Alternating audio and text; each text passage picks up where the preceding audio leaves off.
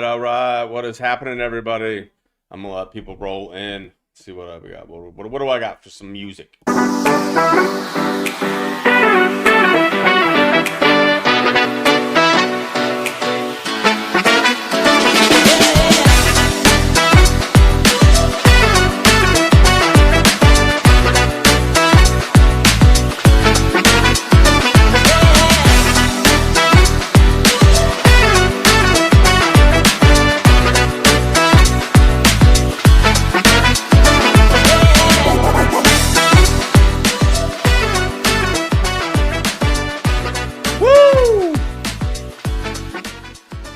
Right, got some people showing up on all the platforms. We are live, BOOMA STREAMA number 29. It's that way. Just having a little bit of fun. And then you got your scrolling BOOMA beads, internet booty beads coming to a biofield near you. I hope you all are doing well on this Thursday, February 5th, 2026. And we'll get rolling here. We got some interesting topics, lots of stuff to discuss, and some people wanted to have a BOOMA STREAMA, so I made it happen, and here we are. But I'm still hiding behind this tree. Don't tell anybody. All right, let's see what we got going on. What do we got going on? Hey, what's up, Sabrina? Sabrina's in the house. Sabrina. What's up? What's up, Henny? Send out your light and truth. What is happening? Hiya! Sal Lion!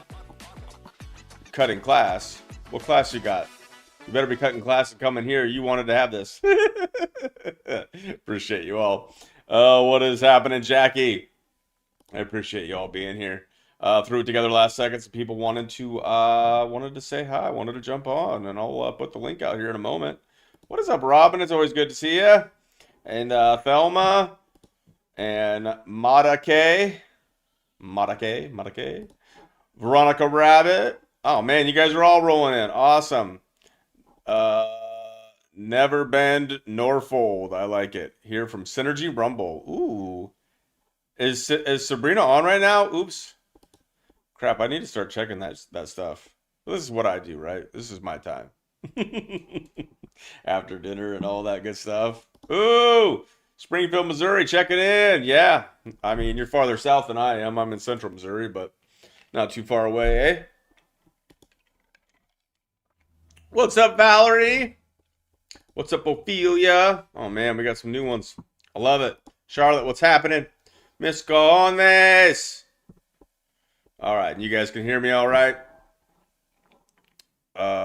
What do I have my settings on? My audio. All right, I turned off the echo cancellation, but I got reduced mic background noise and automatically adjust mic volume. If we're all sounding good, then hoorah.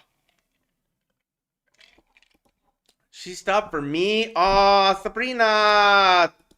You don't need to stop for me. You can come on. You can come on and say hi. Don't worry, I banned the bit. Not that you're scared, but like I banned the big bad. You know who. We don't even need to mention his name or give him any more attention. But the guy that was here last time, he ain't coming back. And if he does, I'm not letting him on. So welcome everybody that came from Sabrina's Live. I am honored. All right, I'm going to start putting this out. And don't forget, Booma's Internet Booty Beads coming soon to a biofield near you. Internet of Booties, baby. I think Chris of the 6-7 podcast started that. Internet of Booties. All right. Let me get it over here. I got it. Bam. Did Sabrina do a raid, though? I didn't see a raid. Does she know how to do that? I can't even remember how to do that. But they are kind of fun when you figure them out. All right. All right, you guys. What's going on over on the Substack? Daniel, Cynthia, Jay Skull, Tanya, D. Lynn, Charles, Dewad, Sandra, Shannon Bridget. What is up, Sandra? I'm getting this in there, so if anybody on the Substack wants to jump on. And boom, boom, here we go. Let's rock and roll. What's happening? Hey, hey, hey. Oh my God. Oh. Now you're muted. Now you're muted. Did you? He keeps muting me. He keeps muting me. No, I didn't mean to cut class. I'm so sorry. I can't be in two places at once. What class you got right now? Sabrina's done. She had a class. Sorry, Sabrina. Sam wanted this. It's my show now. Sam? Oh, sorry. Sam's going to take over. Someone's screaming. Everything okay? Yes. I hear screaming. Yes. Everything's okay though? Oh, no, that's in the background. I'm so sorry. I will try to mute as much as I can. Onyx, the short hair black, she's in heat right now, and she's making it very well known. What? Who's in heat? The cat. Her cat. Sam screams? That's the scream. Yes. Really? Oh my gosh. It's like sometimes the sounds are insane. If you're quiet, you could hear it real clear. But I also want to make it known. Sabrina! We want to see the Sabrina. We want to see her, and not just the heart fire up, even though we appreciate that logo. Yeah, I got my shirt today too. See? Ooh. Cass! Ooh. Ooh, I think that might be the same one that my mom that I got my mom. Ooh, let me move this so Heather so we can see Heather. Oh yeah, the cat gotta move that. What's up, Heather? behind me is in heat. Why is the kitty screaming? Why are they not? Why is it not like loving? I thought when they were like in heat, they were like rubbing and like ooh, doing like silly like cute things. She's been doing that too, but she likes to let all the cats know outside that she's ready. Oh, she's calling. Cat call. Literally. I think that's how it started. Hi Heather, how are you? I'm good, Sam. How are you? Hi everybody. I'm okay. I'm trying to clean out the front porch. Oh crap, I'm gonna get yelled at. She's here. Oh, oh, she's giving me the look already. Oh, where's your ruler? Sabrina better bust out the ruler. She's gonna bust out the ruler. Spanking time. Oh, there it is. I remember the days when teachers were allowed to spank with oops, I gotta turn up paddles and stuff. It was Booma's fault, Sabrina. It's Booma's fault. Yeah, I didn't. Can you guys hear me okay? Now I can, yep. Yes. I had no idea. I was cruising along in ultra high fast optical, trying to condense some perspective things. And then I looked over and it said BOOMA STREAMA, and I went, oh no, sorry, but didn't do the rumble rate. I was right at 7 o'clock and I saw it and I went, I missed the tailgate in my head. There wasn't much of a tailgate. Like no one showed up until the live actually hit. Well, that could be partly my fault because I'm over here putting DARPA TV together and whatnot. Hi, Heather and Sam. I had a couple moments where I was like, oh man, maybe no one's going to show up and I'm just going to look stupid. No, she stopped for you, Booma. She stopped for you. Sorry, everybody. Everybody mad at Booma now? Hey, no, we can continue the conversation because these are about anything. Booma streamers are community chats. We can talk about anything if you want to come on. I mean, if I don't know you or no one else knows you, we're going to try to vet a little bit because we did get mooned one time and then we had some like satanic, like crazy people come in one time. Like I can't just let anybody on. And then we had a really angry old man last time and that guy ain't coming back on again, just to let you know. No, I think Heather, I know. you're muted. I know that between you and all the other people you have co-hosted with, that you guys kind of work around everyone's schedule so you're not overlapping anybody's lives. So I I'm try. just giving you, yeah. Yeah, if I could choose how I did it, because like the body doesn't always feel good, or I can't get people to line up with certain schedules, I would do Tuesday, Thursday, Saturday kind of a thing, a day in between kind of a deal. But Tuesdays, because of biscuits, every other Tuesday we're doing that, so that's kind of how I would do it. But I mix it up, you guys know. And then I wasn't even know if I didn't know if I felt like I was gonna be able to do a streama tonight. And Sam wanted it, and then Valerie wanted it, and some other people wanted it. So here we are. Let's do this. Let's rock So and the roll. We got. did the hypnosis work? Did you do a sleep stream too? I just kind of looked at that with one eye because I got my little things on. When I just finally like looked at it with like. Oh, look at that! He's so bougie.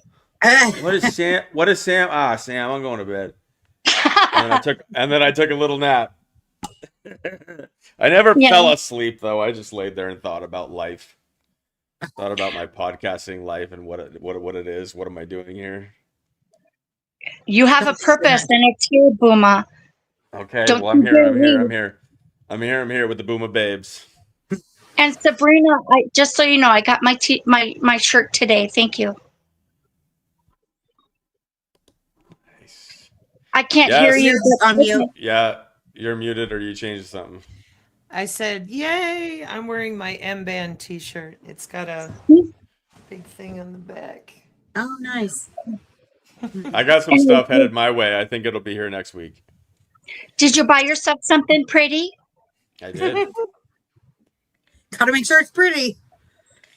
I was gonna put that on when you were up doing your thing, and I thought, well, better watch my mouth if it's gonna be out there. Yeah, I don't really watch my mouth enough. It's forever. It's just out there. I always think about that after the fact. Right. So I don't know if watch some of the BOOMA streamers when I'm going. I just made a play. Like I figured out how to do playlists. I don't know if it's a newer thing or if I'm just like not paying attention. But you can do playlists now on Rumble if people didn't know. But so similar to YouTube, how you do it. Yeah, it was actually in some ways a little easier. I'll show you guys what it looks like though. And I just did it last night. All right, so you come into the page, it look a little bit different on mobile, of course, because I'm on a laptop. But you got this little thing right here, playlist, boom. So I just have a certain amount of playlists. I've got all the ones like I did with Juxtaposition, all the Naughty Ninja podcasts, all the ones with Dean of Sound for Sound, all the ones that are non-digital dojo with Biscuits, the new season right here, all the BOOMA streamas, all 28, which will be 29 after this one, are all right here. And then we got Synergist games. So hopefully we'll get to The Price is Wrong, bitch, here in some time. But yeah, so and we got little playlists and stuff like that rocking. And I guess you can do shorts on Rumble too, but they have to be under 90 seconds, which I'll have to do. But like YouTube allows you up to 3 minutes. And so Rumble only allows 90 seconds. So it's going to be... Might mix it up a little bit. That's totally new, right? On Rumble, that they didn't remember them having anything like that. I think the shorts is completely new. Do you have to edit the some videos down, or are you just going to recategorize them into a different place? What do you mean? Well, if a short is just like a minute over, are you going to go into the short and kind of edit it so it fits that category, or are you just going to leave them as is and just put them in a different category? So I'm not going to shorten the, like, how I have those promo teasers that are with Allison and stuff before like the Digital Dojo shows, the sound, the season of the gong. I need at least the 2 minutes to work with because it's going to get interesting what's going to happen in that whole saga. So I'm going to keep those, and then at some point I'm going to release them all together and then organize them, of course, between the episodes so everybody can watch those. But that'll be important. The YouTube has more playlists / podcast playlists, and it'll be more thorough. I'm gonna focus on more of the recent stuff. So I did like Sabrina Wallace and the biodigital convergence, and I combined them all into one. So the synergist panels that did happen, we'll see if I could do any more of those. If some of the synergists still want to do it, but there's so much craziness, we'll see what happens.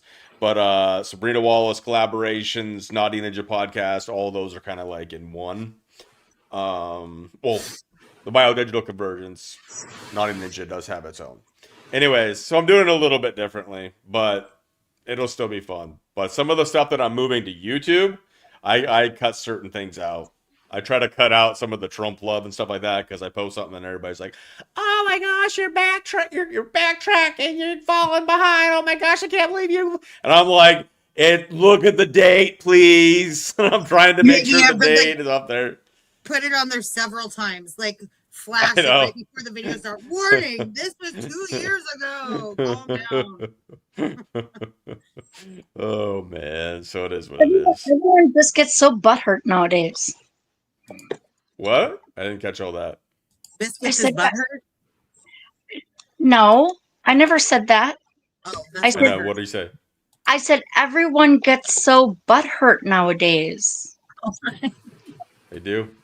They're easily triggered. So that'll be some of the. I don't know if that'll come into the conversation necessarily, but like with that video that Chris 67 podcast did with that Dr. Will about the snow, people wanted to talk about that. I'm hoping RG shows up. He was in the Telegram chat saying he wanted to talk about that. He was even thinking about going live, so I don't know. We'll see. I thought maybe you two would like work it out instead of you doing a stream. You would do a live with him. For a second, I thought that might be what you guys were gonna do. But he does his own thing. Is he on YouTube or something? What is X? on X? I have no idea. RG does his on X? I don't know. I'm asking. I think he does it on Rumble, but I'm not sure. I'll reach out to him on the Telegram and see if he sees it or whatnot. But I want to talk about the snow. Some people got triggered about some of that stuff, like the mRNA technology. I guess somebody got triggered on their Substack, and then like they talked about the Hubble telescope, and they were like, "These guys believe in space." It's like that's not what they said, man. Come on. Are those the flat Earth people?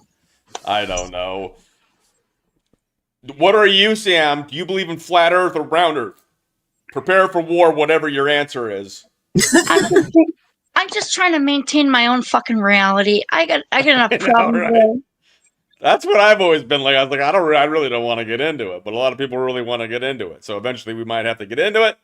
But it's like I feel like it's like a road to nowhere because until someone can prove it, how can you even prove it anymore? I could probably make an AI video now to make people tricked into believing one way or the other. How would you ever freaking know? NASA, all their stuff is CGI.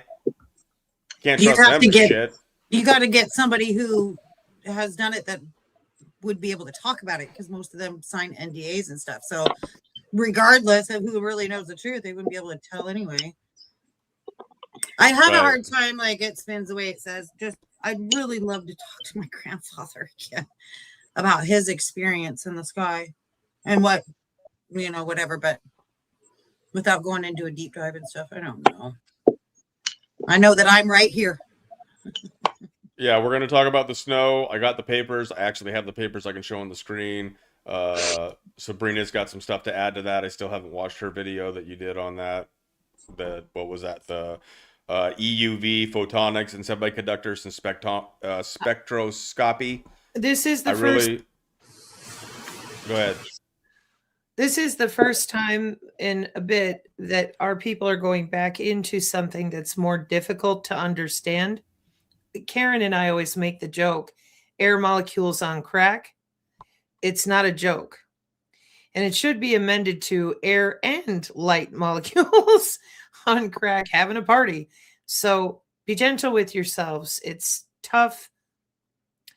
It's dense. That's what I'm trying to say. Like, it's tough to teach about it without showing you this is how they make semiconductors, etc. But, Booma, I just found this. This was just forwarded to me on the X. So whenever you want to do that, that's WBAN in the Epstein files.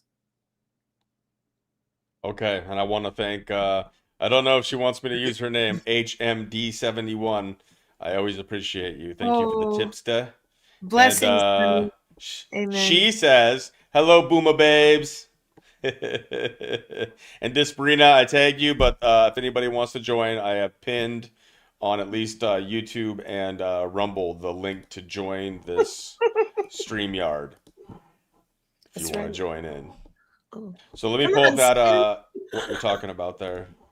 Booma babes. It's been weird because I haven't been getting the notifications usually today. You know, usually I get them like right on cue, and I haven't been getting them. Hit For and miss what? for me. All Rumble? notifications are hit and miss. Doesn't matter which platform. Sometimes I get them, sometimes I don't. Sometimes, a lot of Yeah. times I'll get them on after a BOOMA STREAMA like 2 days later. And it was already on. Freaking retards. Hey, just A so you know. nicotine. A lozenge. Girls You're for the popping win. one, huh? I know they got those. They got those. I was addicted to the ones that you stick up in your upper lip. Just those little packets. They're like flavored. They're delicious. They don't have tobacco in them. I don't know what you're Because talking I used to chew. I used to chew snuff.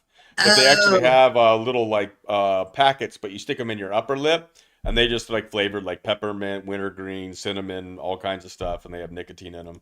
But I think it's the other additives that are the baddies, the bad stuff. Because I was a little bit of a bitch to get off of. All right, so what do we got here? Part 2 in Epstein files contain documents, cochlear implants, ear implants, and wireless body area network (WBAN) implants. Planning WBAN and nanotech. Holy smokes.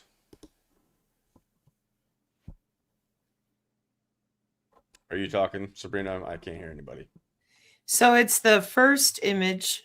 He's got it highlighted on both of these images. These ones? Yep. There it is. So, and the prospect highlights yet another concern the nascent industry will have to confront. The possibility of malignant hacking, as that guy, professor of electrical and computer engineering at Purdue, puts it. And I quote, bioelectronics gives me a remote control to someone's body. You know, it's just like the conversation between Deepak Chopra and Epstein. Don't call it a field because the physics nerds know what that is. It's definable and measurable. And in the same way, all the phrases that I said as I was figuring this out, I'm like, you have a remote control to someone's body, like, you know, heart attack on a button press. Well, look how they talk amongst themselves. And these are in the Epstein files, right? Yeah. And go to the next one if you want. This is in 2014. Mm-hmm. Like, this is just ridiculous because yeah, I'll go to the next one. It's just crazy. Like, it's that this is coming out in the Epstein files, and how long? You probably do this 4 years now, where you've been trying to wake people up. Yep. I warned them. It's your peripheral nervous system, and I quote again. We decided to focus on the peripheral nervous system because your biofield is biological. It's part of your nervous system. Okay. Put an interface between a nerve and the organ with an electrical device. To eavesdrop on a telephone call, his thinking went, you don't tap into the switching center and search for the conversation.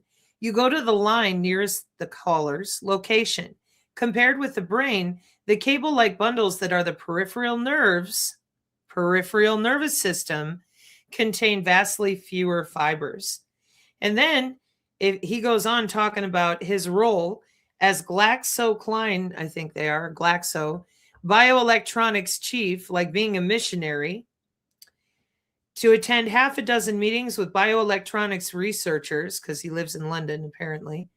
His challenge is coaxing those from disparate disciplines to embrace a singular vision, whereas drug discovery primarily involves like-minded thinkers, molecular biologists, chemists, geneticists. Bioelectronics calls for alliances between experts in fields. This kills your compartmentalization theory. I tried to tell people they're not compartmentalized. It's called multimodal or interdisciplinary. So they're not compartmentalized the way people thought. In many cases have little to do with medicine, nanotech, optics, electrical engineering, material science, computer programming, wireless networking, and data mining. So at the moment, FEMA is focused on getting what he calls, there it is, transdisciplinary group of scientists to agree on how to solve their two key technical challenges. The first is thinking the hardware. It must be small enough to attach to virtually any nerve, yet still have enough battery power and circuitry to run algorithms that generate the patterns of electrical impulses needed to treat all your diseases. And this is what I was starting to get into with the DARPA triage information. But yeah, I just saw this now. So I thought, well, as I've pointed out many times, when they talk amongst themselves, they're rather open about it. Wow. It's just crazy what's coming out. You got the Deepak Chopra stuff, or communications, I guess, with Jeffrey Epstein talking about the biofield, but he wanted to call it the bio cloud. Now this, it's just, oh, interesting. And of course they want to know about this. This is how they control human beings. Anyways, it is pinned, guys, on the Rumble. It's pinned up at the top of the Rumble. I mean, I don't know what it looks like. I could put it back. I could put it in as well. But I tagged Sabrina, and she got that. I'll put it in there again. I don't know why people can't see it. It's weird. But go ahead. Sorry, Sabrina. Oh, no, that's okay. Are y'all having an exciting week? Cleaning the front porch. I've been busy with school and new semester and AI. They're so wonderful. It's so wonderful. These kids just got to get on Wait, board, what are you guys. experiencing with the AI with your kids?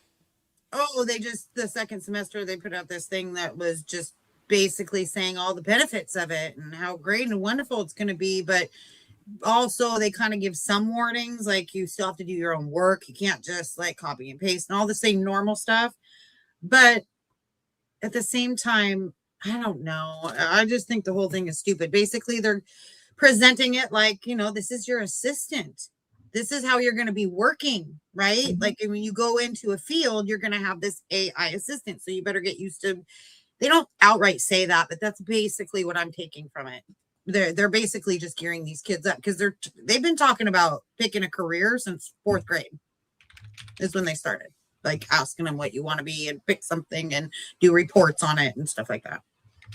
And in a way, I think they're trying to get on top of it too, because, college kids are using it to cheat their way through, critical, well, what's left of critical thinking in their classes, because they're using the chat GPT to actually write all their papers and everything, and they're just breezing through their college credits, and they're not doing the work.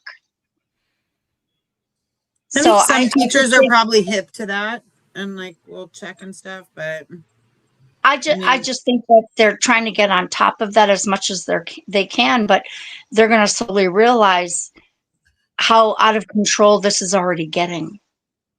Well, and some ChatGPT, they can't even spell strawberry or be honest, like, oh, there's 2 R's. No, I mean, there's, and they're like, wait a minute, where's the R placed? And they're, oh, my bad. That's how the GPT was talking. Like it was no big deal that, oh, you caught me. What? So these kids are going to rely on that? I mean, why would any teacher want that anyway? The way that I was taught was so vastly different from what they're doing now. I mean, I didn't have my daughter till I was 36. So there was a gap there, but still, I should have been able to. What if I had 4 kids and that was my last one? I should have still been able to teach her math the same way. And just math thing really bothers me. So I keep bringing it up. That's like the one that pisses me. It really pisses me off. It's supposed to be a universal language. They messed it up on purpose. So Heather, what are you thinking? Like in the future, when you're looking as a a mom seeing your kid do whatever she does in school, what kinds of fields do you personally see would benefit her in getting into when it comes to being productive in her world? Well, I really want her to decide whatever she wants to do. I'd rather her be happy. And honestly, even if she does take a big tech job and all that stuff, by the time she's old enough to get out on her own, I seriously doubt she's going to be able to afford it anyway. So I'd rather her just be happy at this point. And I live with my mom because I'm disabled. I can't work. I couldn't even if I was able to work full time, I still wouldn't be able to afford to just maintain myself, let alone a child. So Yeah, well, I'm I trying guess to I'm keep wondering. a positive aspect to it too. Like, don't give up. But honestly, I don't know what to tell any of these kids. I mean, So unless you they don't do see. these jobs and they're going to do these tech jobs, right? And then they're going to have to get side jobs on top of it. And what do you think they're going to be doing?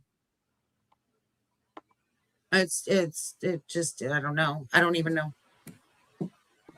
I don't have any answers. Managing data workflows. What do you think they'll be doing? Managing their data workflow with their agentic AI companion. They're just going to get sucked more into that world. They're going to make it so bad out here that people aren't going to want to be here. That was their whole goal to begin with. They want it to be so bad that people are like, oh, give me anything else. Hey, Booma, I have an answer if that question is about the GLP-1. I don't know if that was her or let me make sure. I want to get her. No, Folly Blue's question was, when you know yourself, how is it possible for them to control you? I reject it, period. Yeah, we all do until we're around too many other human bodies whose molecules are communicating. And then bacteria and cells do what they do, like the bees signal the flowers. This isn't a situation, that's why you always hear me say, leave religion at the door. It's biological some more. Then you have to assess your environment, your diet, your immune system, and other networks, which could be your Wi-Fi, could be the band shell effect in your house. But the number one network that transports the quickest is another human body. So a lot of people that, like the ones with shedding, load balancing bodies, your cells are communicating naturally because that's what cells do. Welcome to it. So you can say all you want, I don't consent, they can't touch me, etc. That's not real. The system has been running for 50 years. It is what it is. But there are ways that you can work to disrupt. It's just, it takes a lot of practice and a lot of paying attention. And when you pay attention, you will notice other people don't like that. They want you to move through the world the way they do. So you're all chill, everything's wonderful, daisies and roses all the time. And that's just it's not helping as far as people trying to find mitigation and ways to stem the signal. But you are having the right attitude, and that's important. Authenticity for the win. And your attitude of, I don't consent and I ain't sharing my body with nothing. That is an excellent step in the right direction. And then you got this question that you wanted to answer, I think. Well, it's common. The GLP-1, the natural gut hormone, released after eating that regulates blood sugar. And they have a synthetic version, synthetic GLP-1, mimic those effects. And the receptor agonists of GLP-1 are a class of injectable or oral medications that mimic the natural GLP-1 hormone to manage diabetes and promote weight loss, like Ozempic, Wegovy, and Mounjaro. So it's a synthetic. And yes, what's up, Slambastic? In the house. Still just Sabrina on here. I know, because I can't figure out how to change my profile name on my Rumble. I think you have to do the help thing and then get them to change it. Request them to do it. Yep, and it seems a couple people have had Carl. Carl was the first one. Carl and Hanny was the Okay. first one to make it happen, and then someone else I think was able to change theirs. So I would reach out to them. Okay. Might have been Solana, and I think if Solana's in the house, what's up, Solana? But yeah, I wanted to say hi. How you doing? I'm good. I'm good. I'm loving the talk about the GLP-1s and stuff because it makes me think that Monsanto destroyed the gut biome so that they can feed you a synthetic one. Ooh, Or they makes just sense. log in and change it. It's one of their favorite Yep. play areas. Yep. And thank you. I think it's Macaulay. Macaulay Corbin says, I have a question for Sabrina in relation to where we are going in the future. At the January 29th thinking video, you said, Van Helsing, what can we do differently this time compared to prior resets? Hey, I don't know because I'm not you. I don't live where you do, but I know that for myself, this is called genetic mutation. Like, is it like how do I slamtastic? Like she was saying about how the gut microbiome, that's the enteric, enteric nervous system. I'm just logging in with E. coli and whatever else and making changes. So when you mutate biology, it's like taking a big old dice bag, shaking it up with that brownie in motion. And what you get is what you get. And I think that they've already normalized altering your body with the trans movement, and they've normalized wanting to upload to the cloud. So once people start growing horns, tails, and whatever, they're going to think Sweet Tooth on the Netflix. This is part of the video I just finished about perspective, because everybody's standing around doing nothing, pretending it's not real, it's not here due to the narrative driving or narrative shaping. So, yeah, the first and second brain to make changes. Hey, Chris. Yep. What's up, Chris? Exactly. Yep, Yep. we're going to show those papers too. So Van Helsing is all about, the snow. And with the changes with the particles in the snow, they can change out e-skin as far as a second skin. There's fake throats out there for talking, all sorts of stuff. Well, when you start mutating the body, who knows? That's why I said Van Helsing, because we're going to be seeing the breakdown of people who could no longer afford their biohacking. It'll happen. That's why I hold out hope for the parents on our channel and anywhere else that we're taking active steps now to inform ourselves and gird up as much as we can, because it's our children that are going to be dealing with the aftermath of all this. And we've got to have different ways to perceive what they're looking at, because they're not in their 40s. They're not in their 30s. Mine are in their early 20s. Others are only 14. And like Heather said, they're all being told you're going to be an AI and that's it. There is nothing else. They're not getting options. And the delulu from, oh, get yourself up by your bootstraps. Everything's fine. We'll just turn on the economy. I'm sitting here going, genetic mutations for 500? No. Okay. Augmenting the atmosphere with weather warfare very irresponsibly because you're playing with humans and atmospheres have consequences. No. Okay. Putting all this particulate in the air just to see what happens. This is one of those Russian roulette things with the whole civilization. We're just getting another shot because the youth are looking at all this, and as a sociology dynamic, the youth are supposed to be able to trust their elders. If you can't trust the social contract, you're supposed to be able to trust mom, dad, grandma, grandpa, aunts, and uncles. But when mom, dad, grandma, grandpa, aunts, and uncles won't shut up about Jesus is coming, the aliens are going to be here, and you're standing there as a high school student or a college student, maybe you say biotechnology, that's demon spawn, the devil. What are you supposed to do? You can't negotiate with the emotional terrorism of religious zealotry. There's no negotiation. The person you love is now outside conversation or communication. And we're talking about, as I keep saying, healthcare and weapons. So eventually, I said Van Helsing, because eventually we're going to be dealing with the fallout from everybody either biohacking or straight up augmenting, and in that augmentation having a different or variant biological effect. And that's what I've been working on, to get people familiar with what order of operation the wearables go in, things like that. So that's why I think Van Helsing for the win. How many of you are sharpening stakes? There we are. And how many of you have got blunt force objects nearby? Hang on. Rocks do many things more than Blunt okay. objects. And how many of you are getting up every day, heart fire up, y'all, and getting your groovy tunes going, your immune system?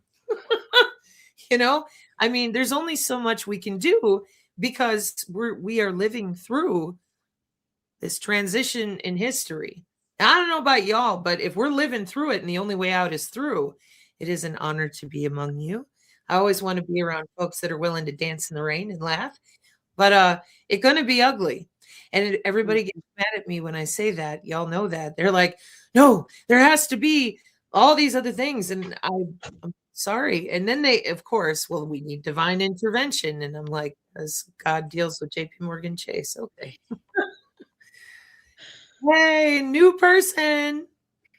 Where's all the dudes? Yo. Of course. Such boomer babes, and everybody just showed up. Hello.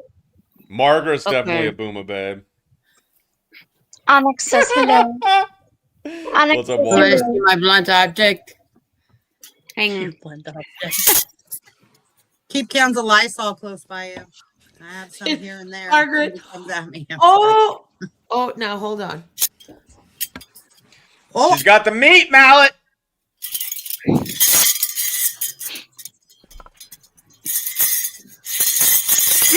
That's a system too. Hello, Walker. Hey, just a Lost second.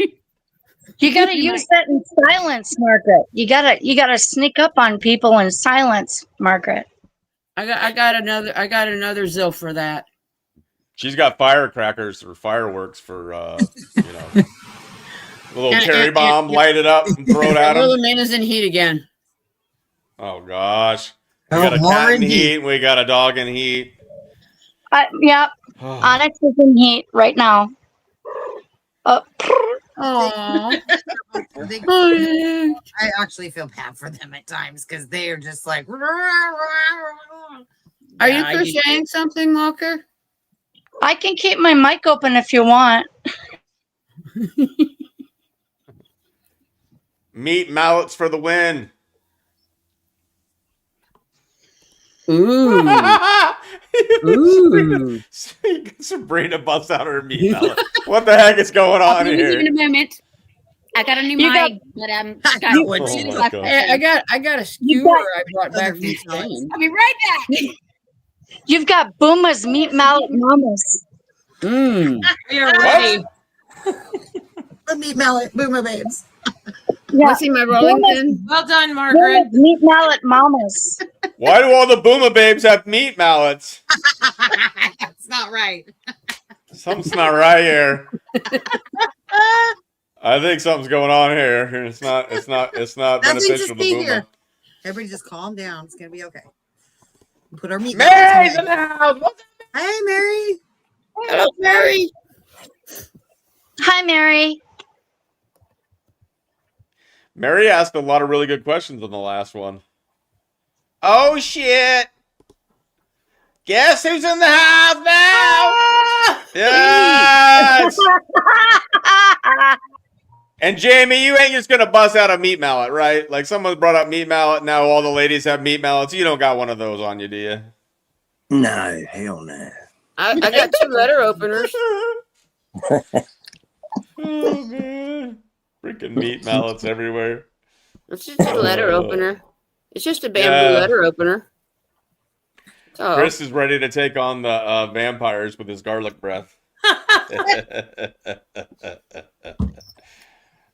All right, so you guys, do we want to get into the snow stuff? We got Chris here. I don't know, Chris, if you're hanging out for a while doing other work, I guess we don't have to get right to it. But since we got him here, I have the papers that show this stuff. And if you guys haven't seen the video yet, Chris allowed me to post it on the YouTube and the Substack. He posted it on Odyssey and Rumble.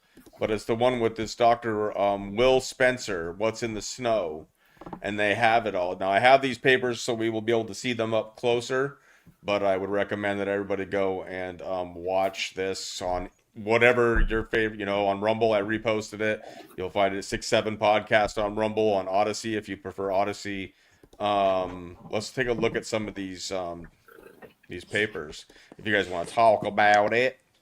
Did we lose somebody? Yep. Who did we lose? Margaret? No, you're Margaret here. Who did we lose? Oh, Mary. We lost Mary. Mary. Dang. Maybe she's figuring it out. I hope Mary comes back. She's awesome. Oh. Mary, where'd you go? Come back, Mary. Anyways, we'll check this out. What surprises me is all these toxic levels, Right. And so this is in Asheville, North Carolina. And so there you go with those levels. Actual reading. Obviously, you don't want any of this. So what do we make of this, Sabrina? What do you think? What do you got? Oh, the video that he made with with Dr. Will was really helpful because, it's the different combination of these sensor technologies that they're using for both monitoring the environment and actuating a physical change. So what I've been thinking is how to figure out why they have more of it falling in certain environments, trying to control the population by what common denominators. That's where my head went. But as far as getting them to stop doing it, not possible. That's your Golden Dome. That's your remote continuous monitoring for water and soil remediation. That is what we're looking at there. And it is all underneath the auspices of the DOE, and they renewed billions of dollars and millions of dollars in funding for both the Cures Act and the Brain Initiative this year. These areas, are they lining up with the G40 cities? These 40 cities? G40, Charlie 40. Could be. It could also be certain areas they want to Obama death panel database, using an old phrase, get rid of a bunch of the population and or shove them out and get them moved into the mega regions preparation, which is the c40.org. And I would have to agree with Sabrina on that because I live in farm country and we're heavily, heavily, heavily sprayed. Like we wake up in the morning and you can see the lines over the sky right where we are and I'm in prime farmland. And Yeah, that's in Canada. I showed a picture the other day in BOOMA STREAMA, and I actually saw three planes going at the same time, streaming their crap in my area. It seems to be more and more. Upwards of 16. 16, okay. 16 across our province. Yeah, it was nasty. I mean, it depends on the day, but I mean, there was 2 this morning that sprayed. I think they kind of heavily spray at certain times of the month. Like it's weird, but yeah, it's gross. I wake up first thing in the morning and you got a clear blue sky, and then all of a sudden it's just gross. Yeah. So this is 3 different. If you guys are paying attention, this is 3 different places. This one's in Beverly, West Virginia. The last one was in Tyler, Texas, I believe. Tyler, Texas was the last one. So you guys will be able to take snapshots from this video if you want to have these papers for yourself. But you can see right here what we're looking at in Beverly, West Virginia. So it's pretty consistent, though, as far as the papers go, it seems, as far as the same kinds of materials are being dispersed throughout. And this is 3 different, I mean, fairly, a good distance between them, between Texas and West Virginia and North Carolina. And we keep losing Mary. Dang. Anyways, yeah. But you're going to want to watch that video and hear from Will himself and Chris and what he has to say. Chris, if you got anything to add, I think you guys were talking about, I mean, this is all like infectious agents. Some people want to know more about the mRNA technology. So what do you have to add on that, maybe, Sabrina? Like, what are they, like, they're dropping, like, see if I can get Mary in here. Well, the nano fits together like Legos. So depending on what you've been recently eating, who you've been hanging around, and what the machine learning decides your value is to the tokenized economy, that will make the change of whether or not a physical change is made inside of your body. Is it safer to stay inside? Well, Does it you matter? definitely don't want to eat the snow or touch it if you can help it, because the preloaded bacteria just go right in to your skin or your breath. Oh, That kind of freaks me And, out because my kids are currently I'm kind of wondering. snowboarding in Canada. Yeah, I'm kind of wondering, is that why everyone is wearing all these masks? You know, instead with the COVID thing. But you know, another thing is any of these masks are they even helping with any of this? It's not going to no, help. but it's what the hospitals are telling their patients to do now, especially the elderly. right, It's what they're, respiratory stuff. yeah, Yep. they're being ordered to, just like. But I back did with find out COVID. something new about a piloerection while I was teaching about these ultra high fast pulses with light in the new data centers. When you piloerect, you also create a buffer, it's very small, of air for your skin. They're using air, sound, and light. So when you're piloerecting, you're blocking that air channel as well until you let it come down. And now, hang on though, in relation to shield, that, and I said it's a kinetic effect and the vibration. So I'm blocking the vibration, the sound, and now I have the air, and then your water. So hopefully, by you're able to hold biofield elongation, you can get out of the way. The other thing is, when, let's say you had to touch the snow, you had to go somewhere, whatever. Sweating, very powerful, very helpful. Don't have to do it for very long. They got red light things. They've got, just get in the heat, jump up and down for 20 minutes. That's it. Whatever you got to do.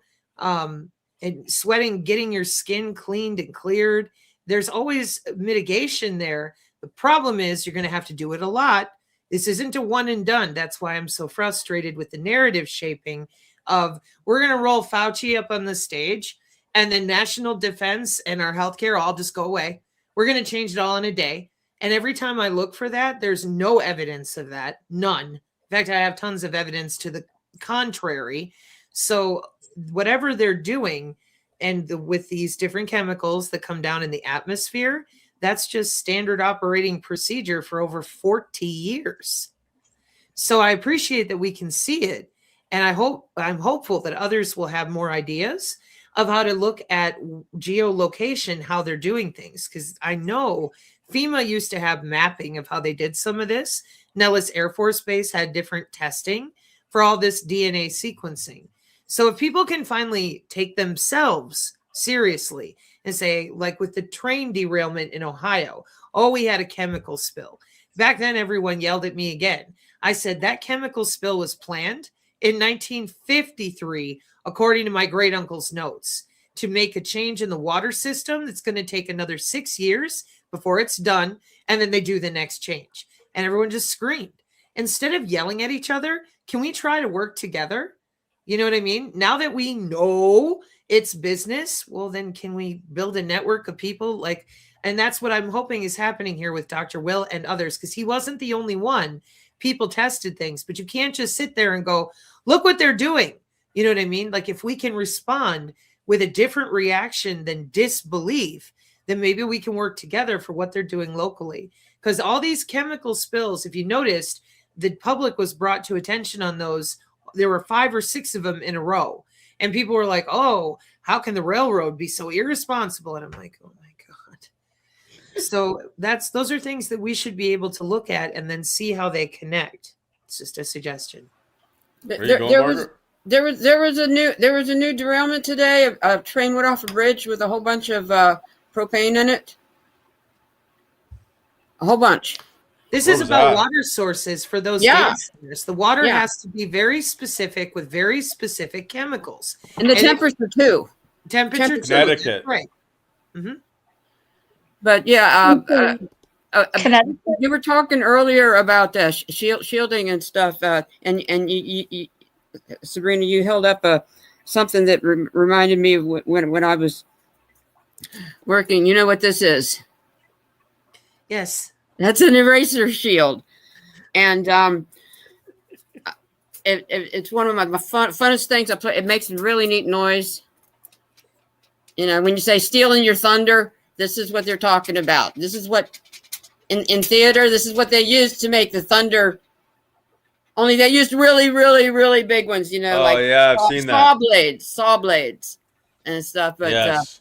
you know, and I was just thinking that, you know, what we can do, you know, homemade mitigation and stuff, like some of the, you know, the wind chime robots outside, just to, you know, mess up the noise. But years ago in the old beekeeping days, when there was a swarm that was loose and people wanted to capture it, they would go outside with their pots and pans and they would do this thing called tanging, and that would disrupt the magnetic field and it would cause the bees to be confused and they would land sooner than later. And I mean, there's folklore involved and superstitions involved and everything, but there's real, you know, sound waves and, you know, perturbation and stuff like that. And it was the weirdest thing the other day, because I'm on a few equine pages, I guess you call it, groups or whatever, equine, and all of a sudden I see this piloerection, and it's related to, you know, how horses stay warm in the winter when they're covered with snow, is they got that piloerection thing going on, and it was big bold letters. I got it somewhere in my I downloaded it because I had to read more about it, but yeah, it's built into us. It's built into us. That's what I'm saying. And the phlegm thing, when 6, 7, and then guys, they were talking. Phlegm is our friend. Thank you. I'm going to shut up now. Thank you, Margaret.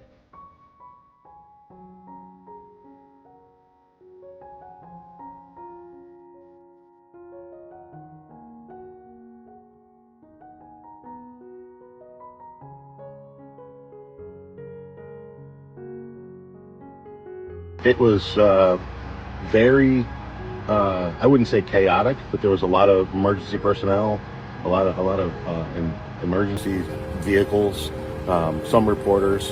You can't really get too close to it, but I saw a few of the train cars turned over.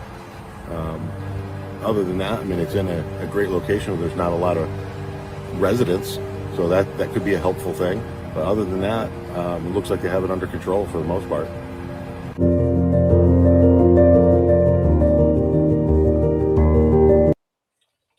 Well, thankfully they have it under control. It seems. Wow. Thanks for letting us know about that, Margaret. Margaret's right. A lot of the older things, even if they are steeped in mythology and superstition occasionally, because once you find out that they removed biology so they could weaponize it for themselves, those old radionics superstitions, they're not superstitions.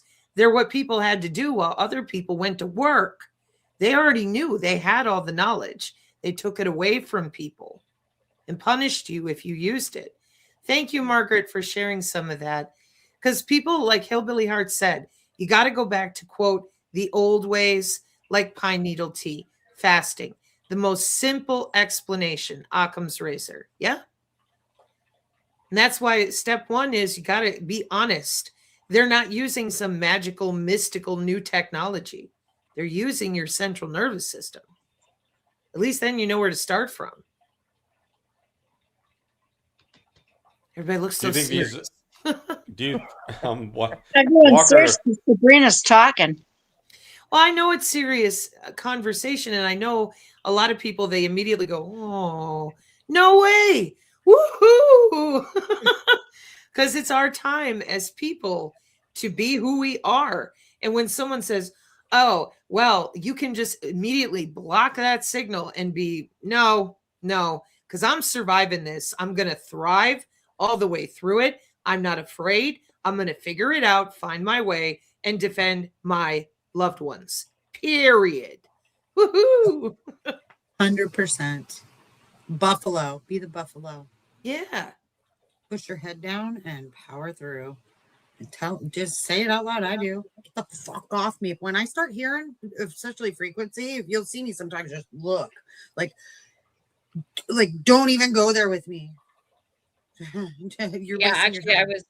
I was in a sound bath today that I was providing for a friend of mine, and at towards the end of the sound bath where it was supposed to be quiet, I felt this frequency right on the side of my face, and I wasn't able to just immediately pile for some reason, and I literally had to be like, Jesus, fuck off, and then all of a sudden it did. It was like, piss off, you.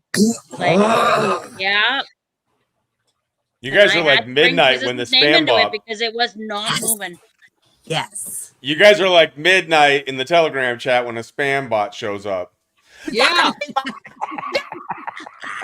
Get the fuck out of here, scammer. I can just see her like, I'm like, keep your heart going, lady. Whatever keeps you in the fight. I love Midnight. She's awesome. Is she coming on tonight at all or no? I don't know. As long as we That's always have up to her. people like Midnight, Margaret, Hillbilly Heart, y'all, as long as there's enough of us out here with that knowledge, we will preserve it. And anybody else who wants a real solution, they'll be able to find it. That's why everybody's voice, no matter how, you're like, I don't have a platform or whatever, even making comments here in the chat, you never know when someone is going to see what you're saying and know immediately, I was right. Like it works for them, like it works for you, and everybody's different, which is why these streamas are also very important.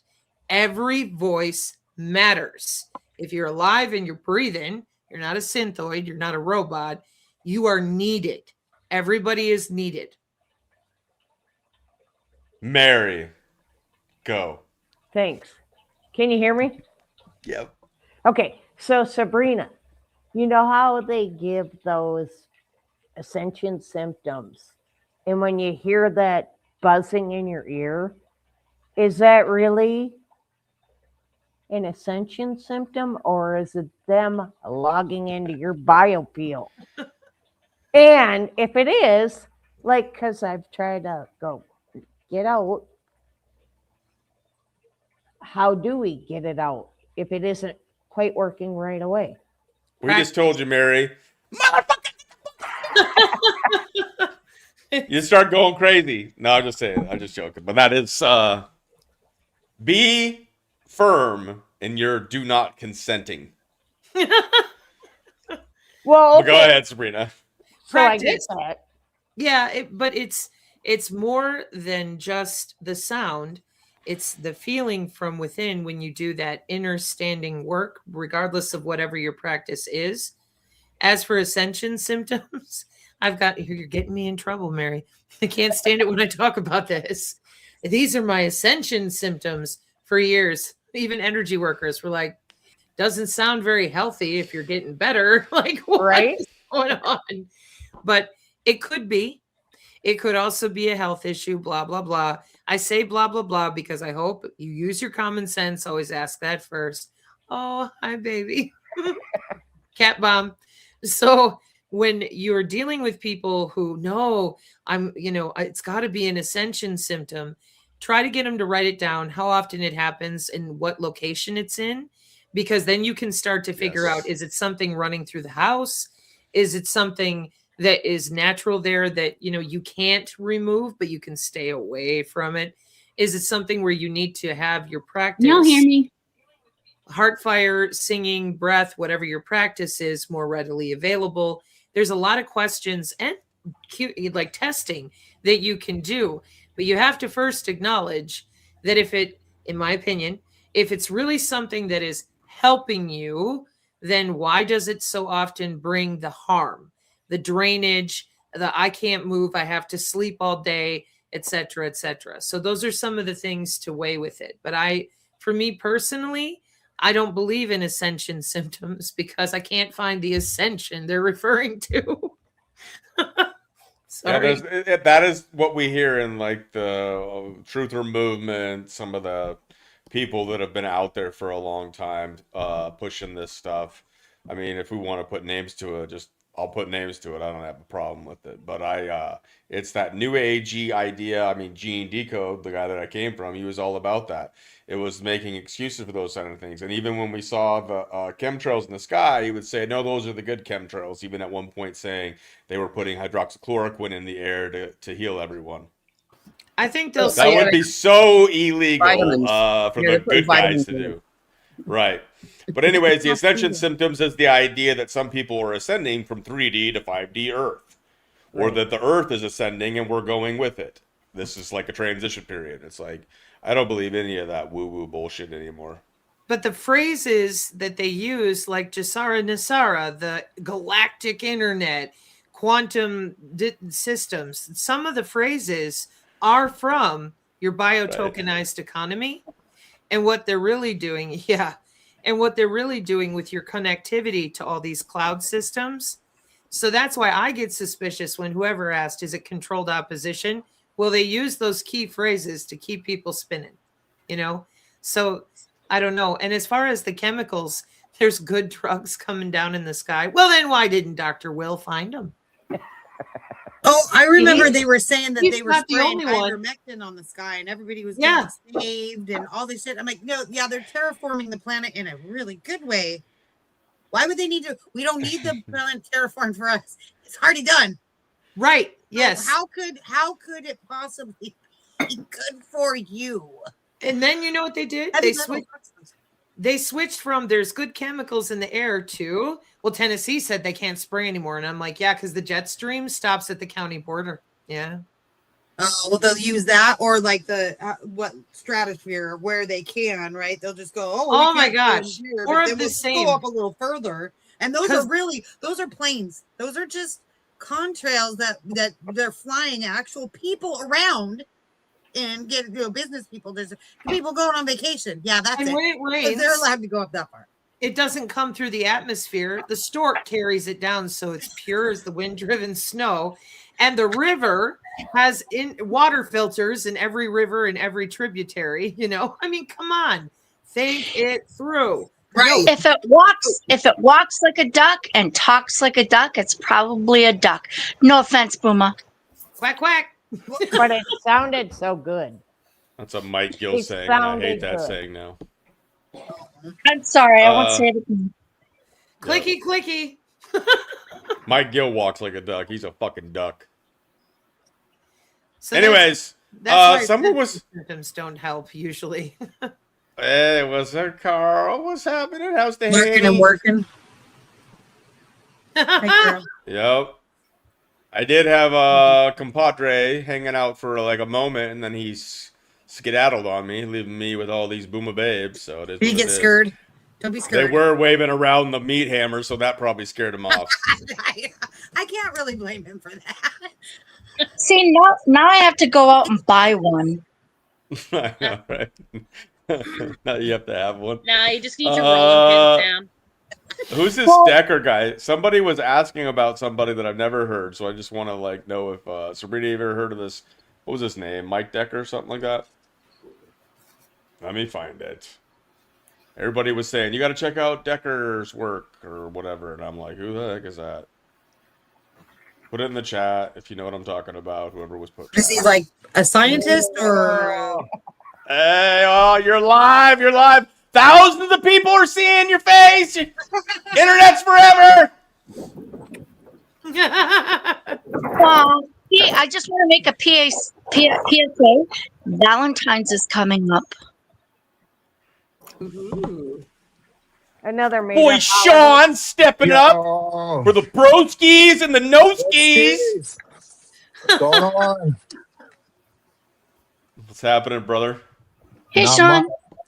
I don't want your meat hammer. Watch out. I know. Keep those meat hammers away, ladies. Put them away. Oh, Mike Decker. Yes.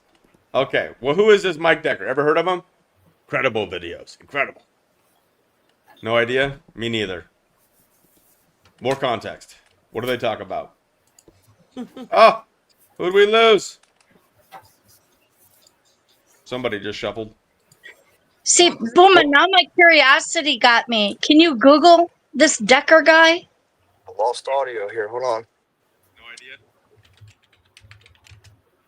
idea. We're losing Sean. We're losing him. We're losing him now. Sean, don't Proskey! We Sean, need the Proskey! We lost him. All right, I'll look up Mike Decker. Mike Decker.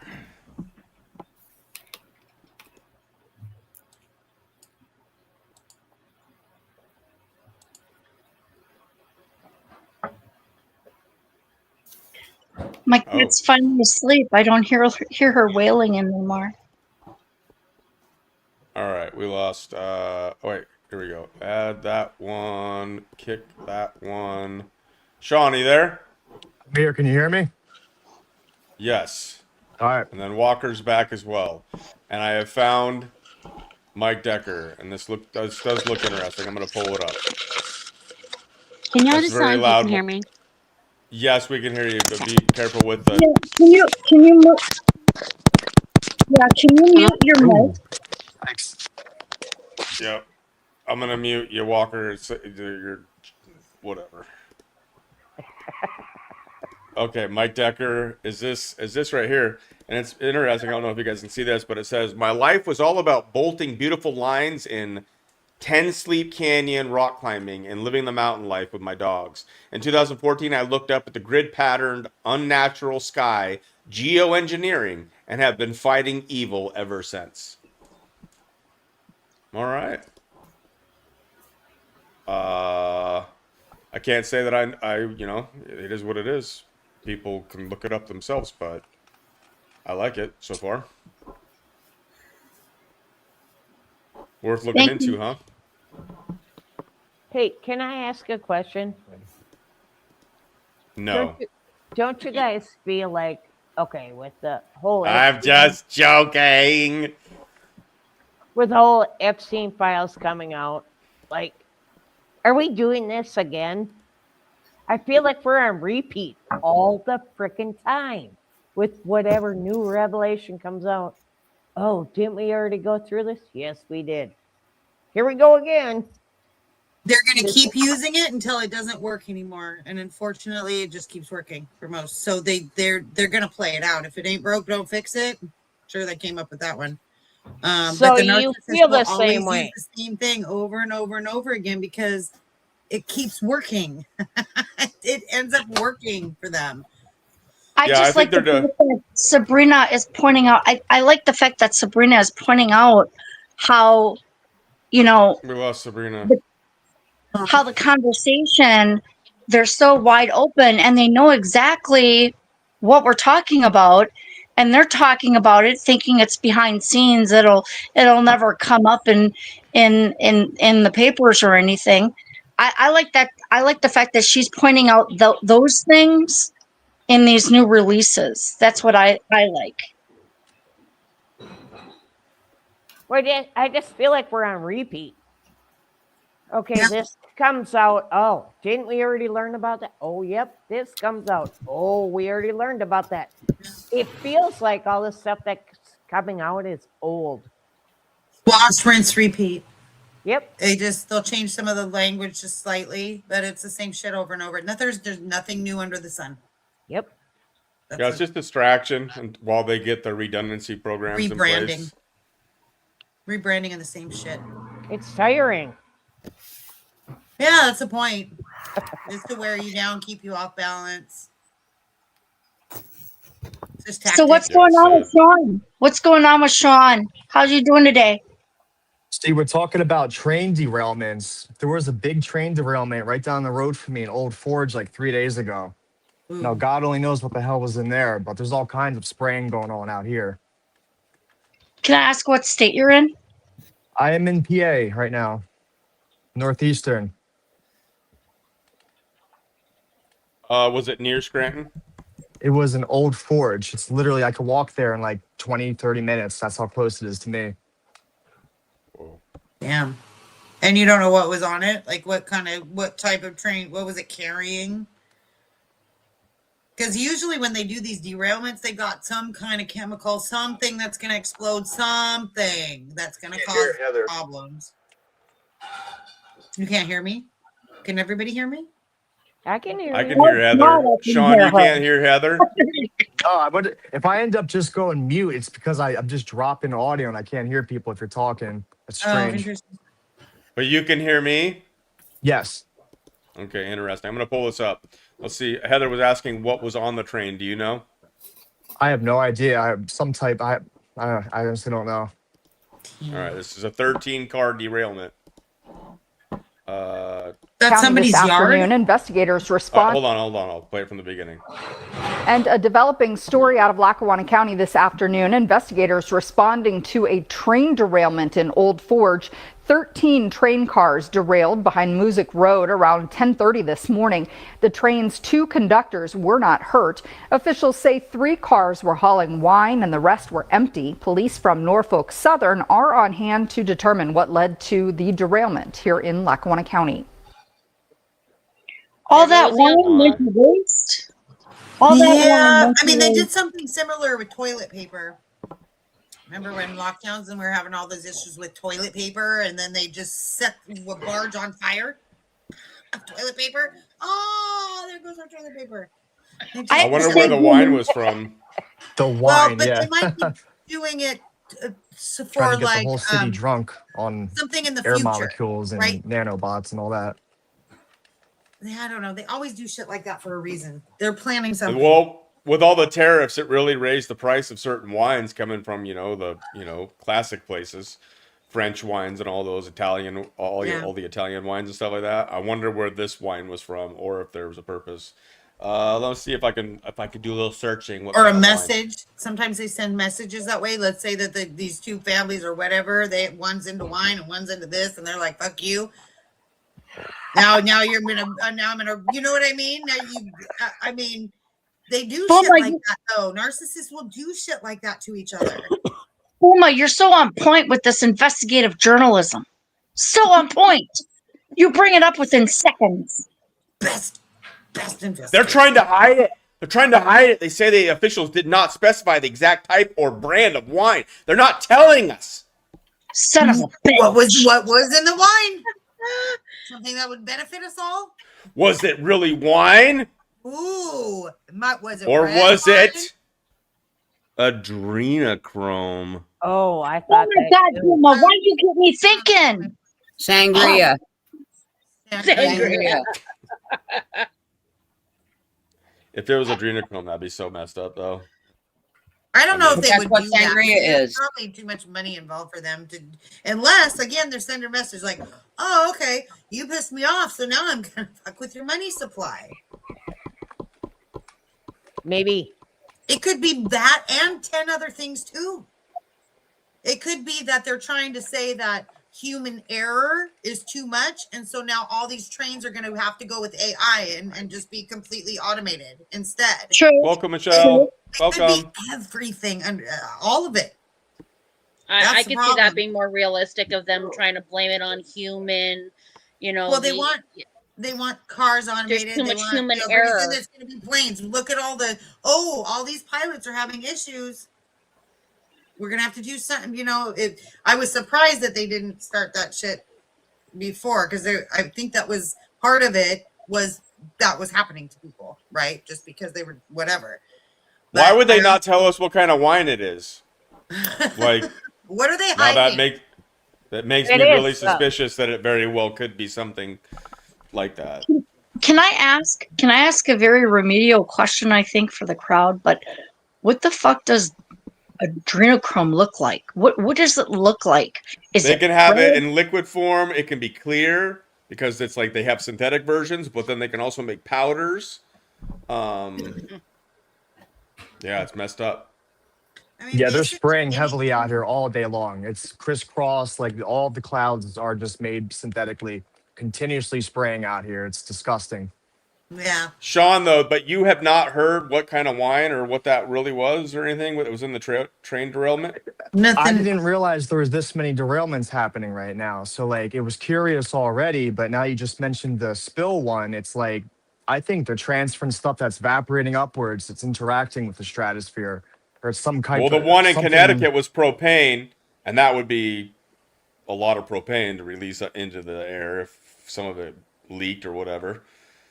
Yeah, or maybe Nobody they're just smoke trying a to get into a cigarette water in the supply, area. or I don't know. Or maybe it is a ploy for AI, automated trains that don't derail or something. Like it's crazy. Wines. Asbestos. Yeah. Brakes. Asbestos. Is that even used in it? Well, I suppose the trains are pretty old. It's an old system. Maybe they want us maybe they just want to stop people from using the train systems because it's the older ways. They don't have control of the trains like they do like cars with computers in them. Right. If it's a coal train that's running on something where they don't have like a computer system in it. Well, the other thing I was thinking of is they don't maintain road and railways and things like that. You should see them in this area. I went on a dinner train, and this was what 15 years ago or something. That thing was so scary bumpy, literally, that I thought we were gonna go off the rails at some point. It was so bad, and we're trying to eat dinner and shit. And it was crazy. And I kept thinking, do they? I can't believe I'm paying for this, and they don't even maintain the tracks. It was obvious that they weren't maintaining the tracks, and it's everywhere around here. You should see, even going over the certain areas where they still come through with cargo and stuff. The roads are just, they're not even. It's bad. The roads around here are really bad. So if they don't, why would they keep the same infrastructure if they're trying to change it? If they're trying to do something different, they're pushing us away from cars and away from, all this stuff, going all electric. Why would they need all this old stuff anymore? There's no money in it anymore. And they'll use any excuse to get rid of it. Right. Well, because it'll benefit them to actually get rid of it so they can move on to the new market share, whatever they're working on now. That is all obsolete. They're just like steamboats, right? Once they had other ways, then that just kind of went to the wayside, and then there was no money in that anymore. So everybody went to the new thing because otherwise you weren't going to make any money. 3 derailments in Spain. So you're saying, Heather, when we go rogue, we gotta go hijack a train and hand to our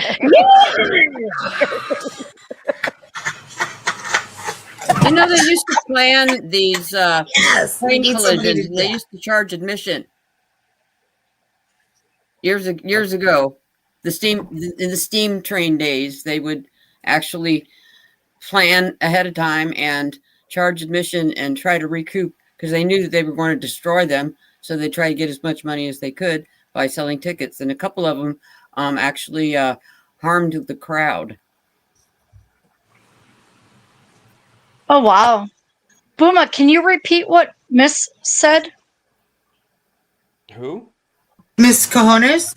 Yes. There's three train. I'm going to pull that up in a second. This one, the Order of St. Michael saying the East Palestine train derailment on February 3rd. Oh, this was back in 2023. But that one released hazardous chemicals like vinyl chloride, butyl acrylate, and some of these things. That was 2023, though. Let me pull up this current one that Ms. Cajones was talking about. So 3 derailments in Spain, and one was a fatal high-speed train collision near Cordoba, and it caused 43 to 46 deaths. Oh my God. Holy shit. 2 other separate incidents occurred within days. So there was the high-speed collision of 2 in one collision, and then there was 2 separate incidents occurred within days. One involving a commuter train hitting a retaining wall, causing a fatality, and another with no injuries. Man. Oh my God. That's horrible. So maybe more. I mean, I don't know. Some of these things seem like they're trains that are carrying supplies and stuff. But for a second there, I thought maybe they don't want trains going because people don't want to fly, so they're taking trains more, and then they don't want them feel comfortable in trains. Crap, last year when that train or when that plane fell out of the sky and they had it on video. Oh my I God. covered that. That was crazy. Can y'all hear me? Yeah. Yes. Who was that, Walker? Yes, Walker, do you want to talk? Go ahead. Can you hear us? Walker, can you hear us? Is she on a cell phone? She might not be able to see the private chat. I don't know. Oh. I'm kicking her. Something's Maybe. wrong. Oh. Sean, are you there? We're losing people. Yeah, I'm Lost kicking them. Sabrina. I don't know what's going on. I think Chris is going to come on in a little bit. Yes, and that's what I'm thinking. Like if they can make people scared of taking the trains, then even if it's not commuter trains, and they killed people over in Spain, so Is Sabrina coming back? I don't know. Okay. Yeah, I don't know. I just all these accidents, it's insane. It's just insane. Sean, what's going on, bro? Not much. I think that plane that flew out of the sky was in Philadelphia, wasn't it? Or was that one of the many ones that happened? Because I know last year there was like 3 plane crashes within like a few month period. Well, there was one that somebody filmed it within the plane. Oh my gosh! And that plane was lucky because one of the wings, because one was off, and the one wing kind of kept it stable as it was upside down, and then they had to get out of it, and it was crazy, bro. They're so lucky to be alive. Well, they were having a lot of pilots that were just like passing out or dying. Yeah, so like a while after wonder COVID, a lot why. of them had the jabberdoodles, and then they weren't doing so well at higher altitudes. Right. And then they started hiring inexperienced people, and then you had a lot of, let's say, illegals working on planes as their jobs and paying them dirt wages, and they didn't know what they were doing, so they're talking about like tightening bolts and shit that are in crucial places. Yeah, that could become a problem. Well, the stress of the metal and stuff like that too, because I'm sure as they're spraying all those chemicals and shit like that it's breaking down the metals that wouldn't normally, you know what I mean? And there's all kinds of stuff. But I do know that when my grandfather was flying, he had to take he had to really do certain things in order to be able to fly. And one of them was a monthly checkup. And if he had, like when he used to drink, but he'd work, he'd go fly for a day or two and then come back for 3 days. And he'd have to stop drinking 24 hours because they would test his blood to make sure that he didn't have any alcohol at all. And they had to make sure that their heart was in there. I mean, it used to be so strict. So when they changed all that, just because pilots were having problems with their heart all of a sudden, so that made it okay to, do you know something more about this too? Well, it's not necessarily the planes, but we were literally in a class yesterday, and they read a statistic in my city alone that there has been, in the last year, there's been over 34,000 heart attack incidences that the ambulances have had to go out to go and help people. Right. Why? Why so many? And even doctors are dying at a very high rate. All these health professionals, all the first responders that were forced to do this, yes, they're all dying at a very high rate. I think it was a way for them to kind of get rid of the good people too, because I think with the doctors that were in on the say that they were in on it, they're getting placebo. They probably weren't getting what everybody else was, but anybody that was like him and Han, or a good person, or had good rapport with their I almost said clients, but their patients or whatever, they're going to want to get rid of those people. Yeah, so they might be getting rid of them also because they might know things, because they had to follow certain protocols that we all know now was bullshit and led to the death of many people. And so they're probably getting rid of them, just like they get rid of a lot of veterans that are in war scenarios and have done certain missions that were fucked up, and they don't want them talking. Well, that, or anybody that gives them pushback or just says, you know what, I'm starting to feel really bad. I'm starting to notice the stuff, blah, blah, blah, blah. And then they're just done. So even if they if they're smart, they're not. They're just going to keep their fucking mouth shut. And Because with the otherwise, they know they're inspection, done. and with the inspection, all these manufacturers, they're pushed to push product, and in order to keep quotas, they have to cut all these inspections. And I mean, with trucking, I mean, I used to date a trucker. We used to travel together, and every day he was out inspecting his vehicle, the whole thing, the trailer and everything.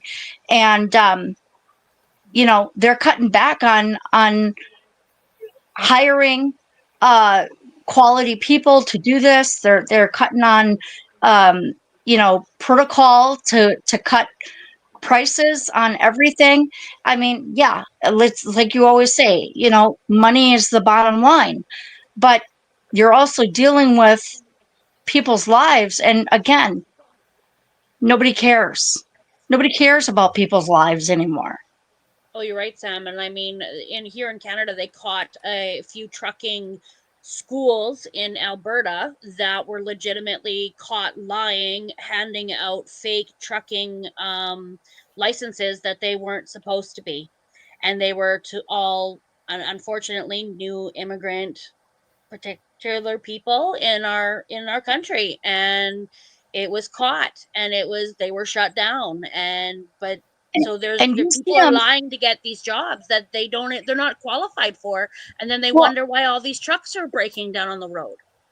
and then these trucking companies, you see videos every single fucking day. These truckers are actually changing DOT tags in real time at the truck stops, and they're doing it openly, and it's crazy. Yeah, I live right beside a major highway, and the amount of trucks that are on the road that never used to be here are insane. The amount that have hit the ditch in the wintertime because they don't know how to drive in our weather, the amount of trucks that are broken down, the amount that are racing over top of the bridge right beside me and going up and over this bridge, and because they don't follow the speed limit, or they don't slow down and follow the signs because they don't know the rules of the road. It's insane. Or they can't read the language that's on the signs. I'd be interested in knowing how the trucking schools are handling all this stuff too. Well, that's what I'm saying. They got caught. There was a trucking company in Alberta got caught handing out fake licenses. Yeah, I think they're doing it on purpose, causing chaos, causing a lot of You problems. betcha. They don't want people I mean, they really don't want people driving anymore. So if they can have more accidents, then they can blame people, and then they bring in their autonomous vehicles. Less people will be Bingo. able to get a license. You will no longer have the freedom to drive. You will be in your 15-minute city, and you will be transported, if you are allowed, with some kind of a pass that will require your digital ID, and then you staying in your freaking 15-minute city. Yeah, because here I'm hoping to get Chris to come on when he's available, and we'll see if I can get these put out somewhere so people can get access to them, so they can show people and warn people. We'll see what he says about that, though. And I mean, they've already done that in the auto industry here in Canada, where they're trying to say by 2030, none of the dealerships are going to be allowed to sell gas-powered vehicles anymore. They'll all have to be electric or hybrid. There's no way. There's no way. There's no way, because the temperatures get so cold. You know, everybody, you don't understand. You don't understand. When you have a gas-powered vehicle, it warms the engine. These batteries don't warm the engine.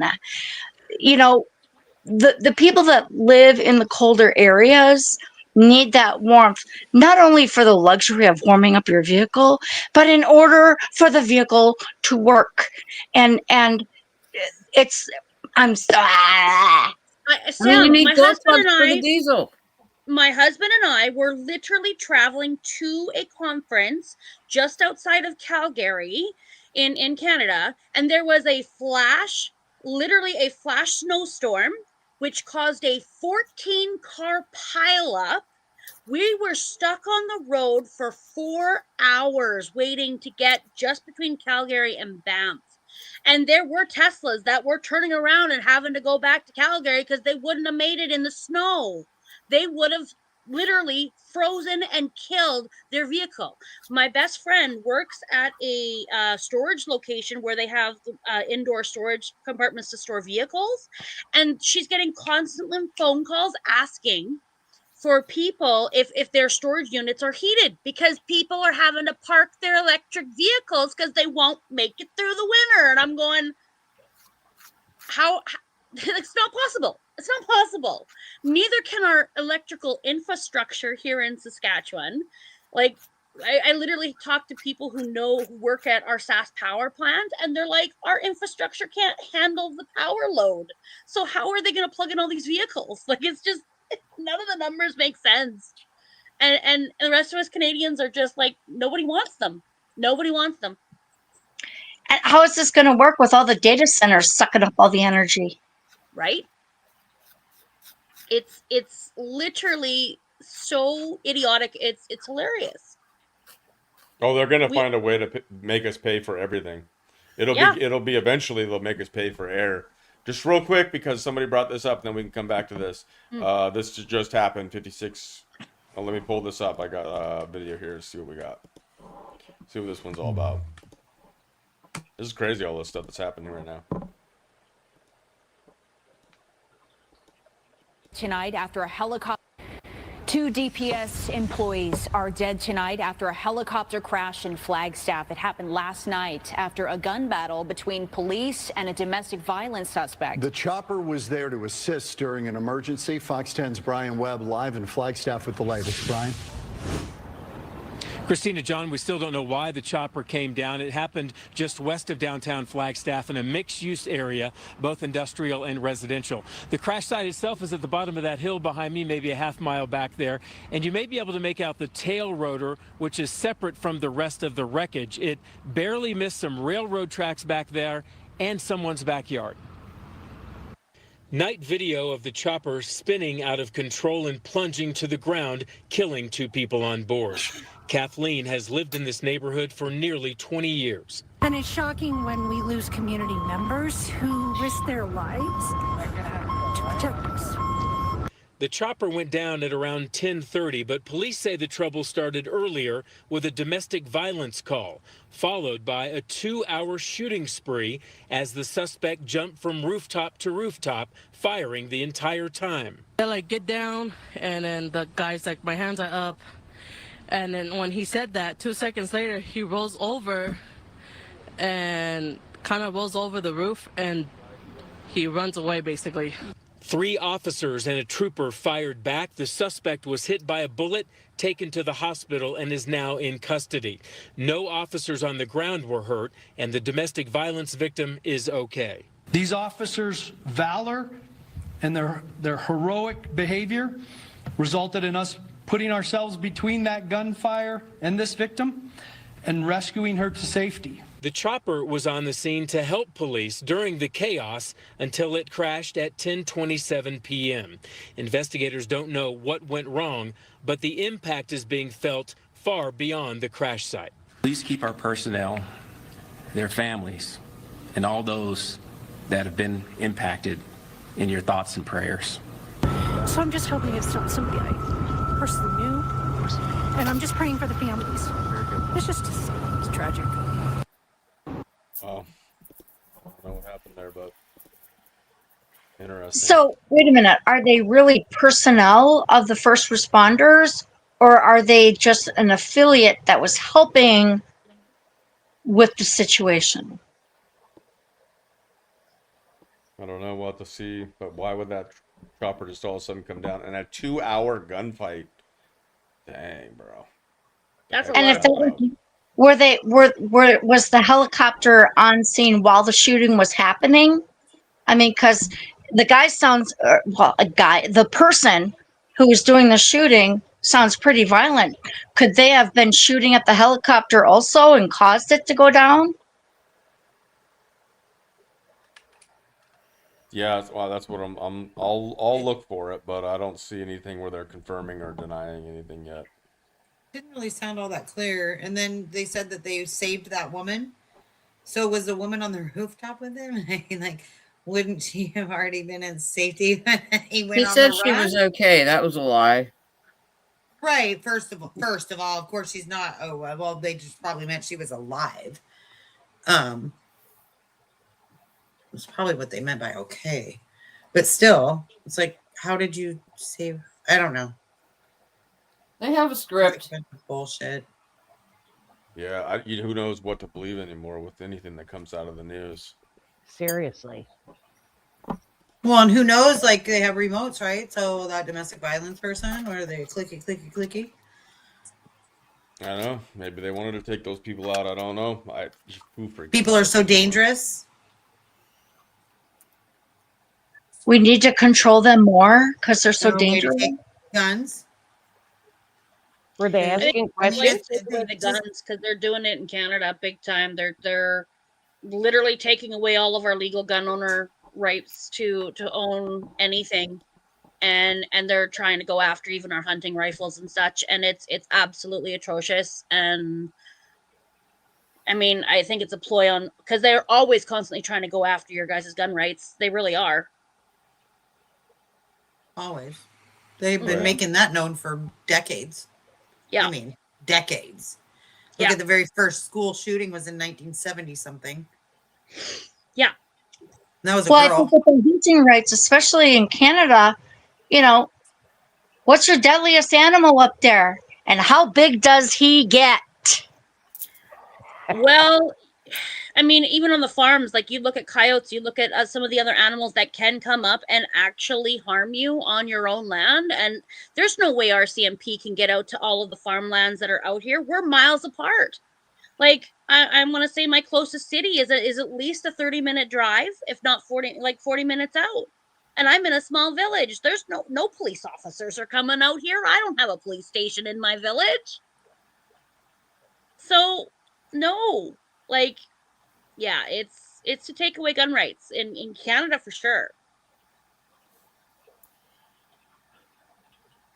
Have y'all ever heard of a Dudley Do Right cartoon? Every time I hear RCMP, I think of that cartoon. I'm sorry, goes back to Bullwinkle and Rocky and all those cartoons. But the trumpet, the opening sequence, and the trumpet and the horse and everything. I know the what do you call it? Beavers and the maple leaf and all those. You know, I've only been to Canada one time, and that was the year that they had Niagara Falls closed down. They actually closed it. Shut it down. They Yeah. diverted it to the other side. Yeah, no, Do we you don't have any- have. I'm sorry. Sorry, no, Margaret. I was just saying we don't have like some of our farmlands are miles and miles apart. So like some of the houses are and acreages and farmlands. They're like some of our farmers own acres of land.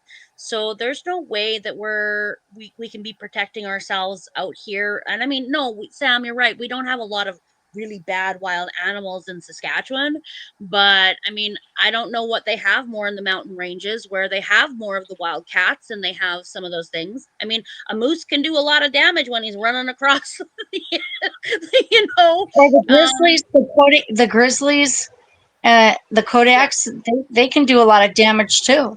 Yeah, they can. It is more northern and I'm in the more southern part of Saskatchewan, but yeah, you're right. Some of our wild animals can get quite vicious. What kind of sound baths do you like to make? I do them with crystal quartz bowls. Ooh. Yeah. I'm going to a pan drum concert in a couple of weeks. I'm looking forward to it. It's supposed to include a sound bath. Oh, that would be exciting. I love listening to the hand pans. That's it. Yeah, I love them too. I want to get myself one hand pan. I've been looking to do that for years now. They're awesome. Yeah, I really do like the sound therapy. I actually started off years ago actually working in a music therapy department, which is when I started wanting to really work with special needs kids. and ended up wanting to be a teacher or educational assistant. And then I had 4 kids with disabilities, and I'm like, never mind, that's like 24/7, can't do it. Went into a like totally different direction with my life. And then when I got injured, I found sound bathing and therapy. Like that's been the one thing that's been my saving grace, has been my sound bathing. And so that's when I decided to say, to heck with it, I want to become a practitioner, because it's helped me so much. And you're right, it's frequency. It's all frequency, and it's what they're teaching in the course. It's all frequency and how it can affect the cell structure. Thank you. That is neat. I have a football bath. So a brass bowl that you stand in and gong. Along with my crystal bowls. But the football is just vibrates right up your body, which is, it's a feel. It's a feel. Yeah. And that's what the crystal quartz bowls do. Like what I do is I have, I'll have somebody laying right on the floor on a mat right next to the big crystal quartz bowls. And then I will play the vibrational frequencies, which do align with the chakras, or do align with those energy centers. And it does help with, you know, moving the energy within their bodies, because sometimes the energy does get stuck. And that's where, you know, I do think that there's stuck arteries, or they're stuck, you know, and so the vibration does move. Like there's actually some pretty rank restrictions on who can come to attend a sound bath. Like you can't have a pacemaker, you can't have deep vein thrombosis, you can't have some of those things, because it can be dangerous if you dislodge a blood clot into somebody's system. Like that's really dangerous. So I mean, From a sound bath? From a sound bath. Yeah, Tell us more. How do you protect yourself in that situation if you're gonna do it for somebody? Yeah, tell us more. Well, they please. have to have medical clearance from their doctor. I know for myself, on behalf of myself, they have to sign a waiver saying that they've spoken to their doctor, that they don't have those types of syndromes, or that if they do, they've been medically cleared by their doctors, and that it's not on me, because I can't tell, right? I can't tell. Yeah. So what? So this is an in-depth thing. What kind of where do you do something like this? Is there like a chamber? Is there like a room? I just do it from my mom. I actually do it from my mom's house. I have my own room that we have decked out, where it's just me and my sound bowls. And I mean, I just have the bowls lined up with them. Sometimes I work on the floor. Sometimes I'll do it in a bigger organization. Like right now, I've been tasked with coming to a learning center where I'm working with members who have mental disabilities and physical disabilities, and they have me come in and I help with relaxation, and it's just deep meditation for them, because they're probably so anxious, and they're, you know what I mean, a lot of them, but they all had to be medically cleared before they could attend my sound bath. And I left that on the center, not on me, because I don't know everybody's medical history, right? But yeah, you do have to watch, because So the what? vibration. Okay. So there are a lot of people really interested in this. You have to be. Are you certified in this? Like this is a. I'm this is learning to something you have be certified in this right now. Yeah. So do you have I'm a in a course. mentor? You're in a course.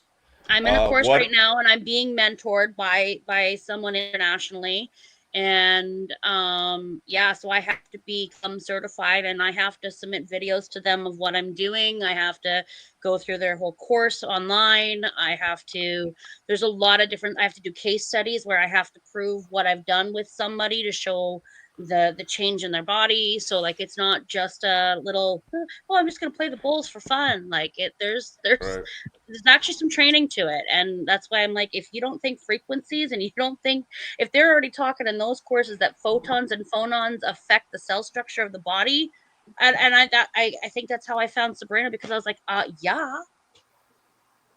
And so, is there specifics that you have to do to the walls in order for the sound to work right, or do the bowls just basically make it happen? I think it's just good acoustics. I don't think it's a technical, like I have to have, I mean, would I love to have a space that would be able to carry the acoustics? Because of course, the better the acoustics, the better the vibration, right? So it is by ear, it is by feel. I do believe I'm feeling people's biofields as to what they're needing in that case, because I do. So it's, It's intuitive. It's a gut instinct, I guess you could say, because I've picked up things on people that they're like, I didn't even know I needed that, but I needed that. How long does a session last? It can be as long as you want. I've done 30-minute sessions. I've done 60-minute sessions where people have laid and listened to sound for good 45 minutes individually, and it's just a deep relaxation meditation. Do you use essential oils as well? I can. I can use essential oils to calm. I've used I mean, I definitely clear and cleanse my space with sage and stuff like that to make sure that I'm not attracting everybody else's energies, but it's definitely it's what you see, and you watch them play the big bowls on the TikToks and stuff, and yeah, it's anytime I bring them out, my animals come running to me. Like when I was practicing them at home, my cats would immediately come and want to lay down with me. The dogs would want to be near me, and you could see them twitching their ears, and they're like, they're feeling the vibration. My family comes out and is like, "What are you playing? Can I listen?" So it's yeah. April, maybe you need to take some classes. Yeah. She says her cats run away from the bowl sometimes. So people are asking, before we go too far, people are asking, do you have a recommendation on where they can purchase the bowls? You gotta watch, because I think they say that they're $342, but you really do gotta, like, I bought mine. I did buy mine off of Amazon. I'm not gonna lie. $342 or $432? Sorry, $432. My dyslexic brain went backwards. So you want us? Is what I use. Okay. It comes in a set though, so a lot of different bowls have different hertz. Yeah. And you can blend all the sounds. Yes. And that's what relaxes. You can actually see the person take a deep breath and go, yes. Ah. And now you just play. It's wonderful. It is. And she's absolutely right. Depending on the combination of the bowls, I can play 3 to 4 different bowls in a sequence, and that chord, I guess you could say, because it's almost like a piano note chord, actually just causes a relaxation in their body. Like the girl I was working on today is a friend of mine, and you could literally see her body just like twitching and releasing all of the things that her body was storing, which was pent up as pain. And so she's been coming to me weekly to, one, help with her discomfort in her chronic pain, and help just relax the body. Yeah. They're really the most amazing things ever. I mean, you do want to watch where you're buying them from, because they don't always tell you the truth. They may say that they're this frequency, but then when you get them home, like I got a tuner and I tested, because I wanted to make sure that I would have sent them back to Amazon if they weren't the correct frequency, and mine were. And I really did test mine, because in my course, it was telling me what certain frequencies they needed to be. And I had a tuner that I was testing my bowls, because I wanted to know what frequencies they were actually creating. And so I think when you guys talk about ascension symptoms, I think some people are hearing the frequencies that are being sent out, which is the tinnitus, or being mistaken for tinnitus, that they're actually able to hear the different vibrations that they're sending out, because I can hear them. Yes, and I Chris, hear constant buzzing. Where are you at, Chris? Chris talked about that with the doctor dude. Doctor, we need Chris to get on here. Get your butt on here, Chris. Come on, Chris. Let's go. Get your butt up here. So we have the helicopter crash that happened near Flagstaff. I'm piloing right now. Because I talk about it and I pilo. Like, for me, that's where I speak truth and I pilo. I sing and I pilo. Whenever I'm talking about a topic and I'm passionate about it, I pilo. I know it says Slambastic. What is your real name? I'm sorry. My real name's Samantha. Oh, okay. I mean, we've been talking and stuff. I just don't know you formally. Yeah. Okay. Yeah. Wonderful. Thank you. I'm looking forward to this. Yeah. My last name is actually Lamb. Hence the slam. Slam lamb. All right. Yes, Sam Lamb. Everybody says Sam Lamb. So. They do.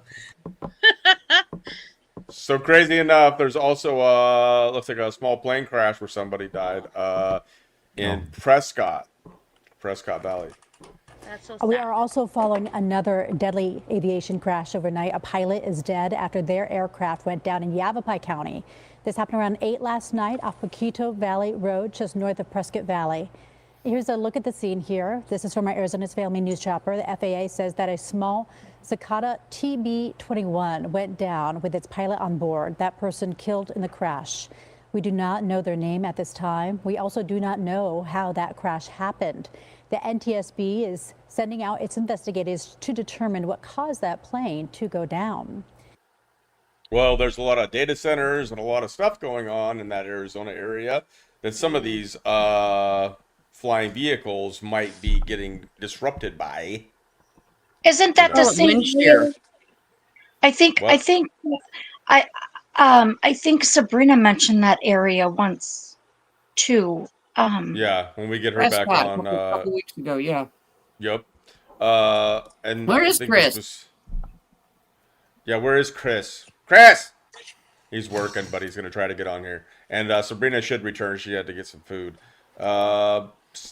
Sound bath healing. Is that what you are doing? Slambastic? How do you ever say it? Samantha. Going through the Sound Healing Academy International. You froze for a second. What was that? Oh, sorry. I'm training to become a integral sound therapist is what it's called. And I'm going through the Sound Healing Academy International. So they do certify in Canada, in the United States, in a bunch of different places in the UK. So it is a certified course. I took the certificate to practice on my friends and family first, and now I'm working towards more of a diploma to do one-on-one and to do more, bigger group sound bathing. How long does that take typically? Was it like based on hours? I think it was, they gave me a year for my first certificate, but it really didn't take me a year. And they give you a year, but they also give you extensions. Like it's a year per certificate or per diploma for each year. Is it like just a test that you have to take to pass, or you just take your courses and then you just get your certificate? Here you go. You can do whatever you want. No, it's not like that at all, actually. Like, I actually have to go through a certified course, and I have to watch certain videos. I do have to submit things back to a mentor with the level that I'm at now, where I'm taking one-on-one patients. I had to do certain modules. I had to have my clients or my practice people's signatures to prove that I did them, submit their feedback. I have to actually do a full case study of this is the person coming in. We're going to work on this particular item, or that was their intention. And then actually do that for 4, consecutive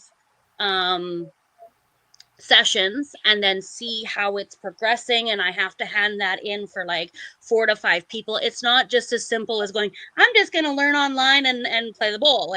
They're actually training you so that you can be certified, and they teach you the science behind it, as well as the techniques, the different bowls, combinations. It's not just pick up a bowl and a stick and rub a bowl. So it's kind of like your own little clinical program. You gotta do the work, show the work, and report what your responses are with the patient. 100%. Yep. And then I also have to show video recordings of me with a client so that they could review it and see if I'm doing things wrong or give me feedback on what I can improve on. And then I do have to do my final is essentially the same thing. I have to record a patient who's willing to be allowed me to send that into my mentor, where they review all of my work. Yeah. And I think it's awesome. You're getting so much support from your family and friends to be able to complete the program. Yeah. That's I definitely great. have. We'll look forward to hearing lot more. of But I people wanna that are- I wanna be music. Yep. I'm sorry, ladies. We got to cut you off a little bit. I don't know how much time Chris Oh, has. good. I'm so excited to see Chris. Yep, Chris is here. Get him! Everybody get him! Hi, Chris. Hey, Chris. Do you have a meat mallet, by the way? Just mine. That's what the word on the streets is. I don't know. Right, it's all about the meat mouth these days with the ladies. The ladies generally want to know, but it goes. I say it goes like it goes. That is not It goes what as I the meant. story goes. How are y'all tonight? Doing good, brother. Good. How are you? So I was listening to a lot. I just had a few things I needed to get caught up on, but I'm happy to hop on for a bit and share some insight. Like, you have questions. I was listening for like a while, but then I wasn't listening to the most recent probably 10 minutes, so I didn't hear what y'all just talking about. But I was listening. We're talking about sound bath healing. Sound bath healing. Okay. Yeah. I was listening to slippery truckers and people not knowing how to drive in Saskatchewan trying to get across the border. Yep. And all kinds of shenanigans about the train with the dinner train that was all bumpity. So yeah, we had multiple train wrecks in different parts of the world. We have planes going down, helicopters going down. Planes, we trains, had and 2 automobiles. incidents. Mm-hmm. Yep. So we had the and Tesla then now people trying to get the hot storage because the car will freeze as they're making the U-turn. And it's funny because I'm listening to that and I'm going, when they manufacture these cars, I know they factor for that. But I really wonder where we are in the dial between we plan for this and nobody could anticipate weather this cold because of all the geoengineering. Right. So it's kind of like it definitely teeters. I agree, man. But okay, so you got earlier. You were talking about the snow and all the stuff in the snow from the video. So, Booma, what did you want me to kind of unpack or kind of share? I heard somebody mentioning just about the toxins in general and how problematic the volume is with them. And that was the one thing, that was the first question I had, but this is the one thing that I had to learn. So I'm not sitting here saying that any of that should be in the air. This all should be zero. Right. But I think that most of that has been in the air. I'd say half that list has been in the air since all of us were born our whole life. And because of how long I'm learning that these chemtrail programs really have been going, it's almost like, okay, so we've obviously built up a resilience to some or most of this. Not that that's a good thing, but it's a miracle in and of its own right. But some of that stuff toward the bottom and some of the concentrations of some of the things toward the top were pretty alarming to him, just because he's essentially saying, I used to scan this stuff back in the day, and now because his business involves water issues, human body issues, and soil and agriculture issues that he's solving with similar methodology, but across 3 different businesses. And so I'm 41, right? I'm not sure exactly how old he is, but he's older than me. And I'm always reminding myself, I'm always asking him and feeling dumbfounded at just how old some of this really critical technology is. And even when I was kind of doing some of the research to put up some of the graphics on top of the video, and I'm doing some Googling just to get some definitions and stuff, I'm seeing just how the Google engine, the Wikipedia engine, the search result engine, even on DuckDuckGo, they're all just leaving the bigger conversation off the table, and they're misdirecting a broad subject into a very narrow subject and calling it what it isn't. They're saying, I was looking for radionics specifically. Now, anything onyx, like phonics or anything of the onyx, like the study of the technology of, or ology, the study of whatever the prefix is. So I always thought that it was strange that all the search results were very much radionics is a quackery. It's a pseudoscience about energy healing, but it doesn't work. And nobody says it works. And that's all you would see as a search result. And I'm like, well, first of all, I'm not applying it in an energy healing context. This is just a general practice. Why y'all are making it so specific, I don't understand. Just to boogeyman the specificity and say, well, but that's not a thing. And it just became for me a bit like, okay, I see what y'all are doing. y'all don't actually want people to really know how invasive y'all technology really is, because his machine is actually like 40 years old. It's like, it's older than me. And so what he's reiterating to me every time we talk about this subject is just how simple and built out these systems are. And so he said he used to test water and rainfall and stuff on the regular. And it always had that stuff in there ever since he was started testing 30-something years ago. But he hadn't done that in a while because he's focusing on soil and other things. And then in the snow, because of how he felt health-wise in his time when he was in Texas traveling, he collected some snow there. On his drive back, collected more snow and collected some snow near where he lives in West Virginia, and did the readings on that and was alarmed by the additional amounts of things that he was not used to seeing in the snowfall, like the mRNA, for example. I asked him about what I thought was ergot. It's ergo. It's at the bottom of the list. And he's essentially saying that's a hallucinogenic. It's like basically low-grade LSD. It's like it makes people trip, or it makes you like, it's like scopolamine if you want to make it a truth serum, like all inhibitions at zero. But it's a hallucinogenic. It comes from did he say a frog or a mushroom? I forget. One of them two. And he said that there's a synthetic version and there's an organic version.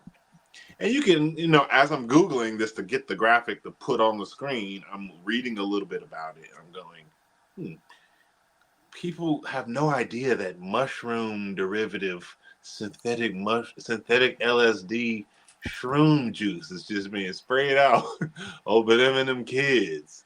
And they're like, vote for me. Nothing's in the Epstein files. Everything's fine. And we're all wondering why. And I'm like, well, maybe it's because they're spraying LSD, like diluted LSD juice, over top of our heads. And yeah, ergot. Ergot is made from fungus that grows on rotten rye kernels. Rotten rye, that's what rye it was. plant. It was the barley and the it was the grain, the poorly stored grain. That's what it was. So he's saying that is present in the snow. Yep. Yeah. You have to that's what wonder. caused the Salem witch trials. But I was just saying that's what caused the Salem witch trials. Essentially, was they were all eating infected bread and then getting gangrene and thinking that witches done it. So like they were tripping their balls off running around in those medieval days from the ergot. Probably that's why. And you have to, ergotamine is used. Damn, that's an interesting little twist to that story. No, seriously, ergotamine is used in migraine therapy. There's a drug called Caffergot. It's half caffeine and half ergot. Interesting. Caffergot. And you have to wonder, this has been going on for many, many years. So since the 80s at least. Yeah. I kind of wonder what the toxicity level of the soil is going now, because that's got to be so skyrocketing, and that's all in what we eat, what we drink. So I mean, even the snow toxicity, I'm going to say, is going to be just a drop of what's in everything else. You're right. We talk a little bit about one sample he collected in Colorado of soil, and it did have higher concentrations of generally everything.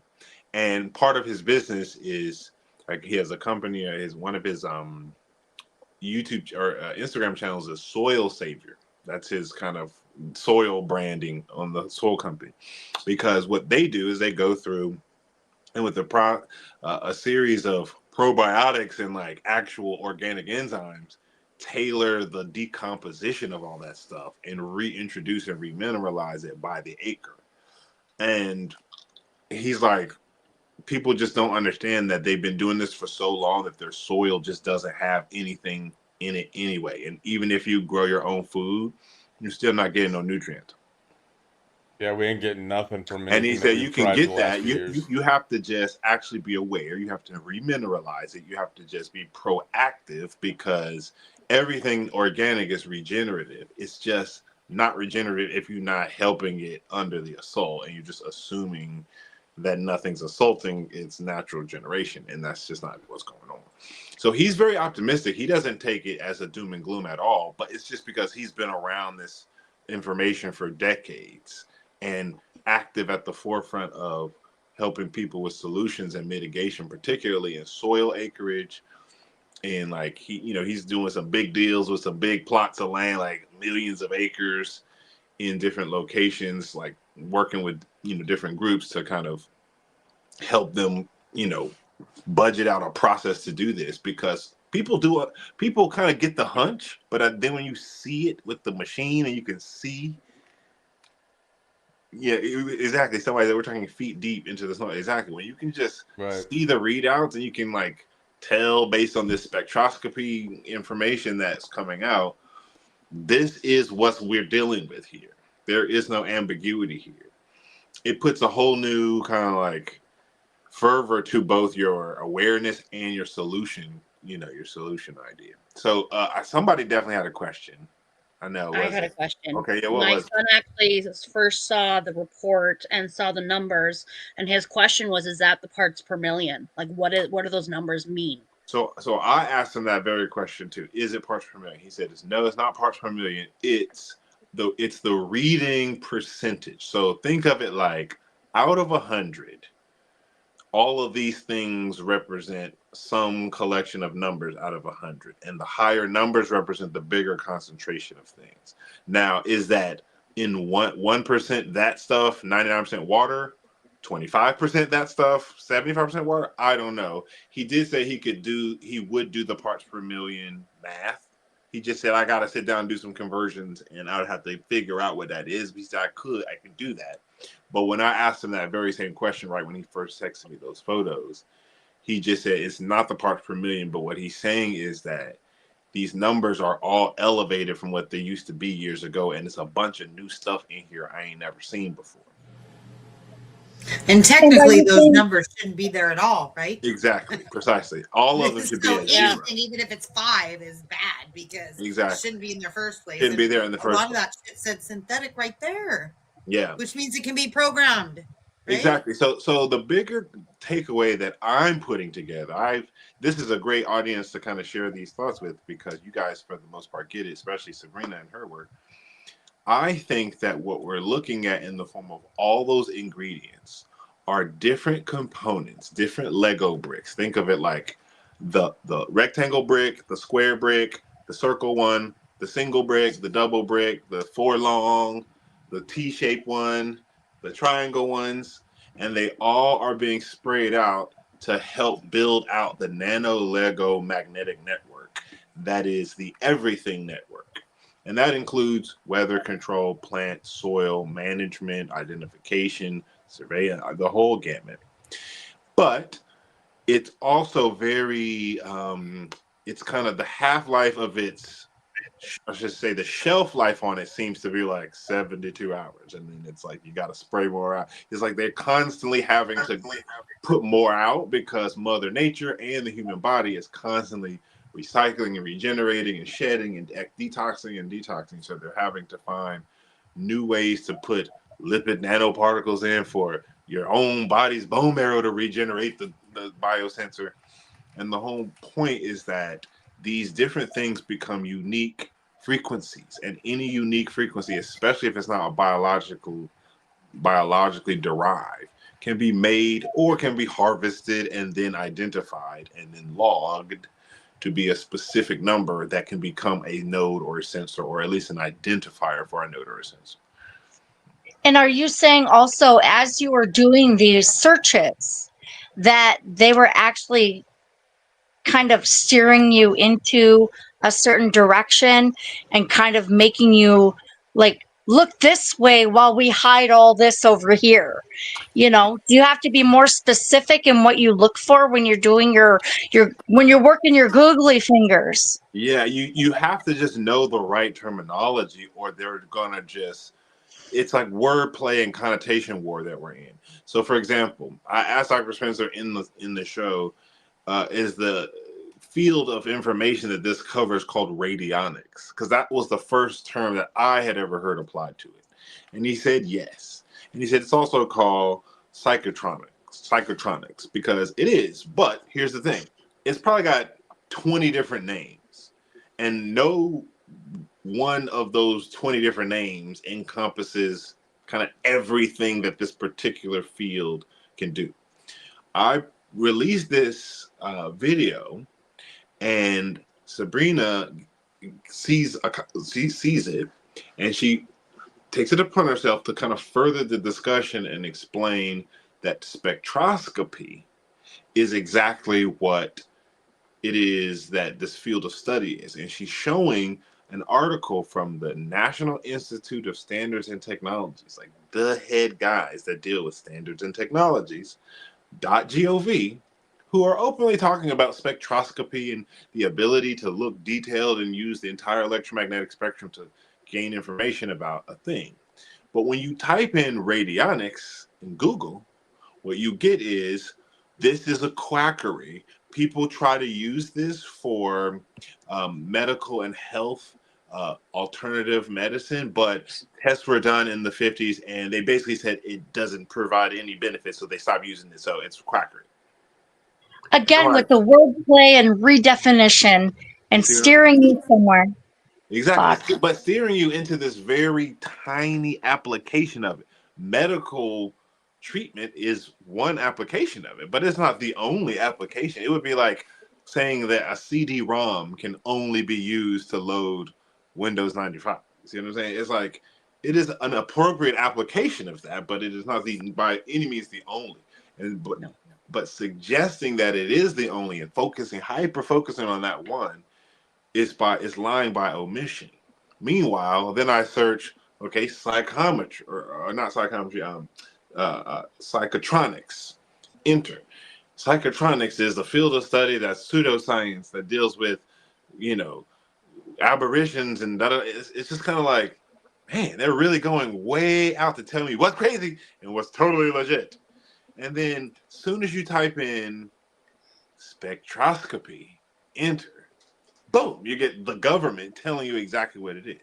But it's called all of those things. It's called Correllian photography. It's called optogenetic framing with body area networks. It's called all of that. It's just the same field, the morphogenetic field, the optogenetic field, the Correllian field. It's the Higgs field, if you ask me. It's all the same thing. It's just who's talking about it and what are they talking about it. It's good that you say that, because when people are doing their research, they have to be open to kind of using different little key terms to kind of get to the real information.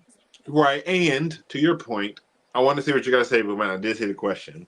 But to your point, you have to, I just learned that they don't bother mocking anything that they don't care to actually cover up. You know how many people out there writing hit pieces about the fact that rubbing unicorn poop on your face will cure your acne? Nobody's writing, medical misinformation articles about bloggers who want to put unicorn poop on their face. Why? Because that's ridiculous, right? The same things that they write the hit pieces on that they call ridiculous are in fact the very non-ridiculous things. So because I come from the media industry and so much of my perspective on all of this was couched by Hollywood in my time working in that industry, that I'm kind of like, oh, okay, got it. So when they really go hard in the paint against something, that's when you actually know you're sniffing up the right trail. So when I see radionics, I'm like, okay, I know what y'all are doing. This is fine. Okay, let's see what else. So it makes me kind of like hunt for the synonyms and the related terms, but it doesn't discourage me by thinking, well, maybe this guy that I was talking to is a quack, because I did a Google search and it said it was a quack by the word.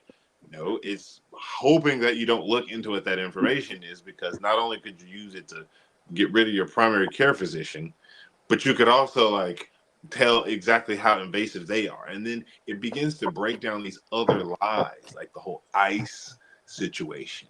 Like, okay, so you can tell me what's in a molecule on Saturn's rings, but you can't tell me which one of these dudes is illegal up in here. Yeah, you can. You just don't want to tell me that. You want to create the chaos because y'all have the invasive maneuvers. Y'all just don't want to tell anybody y'all do is quackery. Yeah, it's okay. It's quackery. Don't look into the very technology we've been using for 40 years. Don't look at that. It walks like a duck, it quacks like a duck. And who walks like a duck, you said? Mike Gill. Exactly. Okay, so question for Chris. Is that what you're going to say, Booma? Oh, well, I want some unicorn poop to start off with. So if you could send me some of that, I could really use that for my acne, Chris. So please send that. Don't tell anyone. Anyways, and Sam, I was just going to say, your mic is like really clear. I don't know if there's a setting on there that you can like adjust, make it the volume just bass. I don't know. You might be on your phone, right? Me? Oh, snap. Me? No, Sam. That's unicorn Sam Fox. poop. It's petrified unicorn poop. Well, damn, I gotta have that. Do I need to talk softer? Is that what you're saying? Maybe. I mean, like you're like the new me because everybody was getting mad because my volume was so loud or something like that. But your volume is like really loud. Heather sometimes when she comes in has that sound like Chris was talking about in his interview with the doctor about how you could hear like when the TV was on and not. That's what I hear when Heather like turns hers on. I can hear like that little noise, that little white noise kind of a thing or whatever. Yeah, so anyways, there's one, I don't know. There's like there's settings that you can like adjust volume to make it so it only goes so high, but I don't know if you have access to that. Well, I'll start with my voice first. Does that sound better? It sounds good to me. Yeah, from there it's good. When you start getting closer, it gets loud, but it sounds you're clear. Does this annoy you, Booma? It's not the annoyance. I don't mind that. It's just it gets really loud, and I got these guys on. You know what I mean? Anyways, my voice carries. I totally thought you were talking about me because I usually get that. I've actually broken body mics on stage before, so I was like, "Oh shoot, where's my settings?" I gotta stop wearing headphones with you ladies. I'm gonna lose my eardrums. You know it's a problem, Sam. All right. We're gonna get to this question, and then Sean had a question. I know. So just 1 second, Sean. This question is for Chris and Sabrina, but Sabrina's not here. But would argon energy help with any of this energetic war? Argon energy. So my belief is that the answer is yes, but the yes has a big fat asterisk to the right of it. And the reason is because not all orgone is built the same.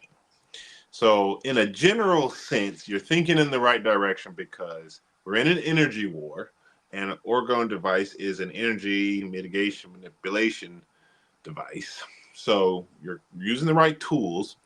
It's just to say that I think that the way that this war is built is based on mesh networking and the idea of several different access points or vectors for any given thing. So detoxing is great, but detoxing is not going to cover all of the, we'll just say 20 vectors. It might cover 5 of them, and 15 out of 20, 15 vectors versus 20 vectors is probably better. The primary vector that they're using might not be one of the 5 that you've detoxed, but detoxing is always great. Using orgone, we have orgone energy, orgone pucks and different devices around, but I guess I look at it like the systems that they built are so like redundant and like scalar that maybe the orgone affects 1 or 2 of them, but not the other 18. So maybe there's other things that the orgone helps that it might also. It's like if the goal is to whack-a-mole, then the more moles that are down, the better. And I would never discourage any attempts to kind of whack moles, so to speak. But I guess I don't put too much faith other than faith in God in any one entity or device or concept, because I just think it's a fluid war that we've never been in before. So we have no framework, we have no kind of like I'm not saying we don't have any tools. I think we do have tools. I just think we kind of have to put our heads together and figure out what those tools are. And it almost seems like the tools are very organic and not very synthetic. They're very right, organic and spiritual, I would say. Exactly. We're up against military AI high-grade intelligence that listens to all this shit, finds out what we're looking for as far as answers. So just throwing that answer out there just gave a new enemy to the AI to figure out a way to utilize that, what could be positive, for its own benefit. Right. So we got to keep all that stuff in mind. That something that might have worked at one point might not work so much anymore because they found a way to weaponize that. Everything's frequency. And if this thing can turn anything negative, just keep that in mind. But I'm not, not the sound healing and all that stuff. I'm not saying anything like against that kind of stuff. I think it's great. We just got to keep that in mind. Sure. But anyways, Sean, you had a question? Go ahead. Yeah, on the topic of radionics, I hope I don't butcher this word, but have you ever heard of a Hieronymus machine? Hieronymus machine, and it was like you could even print it out with a diagram, a tuning knob, a witness well, and a rubbing plate. And essentially, you would have like some type of intention, or you want to be able to know some type of frequency, and you would turn this knob while rubbing it, so to speak, and you get a stick reaction. You'd get, you could even use your fingers. You would stick whenever you hit that particular intent or frequency, almost like diagnosing somehow.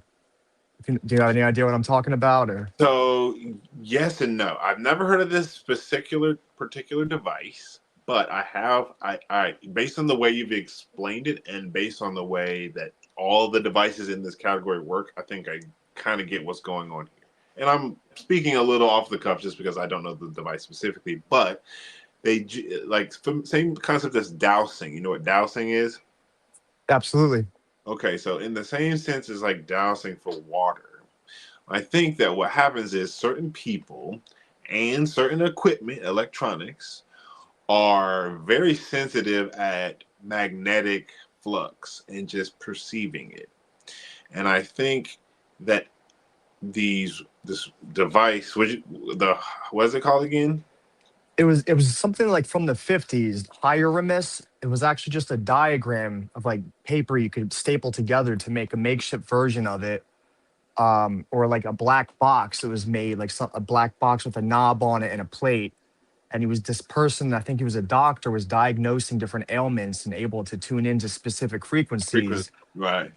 Almost by like rubbing it. And so it sounds to me like, okay, are you familiar with the muscle test, the kinesiologist that'll be like, is it your kidney? Is it your liver? Is it your pancreas? And your arm fall? So I've done a handful of different types of these bioenergetic tests, and what they all have in common is that whether it's a human or a computer or a practitioner, it seems to be going through a series of intentions that carry frequency numbers that are in a database, and the databases are public. So like they share these, curriculums and these kind of almost like APIs of different databases of frequencies that relate to different kidneys or different body organs. And they're all based on, as far as I understand, derivatives from the Schumann resonance. If you're familiar with GenBank in the concept of genetic genome sequences, you know what GenBank is? I've never heard of that, no. I'm trying to equate it to different industries. So GenBank is in the biological industry, like the vaccine and pharmaceutical industry. It's like a Wikipedia, like a library where you can go and say, what does staphylococcus, what is the genetic sequence for staph infection or MRSA or any pick a chicken pox, anything. And they will have a GenBank entry in GenBank, almost like a GitHub entry or like a Reddit entry or some sort of like open forum where you can submit the genetic sequence for a particular thing, and it gets patented and peer reviewed and stuff. So similar to the biological industry, is the radionics industry, and they have patents that are in the way of frequencies. It's like megahertz numbers. I say patents, entries, a database that has a series of megahertz numbers, basically frequencies that simply become. My camera's all jacked up.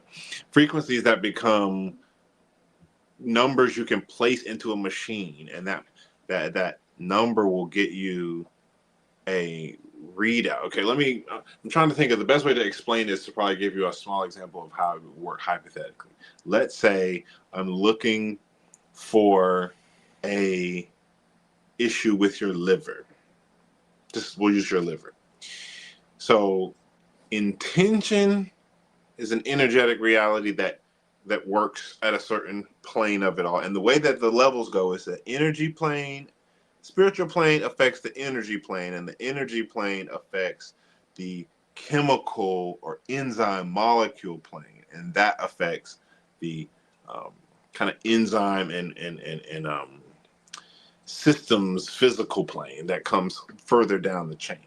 Pharmakia, in my opinion, is about affecting the chemical plane, skipping basically skipping some links in the chain.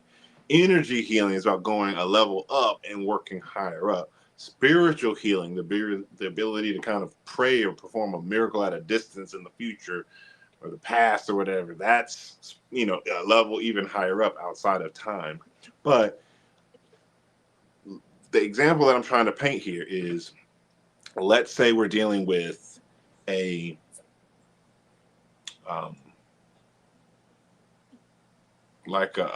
liver. I'm trying to identify your liver. So I get a photo. It doesn't take, I don't need a hair sample, because I've asked him this about his health scan. I take just a photo of you, and the photo enough, especially of your palms, has enough of your energetic resonance still in an iPhone photo for these systems that are super sensitive to pick up on. And what that photo will represent is your unique megahertz number. Just like if you look at your fingerprint and that pattern, if you've ever seen cymatics, how water or sound behaves in water, I believe that your fingerprint is the cymatic pattern of your heart, of your unique biorhythm. But the issue here is that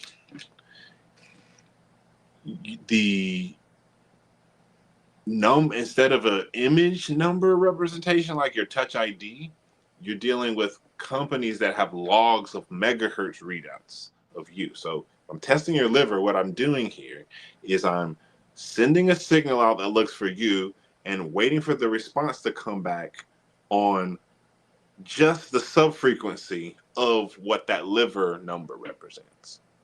And this is all software based in a machine. And then and I've talked to different people. Some people write their own software. Some people deal with patented software that groups get trained in how to use them. So there's like a certificate of how to use this particular software. Biofeedback, yeah. But it's all essentially biofeedback. And what it's doing in the apps is they're going, is it this megahertz? Is it this megahertz? Is it this megahertz? Is it this megahertz? Oh, it is? Okay, great. It's the same thing that the muscle guys say. Is it this megahertz? Is it this thing? Is it this thing? Oh, that's the one. It's the exact same thing that the photo is doing. Pew, pew. Signal comes back. What's the difference in the math between the ideal you and the current you? Okay, that's the current deviations, your energetic things you're dealing with, anomalies that are spiking in this direction or that direction. And that bank of identification of what the liver megahertz off of your Schumann's, your unique personal megahertz as it relates to the Schumann, that determines the state of your health for your liver. So a lot of information can just be garnered about your biological state, knowing the resonant subfrequencies of different body parts and knowing your frequency, which you can garner from any one of the billions of photos that have been uploaded to the iCloud in the last 10 years of everybody using smartphones. And again, I just now finding out about this stuff myself. So now, is that a form of quantum entanglement? Well, it depends on who you're asking, because maybe I can see that being applicable, but quantum entanglement to me is very, different. It's different depending on who you're asking. Quantum entanglement, as I've heard it mainstream proposed, is really more about superpositions getting crossed up and mixed up together. I have this general hunch that the conversation around quantum computing is really being, it's not being stymied, it's just being, there's a big misdirection happening where they don't want people to know that your body is the quantum, not the machine over there.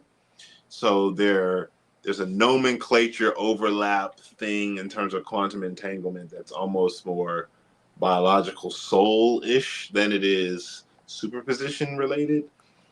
Quantum energy superpositions. And I think that like my general premise that I've learned to operate from when digesting research is that most of the smartest minds in the world belong to really good human beings that are not evil and do not intend to ruin people with their smarts. So they get hired by big institutions or big companies or big prestigious universities, and nobody really realizes until they get older and figure it out that behind the scenes of all those big institutions and prestigious companies are generally boards of directors that sit on companies that want something different. And what I found is that everybody's given like the cover story of what their technology is used for, but the technology is put with these other technologies from over here, and this super technology exists, and all of the manufacturers of each phase of it didn't know they were making a super technology. They thought they were making a technology just right in the middle. And then this guy was doing this, and then that guy was doing that. And they meet across each other at the lunch table, and they don't talk about their work. And that's if they even work in the same building. And I think that is what's happening in the radionics and psychotronic spectroscopy world, is that so a great dovetail to, I guess, this answer is the gentleman who was commenting on Booma's post from earlier. Booma, you saw the post about the guy saying, "Oh, so he believes in space now?" Right. That guy. So I commented back in the reply. I was trying not to be too mean, but my reply was simply, okay, so Dr. Spencer references the Hubble telescope that says that this telescope is using the same technology that his machine is using. Okay, well, that's fine. It's just that a lot of people they get hung up on the idea that their view of space is different from the mainstream view. So anybody who shares that mainstream view about the cosmos must be either a shill or controlled opposition. And I explained that part of it to say, my reply to him was, honestly, what I think. I think that everything is pointed down. Sabrina says that a lot. All the satellites, all the systems are pointed at the surface of the Earth. So when we talk about whatever they claim is a billion light years away, because I've seen too much of the world and worked in too many big rooms and worked with people who worked for NASA previously or who worked for SpaceX previously. And I've had these conversations with them like, okay, well, what do you think is going on? Because I really want to know. What they always say is very much like they just did their thing and they had their head down. And what I think is happening that the average person just doesn't see is that they are really doing real work. The only lie just comes at the end of the chain in terms of what it's for and what it's being used for. And that involves the media industry for the most part. I picked that up early with them COVID vaccines. It was like, I'm reading the actual vaccine release from Pfizer. I'm consulting with people who've read clinical trials before because I don't know what the heck it means. I'm then seeing Rachel Maddow on one channel, Wolf Blitzer on a different channel, Anderson Cooper on this other channel, and Tucker Carlson or whoever on Fox News at the time saying, no, you can, I mean, not Tucker specifically, but like the general Republican and Democratic conversation was saying, oh no, this is safe and effective, it's past clinical trial. Well, yeah, but it shouldn't have passed clinical trial based on the actual documents. Did anybody read it? And it was one of those, that's when it really hit me. It doesn't actually matter what the science says. It just matters what the TV says the science says. And at that point, that's when I became, okay, got it. So those people go to NASA every day And they don't just make merch and reminisce about the time they went to the moon in 1969. They are working on something.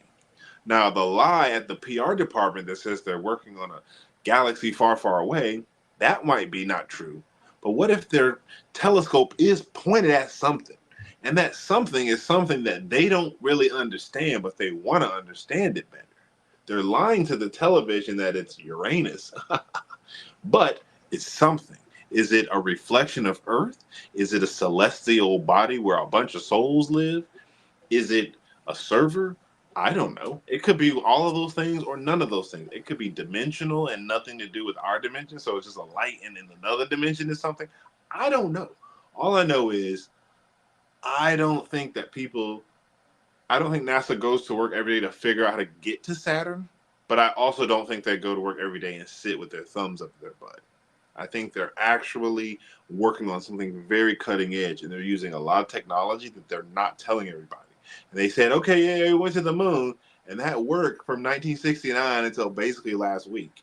And people are now like, what are we paying y'all $75 million a day for again? Like, and oh, yeah, okay, we'll go back to the moon, even though our director said we forgot how to do that, but then we remembered again. So we'll go. I mean, now not anymore because they delayed it another couple months, but my point is, I think that this whole field of energy identification and using tools that rely on the wider part of the electromagnetic spectrum to be the tools that actually,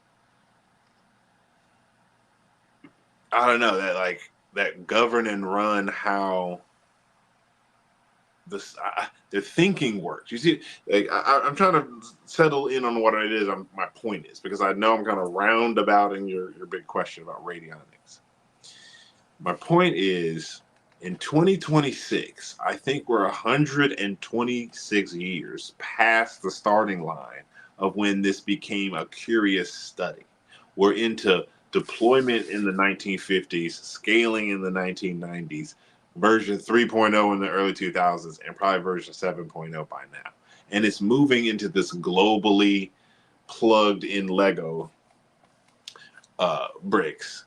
So I guess my point that I'm trying to, the airplane of my context that I'm trying to land here is that these pretty basic hardware tools with pretty basic software tools have a really solid ability to get pretty dialed into the human body. And the powers that be, I just don't think want you to know that. They're fine with you thinking your phone is spying on you when that tree over there is actually spying on you, and that bird and that roach and that mosquito. They're fine with you thinking it's just your phone, because you don't think it's any of all those other things, because then you stay far enough separated from what's going on versus what you think is going on. And the gap is just so big right now that most people have a hard time closing it. And so I think radionics fill a big part of that gap for me, because I've just learned how it all is interconnected through water and energy. That water itself is the electricity and the memory that contains everything, and it's in all biological things, and it is the life force, even though it probably becomes the living part of blood in all mammals.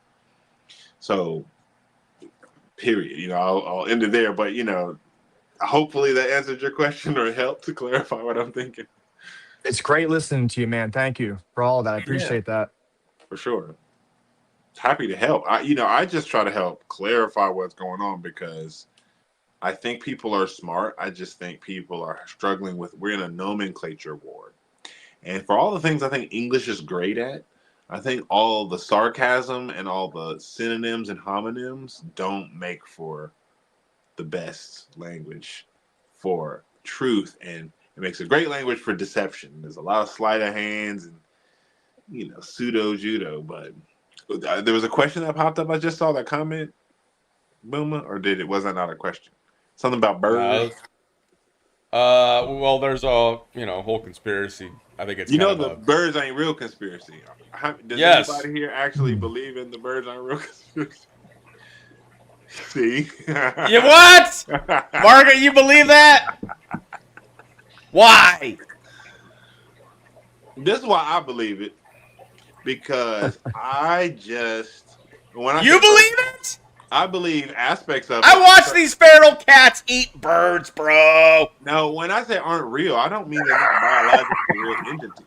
I just mean if we know that dogs are just genetically managed from whenever they started managing breeding dogs, and horses and plenty of other animals like house cats and things like that. I just think that the animal kingdom in the bird category has a lot of that going on that we're not aware of. And on top of that, I think that a percentage, let's just be generous and say 15%. I don't know, I'm just picking that number out my butt. But let's just say 15%. You look at 100 birds, and 15 of them 100 birds, it's going to be some drone birds. And as far as I can tell, all they got to do is just remote MK Ultra into the bird. And now it becomes a drone bird, even if it was a real bird. Gotcha. That's freaky to think about. And birds got some good vision, bro. That's better than any camera you done heard of. That Peregrine Falcon surveillance, bro. Hit you from 200 miles away, be like, Or an owl. Or an owl, exactly. I saw you was out there in the middle of nowhere last night. What? I thought I flipped the entire area. Yeah, we logged. We're being watched by everything. Insects, birds, dogs, our cats.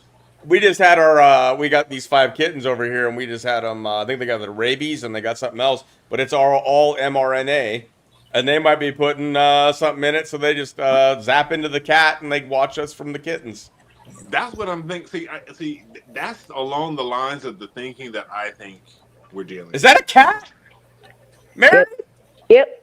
It's spying on us. This is Gizmo. Gizmo. Gizmo! Hi, Gizmo! Gizmo's got... He's got a brother. Sprockets. Yep, he's going to love on you, and he's going to send back his signal to, whatever, the headquarters. The home base. And I was going to say that, because one day I was riding my bike, and I came across a little cardinal on the side of the road, and I actually picked it up, and it was the most amazing thing to me. Like, oh my God, I'm holding a cardinal. I was actually hyperventilating, but I figured he hit somebody's windshield and was kind of concussed. But now it was a little robot. Boy, Chris, you're killing me. Well, if they can see through our eyes, then they can see through the animal eyes if they want to. Well, all I did was offer it love. They can tell if you when you mow your lawn, just when a blade of grass is cut or whatever in real time. They can monitor every single freaking thing, right? Because they're constantly. Okay, why do they? I think a lot of it is like passive, and a lot of it is activatable. Meaning, if they feel like they want to dial in on you, they can pull your profile up and do that. But as a generalization, it's passive collection that becomes retroactively active. Like, we've collected all this data. Let's use our joysticks and dial back in and see all this information based on sensor data that's been aggregated over time. But again, they just fly in a few drones and a couple spacely sprockets, and all of a sudden Gizmo here is like, what's going on? Right. Have you guys seen Leave the World Behind? Yeah. I did. All those deer, the deer and stuff, just staring at them. Mm-hmm. They were like, "Oh, I don't know, man. man. The cell phones don't work. We got the deer body area networks." So freaky, man. Deer area network. Can I say All right. something now? Yeah. No. 1 second, Margaret. I'll get to you, but we have to say hi to Ozark Trooper. We have not welcomed Ozark Trooper. Welcome, Ozark Trooper. Hi. You're muted though. You're muted. You're muted. You're muted. Yep, I had to mute you when you came in. Oh God, I am so technically inept, and I'm okay with it, but it's really frustrating. Yeah, I just wanted you to be able to get welcomed and join in the conversation. Margaret's free to you could talk. I just wanted to say hi to Ozark Trooper. I want to be welcoming when people come in, so I'm hoping that more people will be conscious. When some new person comes in, I don't want to wait too long before we say hi to them because it seems rude. So sorry, Margaret. You gotta be so rude. I just I wanted love to that share I was gonna say, Mama, you're so rude. a little show and tell. A little show and tell. It's a I recorded this several years ago when they had the cicadas, you know, the locusts that come every 17 years. They called it Brood X. But a little story. Yeah, go ahead. Go ahead. Can you see it? No, what happened? Okay, here we go. Cicadas everywhere. Ugh. Thanks. Ah! Oh yeah. God, it's intense. Yeah. But it's the noise. Yeah, the noise. Oh, that noise is and it's so many of them. That frequency is really annoying. Yeah, that's the My frequency of cat's life. ears perked up real bad. Yeah, thank you for sharing that, Margaret. But Yeah, what I wanted to touch upon was go ahead. I'm sorry, Sam. Go ahead. No, I was going to ask. No, correct me if I'm wrong. There's actually two groups that come up. There's one every 7 years and then one every 17 years. Is that right? Correct. Yes. Yes. And that has to do with what Chris was talking about with that doctor fellow, as far as you know, the slower frequencies, like a tick of a clock, you know, when it ticks off the time, or a metronome when it ticks. It could go faster, it could go slow, but the really slow ones that are penetrating the earth and are penetrating the ocean, looking for submarines and stuff like that, have been around a long time. And that's kind of what we're feeling in our ears, in our head, and in our bodies, the pressure of their poking, their, you know, the sonar. If you ever watched a TV series called Voyage to the Bottom of the Sea, or if you've ever watched Star Trek, they've always got this sonar thing going bing, bing, bing. And that's what it is, the machine that goes ping. And it's pinging you because it's bouncing stuff. Okay, I'm done. No, you know, when I was growing up, they used to tell us that was the telephone wires could be because they got so hot from the sun. They never even named the word cicada. Right? Really? Yep. So I grew up in North Carolina, and we had them cicadas. I definitely heard something like every 7 years they hatch, but we always had them all the time, every week in the summer. You didn't see them, but you would hear them. Yep. And occasionally one like flew in and landed in my shirt pocket one time. I remember that was freaky because they just kind of freaky. You freaking out, it's freaking out, everybody freaking out. But I have I just carry strange hours. And about 10 years ago now about 11 years ago now is when I first started waking up to what's going on in the world. And ever since not about the birds, but I heard about just some stuff about anomalies regarding drones and different biological technologies. Some people who I've known who are in the military, who formerly were in the military, who have told me they've personally seen, you know, hummingbirds or some sort of like large insect looking thing that was a drone. So I've heard enough stories to be like, okay, got it. But then I started paying attention, and what I found is that some nights you'll hear birds chirping in the middle of the night, just like it's the middle of the day. And other nights it's dead quiet. Some nights you'll hear crickets, crickets, crickets, and other nights it's dead quiet. And I've long had this hunch, like if they needed to blast out some signal that just comply, obey, crickets or bugs or anything that just, I mean, it could come from space lasers emitting sounds, and we just think it's cicadas. Maybe cicadas do come out once every 7 years, and we hear them every night in this year 3, and we're like, listen to the cicadas. I don't know where they at. They're in the upper atmosphere, and it's like comply, obey. And Morse code sounded like some cicadas. And frogs too. Little frogs outside.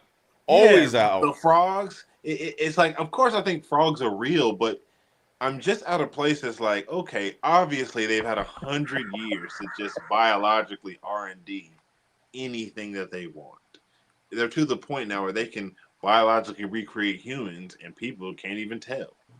I was probably 10 years ago now talking with a filmmaker buddy of mine, and he's like, oh yeah, I'm like working on this movie, And I'm directing the movie, but I'm talking to the executive producer, and I'm asking him, yo, like, what, what do you do? Thank you for funding my film. Like, what kind of work do you do? And the guy replies, oh, yeah, well, among other things, I own a horse cloning business. And we were like, wait, what? That's a thing? He's like, oh, yeah. Like, y'all didn't know. Like, it's no big thing. Anyway, yeah, that's the thing. I own a horse cloning. You got a horse you need cloned? It's $5 million. We were like, I'll let you know. I don't have a horse right now, but if I ever need one that needs cloning, you'll be the first one I call. And he was just so matter of fact. He was like, "Oh yeah, that's what it is." And he was kind of giving people on the set, insights into just the reality of that. And that was a decade ago. I'm sure it wasn't invented the day before. So I was picking up on things early on that were just basically confirming, like, hey, they're kind of like way ahead of the game with what people think is possible. And it's not because it's advanced technology. It's actually kind of old technology in most cases. It's just hidden, just redacted, just kept off the conversation.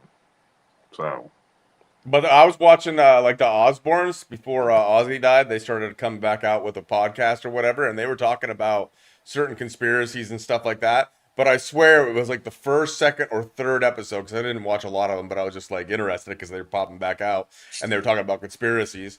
Anyways, they just talked about how they cloned one of their dogs like it was like normal. I was just sitting there listening to this freaking show, and they talked about how I can't remember the name of which dog, but it was one of what's the mom's name? What's Sharon. the mom's name? Sharon, who took Ozempic and now looks like she's a freaking skeleton and she can't put weight on. Anyways, she was talking about one of her favorite little puppies, and now she paid I think it was $15,000 they said to get it cloned. And now they have it back. And the dog is the same dog. It's the same damn dog. But a few Sounds like variations. Pet Cemetery. Pet Cemetery.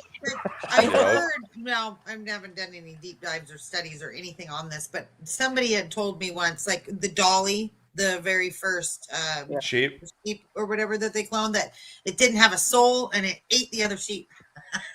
It Like it just went psycho. It might. No, I don't know.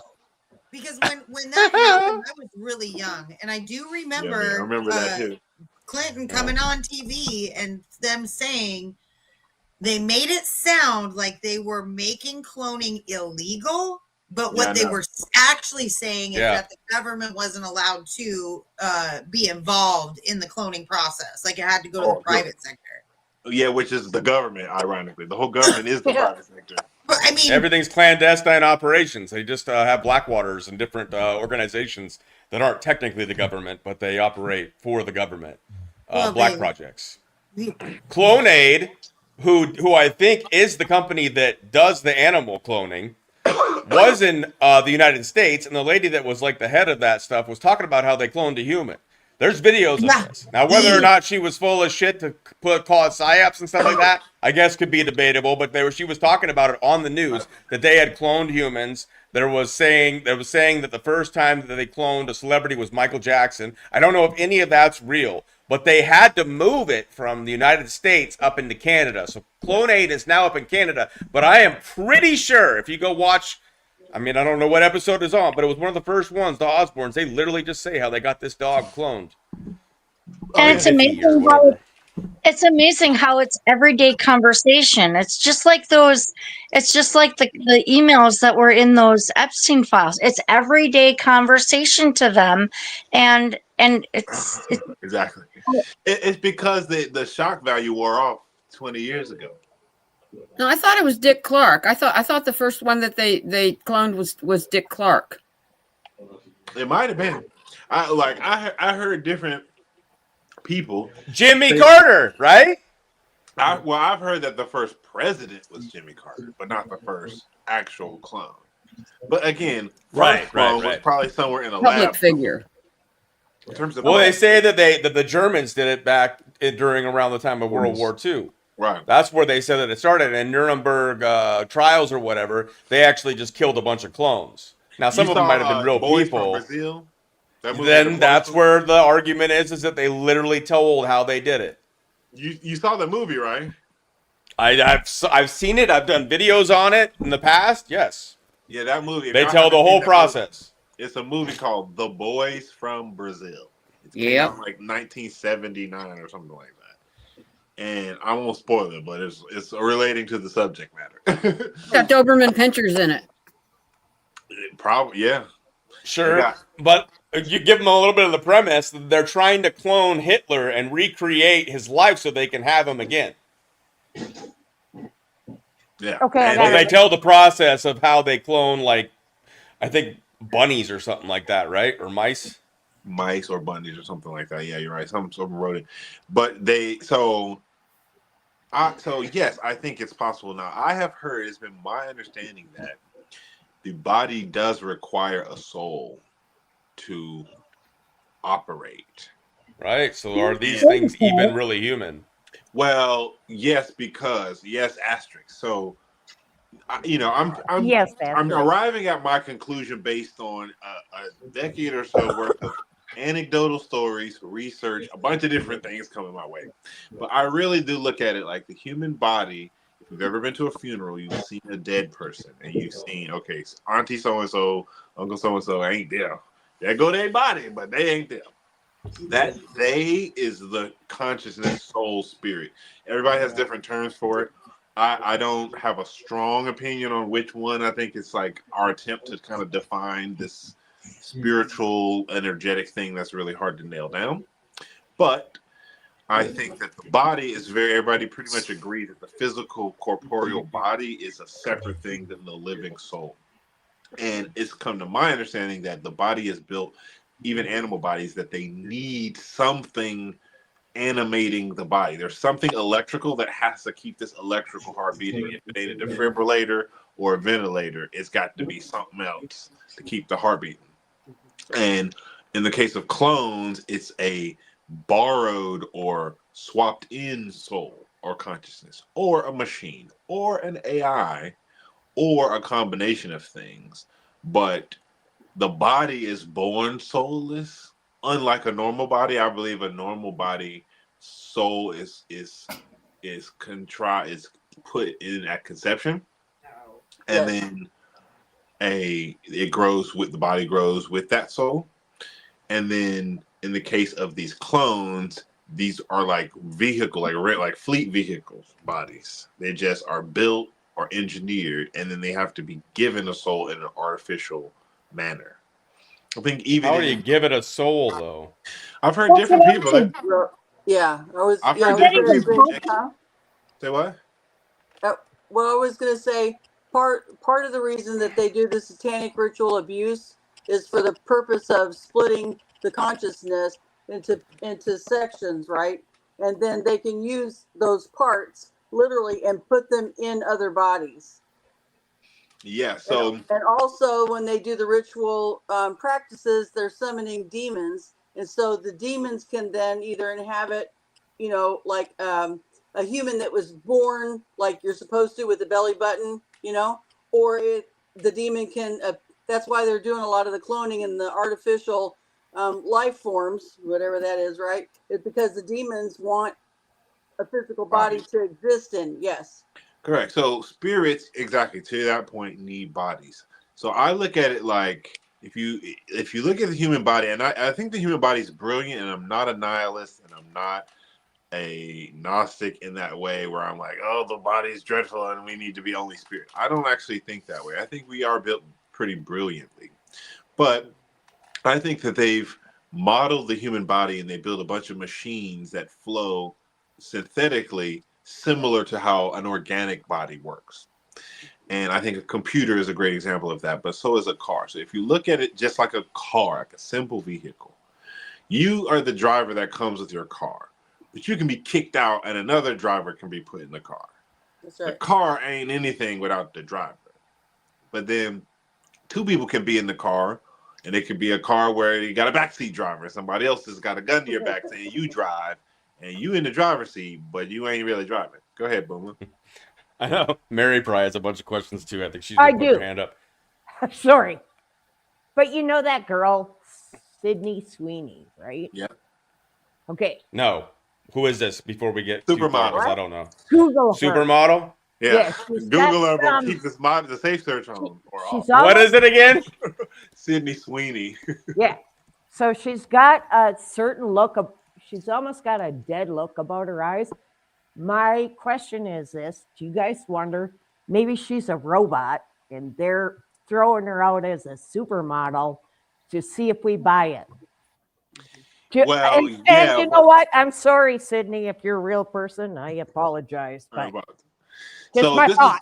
is so to your hunch, she definitely has those dead eyes, especially in that first picture. Right? I look at it like when you say robot, I think a robot is a fantastic metaphor for it, but it's not the best terms in terms of technical accuracy. But it's the best metaphor because it's functionally is the same.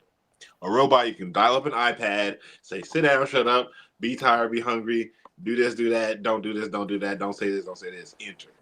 And what they have developed the ability to do with neural overlays. Sean has a clone. Kick the clone. All right. We're good. neural overlays with demonology, with technology, with just conditioning and practices, is that they can, the MK Ultra thing and the mind control thing is real, but I've just kept developing what I've been learning. Demons do play a big role, but it's not only demons. It's like it could be anything in the car driving. Demons is certainly one of the options for driving. That's right. But it's not the only option. Yep. Sometimes it's aborted features from over there that got the consciousness of which was stored and held for later use. Sometimes it's breeding farm on this island over here where the 37 consciousness harvested from this batch were stored for later use. It's stored on a shelf for a year or 10 years or 40 years and then are made to Inhabit a body? Inhabit a body later, yeah. Yep. They're like, all right, you're up. Huh? What happened to my original body? Yeah. We got rid of that 5 years ago. Okay, you want this one? Well, that's a girl body. I'm a dude. Do you want it or not? They're going to call me a tranny. Okay, well, do you want it or not? Okay, fine.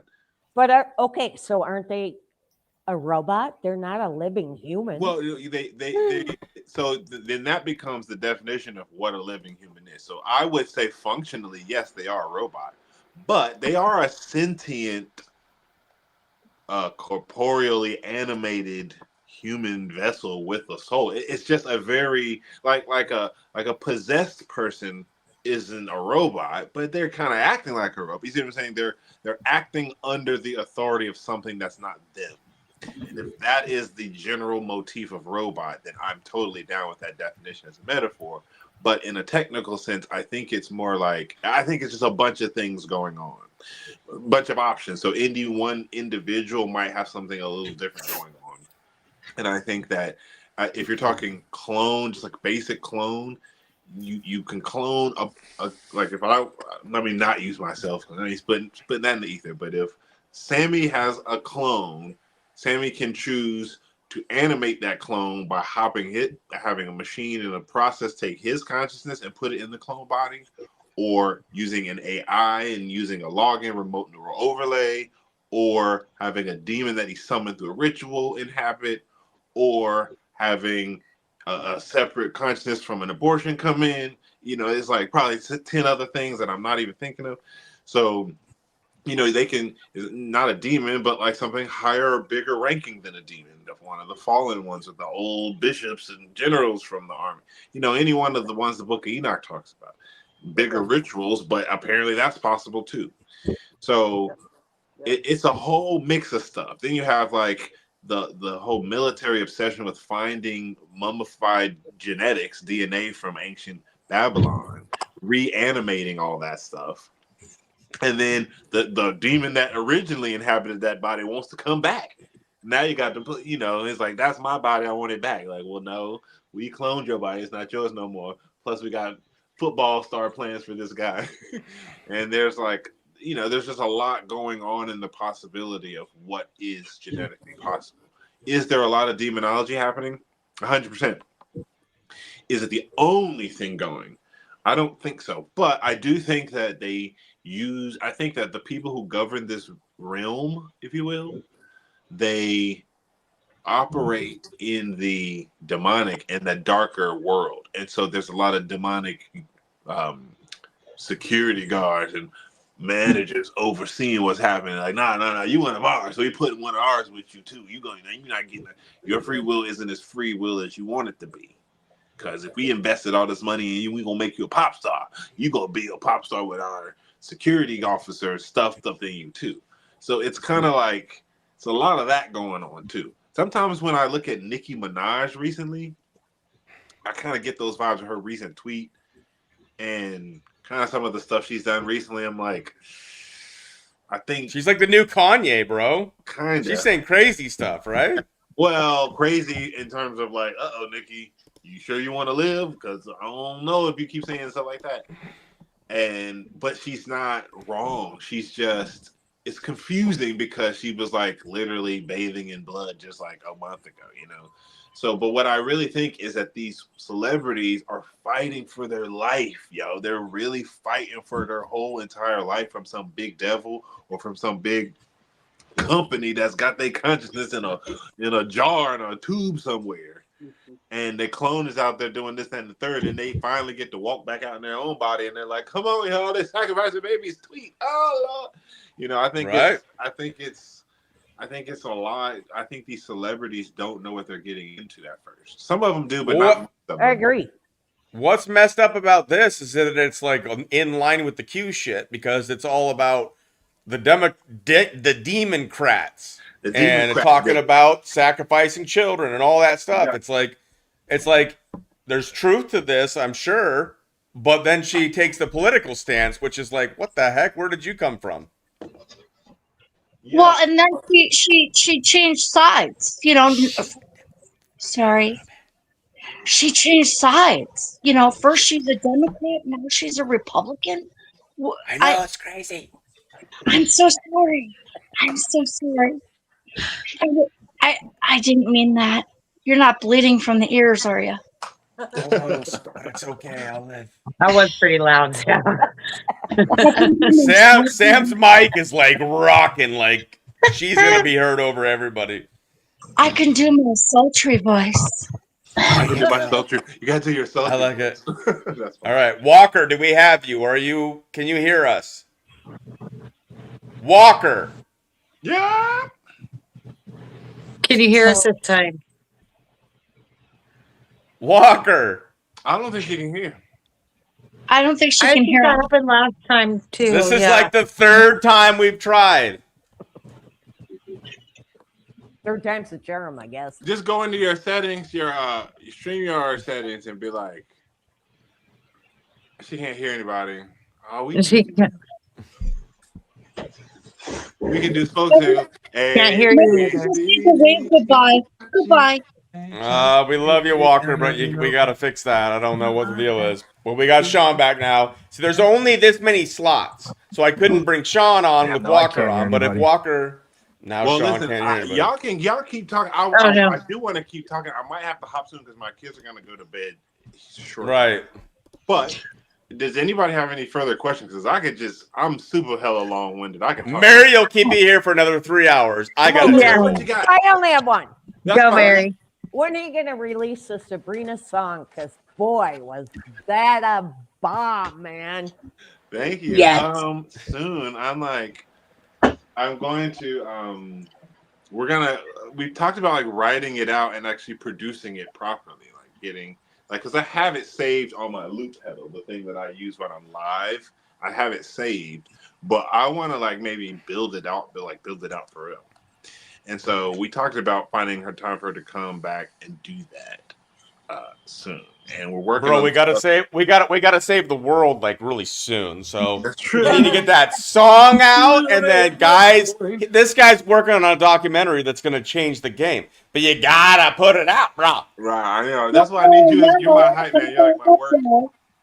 Say what? I just said hot fire up, y'all. Oh, fire up, y'all. That's right. Her voice, right? Oh, yeah, she can sing. Sabrina, I won't say she was a little nervous. She was a little nervous, but I was like, you'll be fine. She was just saying she was just nervous because she hadn't sung on a mic live before. And I'm like, oh, well, right. Hey, Hey, it's real easy. All you have to do is, pretend like the camera's not really there and nobody's listening. Everybody's listening. But she did great. I thought she did great. I see this. Well, it's also, I want to get to this question, but also she was improvising. So it wasn't like she had a line to sing, that you already had a song written out. You guys were coming up with lyrics as we went. So it was like all of that at one time for her. And I thought she did awesome. So yeah. The whole collab was cool. So, okay, somebody asked, how many clones have you interacted with in Hollywood? Can you name them?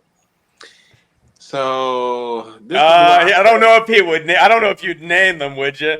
We're gonna turn Chris of the 6-7 podcast into Nicki Minaj. She's gonna start naming names, and we're gonna find out if he get Epstein or not. Let's see what we got here, though. So I don't want to name the name, mostly because it's a whole bag of worms with this individual that I don't want to open, because I'm still on favorable terms with this individual, even though some drama went down. Put it like this. The way I explained it to people in the past was, at the time that I met at least one, if not two, clones that I interacted with, I didn't know it at the time. I didn't know any of what I know now then. So I wasn't scared or anything. But what I will say is that the human body is really good at identifying the human body. Whenever you're interacting with something that's not the human body, you are acutely aware of it. You just don't know what it is. If you're at Chuck E. Cheese, it's just Chucky. It's an animatronic, right? I get it. If you're at the zoo and it's a walking tiger, okay, I get it's an employee in a tiger suit. But you instantly try to make sense of what it is, and then you rationalize it. When I think you meet these clones, you'd be like, what are you? Hey, I see you standing right there. Nice to meet you. But do you feel how weird you feel? It's just one of those. You touched him. You touched him. You touched the skin. Yeah. And it felt. When you recall it now, does it seem like, excuse me, that it was synthetic? No. Because it's not. It's biological. Have anybody here has dealt with botany, growing weed, growing whatever? You can take a cannabis plant, snap a stem off, stick that in some soil, and you get a clone of the same plant. It's not a fake plant, it's a biological. It's the same concept. It's just that that's not how the human procreation model generally works, because you need a soul to inhabit a body. So procreation happens in this way that joins the soul to a body. Plants don't have souls in the way that humans have souls. Now, I think that they do, but they're different class or different category. And in the case of clones, you have to engineer a way for the soul to come in, or you're doing a form of in vitro fertilization, but it's kind of funky IVF. It's like IVF with some asterisks going on. So there's all kinds of different ways and different levels, and depending on what age you want to do. So the skin didn't feel synthetic at all. Now I'll tell you what, it looks like it was microdermabrated and it looks synthetic, but not because it felt synthetic, but because the person did so much ridiculous skincare routines that it was melting their skin off type thing. But I've heard there's different types though. There are, yeah, there very much are. There absolutely are, and some of them I think are synthetic biology. But keep in mind, synthetic biology. And I think you and the doctor talked about it a little bit, because he talked about what would it take for them to take and make a clone of me of how old I am now. So in the process of using human growth hormone or whatever it is that they would do to speed up the process of it looking more like you look now, which you would take cells of your body now, so I guess they would clone into that. But to speed it up in a matter of months, I've heard, don't know if it's true, up to 5 months, they could make somebody that has gray growing beard hair and everything and is just like me. But because of that process, the skin will feel more synthetic because it's still younger skin, but it's replicating an older individual. Exactly. If that makes sense. Exactly. And as far as I've been told, it's a combo HGH pituitary hack that's built around like taking the magnetic resonance of you at this moment and then recreating that same magnetic resonance and then introducing certain melanin states into your hair follicles, for example, to start the graying process. And like if they were to clone you right now, the clone the gray would be a little different in terms of where it's located, just a little, but it would look like you. If you had any moles, like the mole might be here versus here. You know, it's always like you clone a plant, it's not the exact identical plant. You know what I'm saying? It's a gene expression. So I've heard when you're trying to clone a public figure, they got to make like 10 of them because like 5 of them are too far off, and 2 of them don't work, and then 1 of them is very twitchy and glitchy. There's a whole integration process. So, and I think that's why when I researched, I looked up Clonate just to search it for shiggles, and literally Plant basket. had. Hold on, what's it? Hold on. You got to use your sultry voice. You're kind of loud too. I'm sorry. Sultry. So Sultry. I'll back away from the computer. But Back away from the microphone. I looked up Clonade, and it actually has Insuraclone. Wow. Insure a clone. You see what I'm So saying? they're insuring their clones that they're You'd have to because that's a lot of money. Oh yeah. Right. Or so if they break And it's down, probably going to fail. You Wow. Yeah, I saw I've been this. sitting on that for a while, and I just had to giggle because I'm like, Insuraclone. It's interesting, Chris, that you said that though. A couple years ago, I saw this video, and I don't know who the person was. I guess he was a rapper or something, and he was talking about being cloned and stuff. And he goes, "Hold on a second."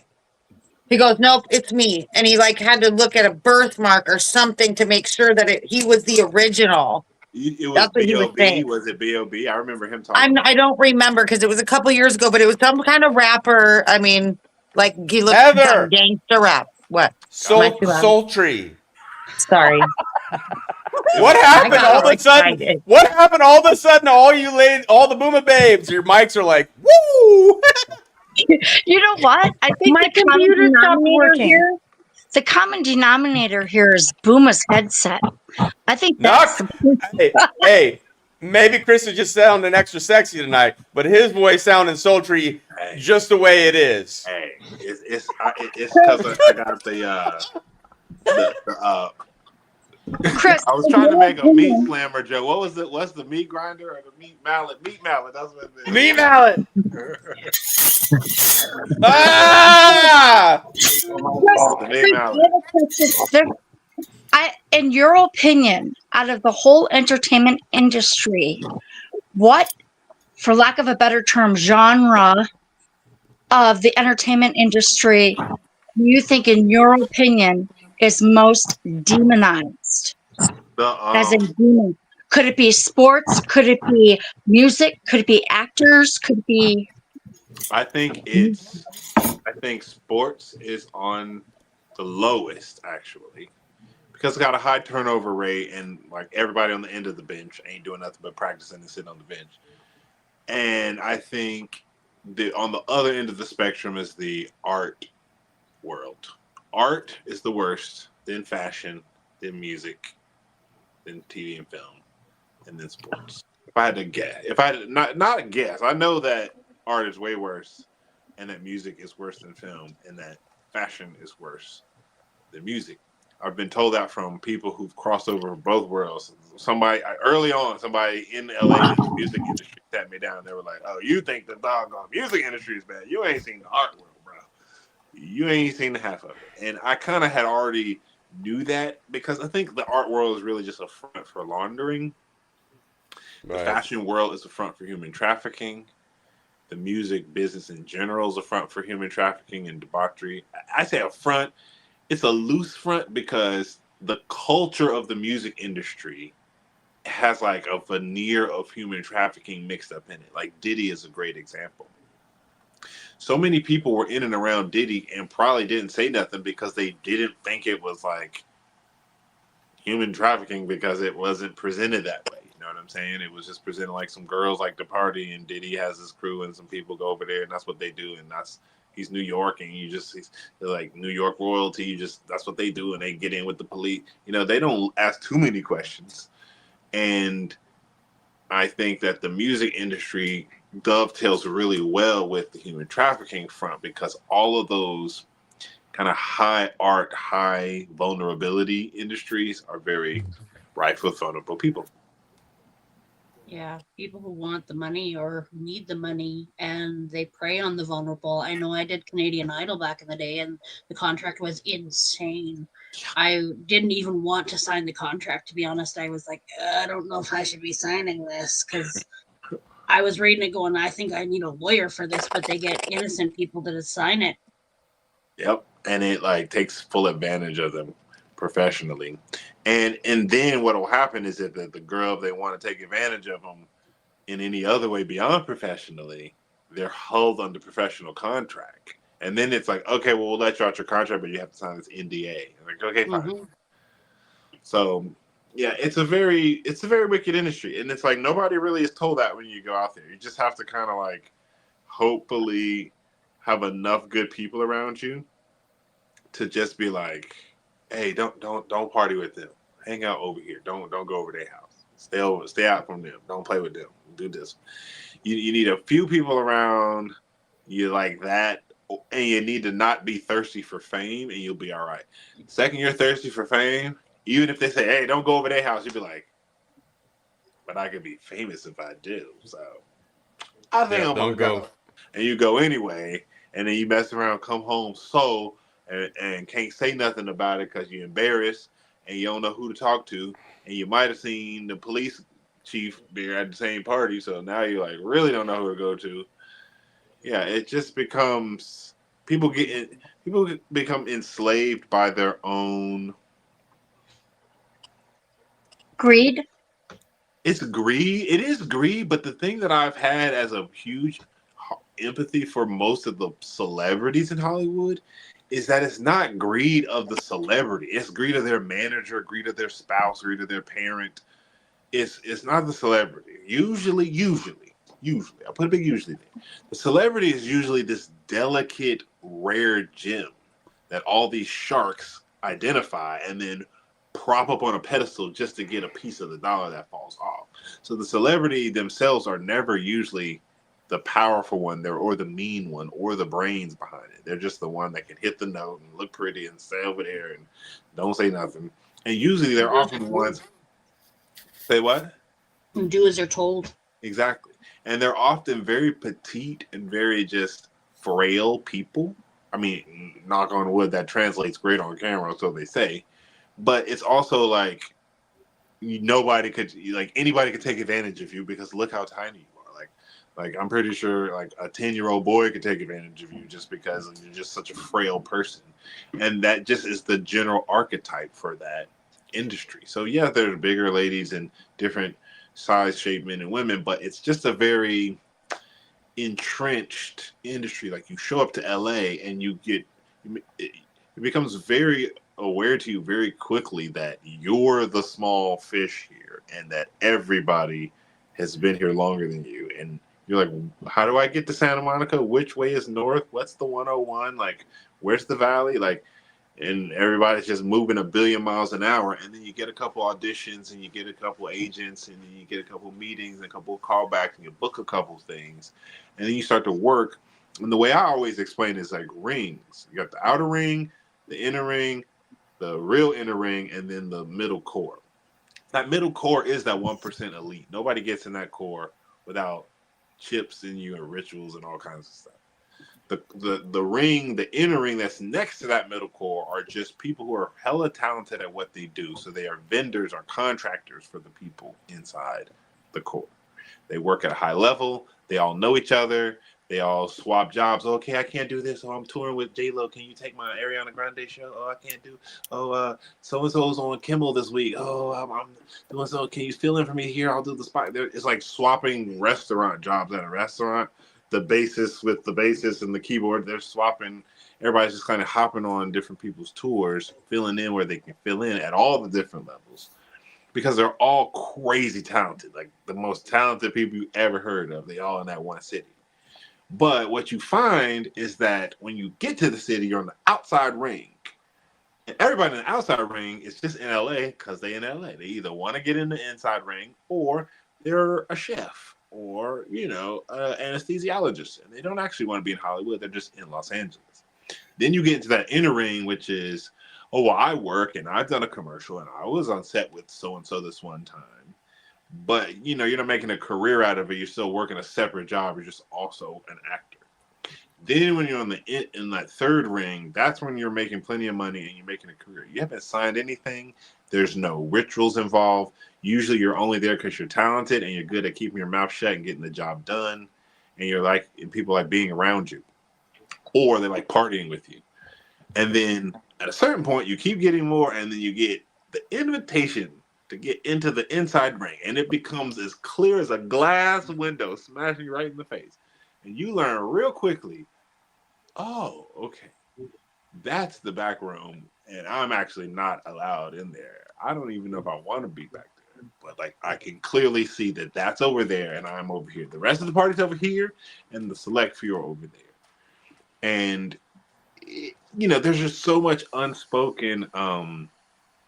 If I can get in so and so, then we can get in so and so. We can get this going. I can get that going. Everybody's got ideas. Everybody kind of wants to be set for life, but nobody really is told, hey, at the top of this food chain, you got to sacrifice kids and like really get into some dark stuff. And maybe, just maybe, my battery might, I got 1%, so I might be dying. Sorry. Hold on 1 second. Give me 2 seconds. Hold on. Oh, man. I had a musical.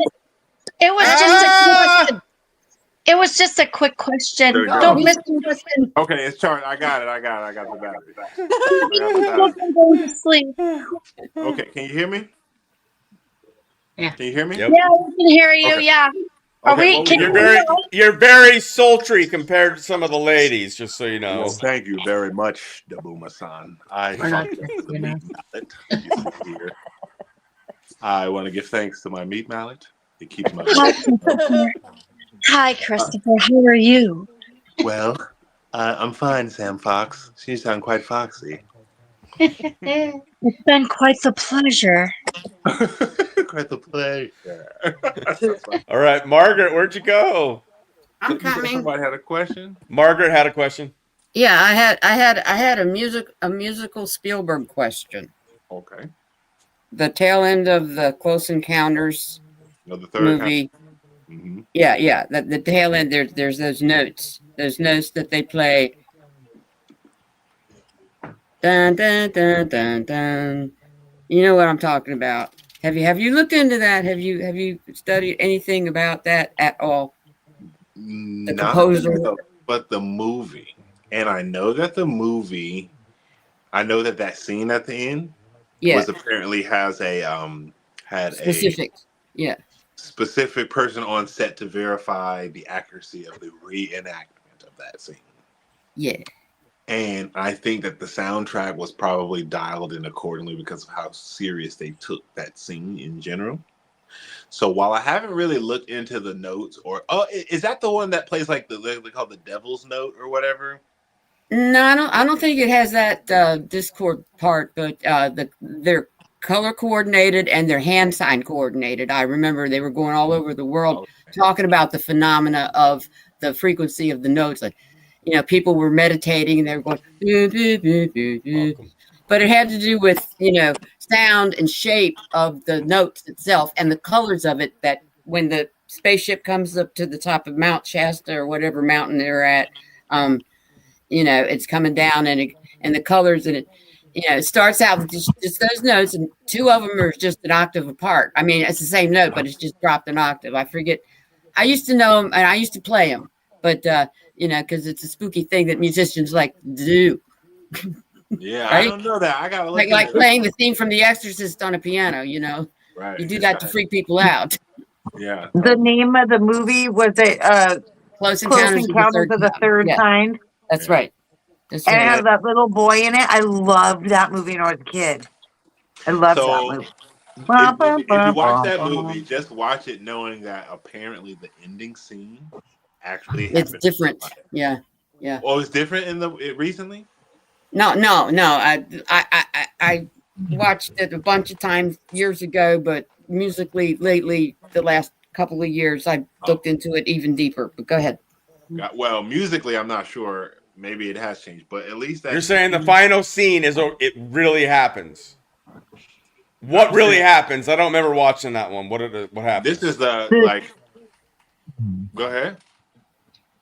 Oh, from what I remember. So am I too loud? No, you're fine.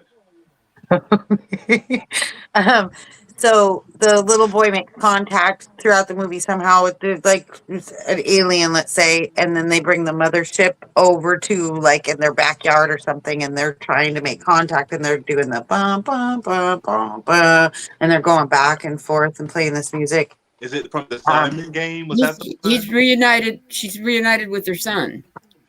That's the Who died? tearjerker part of it.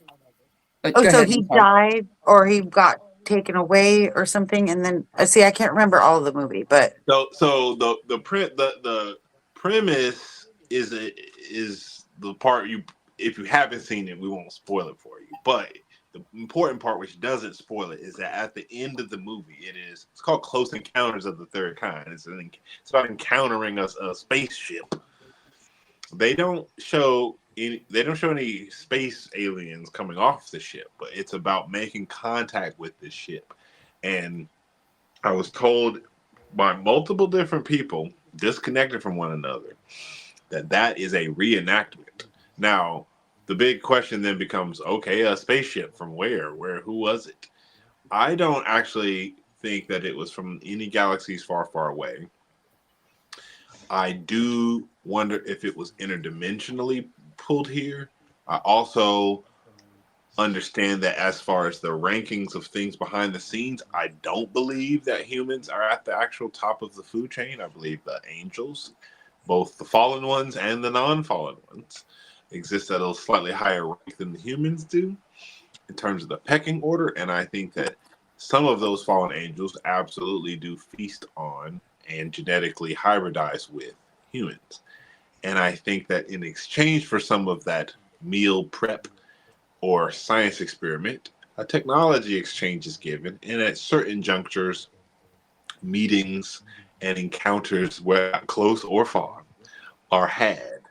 And I think that the people who manage this whole thing really want to honor their bosses, so they pay real close attention to the reenactment of their boss's arrival. Right. Situation, and they get real meticulous with portraying it exactly accurate. You see, it can't exactly be the way they want them to portray it. Exactly. But I, in the case of this, again, I'm not saying that they came from the planet Voltron or anything. I'm saying I think we're looking at fallen angels who want to be treated as gods, and in exchange for human souls are given technology, and they show up in these grandiose ways to military departments and to the Third Reich, apparently, and all kinds of other people who seek them with the right exoteric means. And they're like, cool, it's a ship. You want something, you got to give us 100,000 people. And they're like, great, we'll take them. They're like, we just want technology. And then they like, cool. And so it's not so much like aliens from far, far away. It's like, you can sell it to your people under any motif you want, but we run this, and y'all do as we say. Yes. And so when it comes to putting stories like that in movies, it's almost like it's their demigod. They want to honor, they want to protect the image and just make it just so, and make sure that not too much information, but just enough information is disclosed. So they take it real serious, and they show up to set, and they make no, don't do it like that. Make it look like this. And it's because that's who's really running the human trafficking behind the scenes. That's why it's disgusting to look at Jeffrey Epstein's emails, because it is very much inhumane, because it's inhuman what's working at the top of those food chains. The best example, if you follow the work of Sigourney Weaver, you familiar with the actress Sigourney Weaver? Yeah. She know. I had never met her, but I know she know, because every movie she picked, they always be her character. specific, always got something to say about what's really going on the bigger scheme of things. Even in Aliens and all the movies she's done, even when she just cameoed, the line that she said or whatever she was playing was real. Avatar. Exactly. Yeah. Yeah. She's Avatar. She knows exactly what's up. So she says something in the movie Cabin in the Woods. Has anybody seen that movie Cabin in the Woods? Been a long I haven't seen time. that one. So now there's an old Cabin in the Woods, but then there's one from like 2013 or something like that. So this is a movie that I don't generally watch horror films, not because I can't handle it, but mostly just because I don't really enjoy it. When I do watch horror films, I'm like, I guess that was scary. Sure, I sleep fine. It's not an issue of the genre. It's that I just don't find that genre that interesting. But so many people kept telling me, Chris, you have to watch this. This relates to what you talk about. And I'm like, really? Cabin in the Woods? Like, okay. So when I finally watched the movie, what you see is that, spoiler alert in case anybody, plug your ears if you don't want me to spoil it. But what you basically find out is that the government runs this cabin and they have different horror fantasies that people can choose their own horror adventure, basically. And you find out from Sigourney Weaver's character at the tail end of this, when the main characters are finally in the dungeon and it's a government underground building, and the whole point was for them to get the adrenaline in their blood and be scared so that they're going to be killed and their blood can be sacrificed and drained. And what does Sigourney Weaver come up and do? Or come up and say? You don't understand. We don't have any control over this. We don't do this for us. This is for the old ones, the ancient ones. You know how this goes. They get hungry and if we don't feed them, then they make problems for us. Come on, you know how this goes. And the very ending scene of that movie is one of the old ones their hand coming out of the ground, this giant 300-foot forearm coming out of the ground, and basically the movie cuts. But the premise is what she's saying is there's stuff down there that needs to eat, and I'm just here fetching food. I'm sorry, what do you want me to tell you? We didn't start this. We just maintain it. This has been going on for and I'm always like, Sigourney, why you always be trying to tell everybody? I know you know. That's so freaky. That is. It's always her. She always got to be like, no, let me have that line. I want to be the line to say what's going on. So, yeah, I've always, it's not that I follow her career just to get insights, but anytime I see she's in a movie, I'm always like, okay, let me see what she's about to say because I know she's going to say something about what's going on. But in that movie, Cabin in the Woods, she says it very, very plainly. And she's like, listen, she's essentially saying all this whole time, this folklore about this cabin was just to draw y'all curious, dumb, idiot kids here so that this government operation can be used to siphon your blood full of adrenaline and feed these fallen angels that's down here. Dang, man. That's essentially the backstory to the script of that movie. So it's not that she's right. They're speaking to the reality of what happens. Those old ancient systems that Sabrina talks about, underground neutrino arrays and all the different computer systems, that's because we are dealing with cycles and resets, not a linear progression of history like we've been told. And destructions have happened where things just get covered or redacted. So we come up and we learn about radionics and machines that can tell us what's in our snow just yesterday. And they had the machine for 50 years and the technology for 150 years. And so it's kind of like, even I'm still learning, right? I'm still learning. But yeah, I think that Close Encounters, the Cabin in the Woods movie, is telling us a lot about exactly what they do. I just recently watched They Clone Tyrone. Somebody told me, another buddy of mine was like, you have to watch this movie, They Clone Tyrone. Bro, I've watched it like 3 times now. Did you recently watch it? Was I telling you about that, or was that somebody else I was talking to about it? I don't think we talked. Okay, maybe we talked about it like off of, we weren't on live or nothing like that. Maybe we talked about it the last time we were just chatting. Maybe, but after the Naughty Ninja podcast, that first one we did, I don't remember, but I've watched it multiple times. There's lots of truths in it. I'm like, and it freaks me out. Yeah, but that's another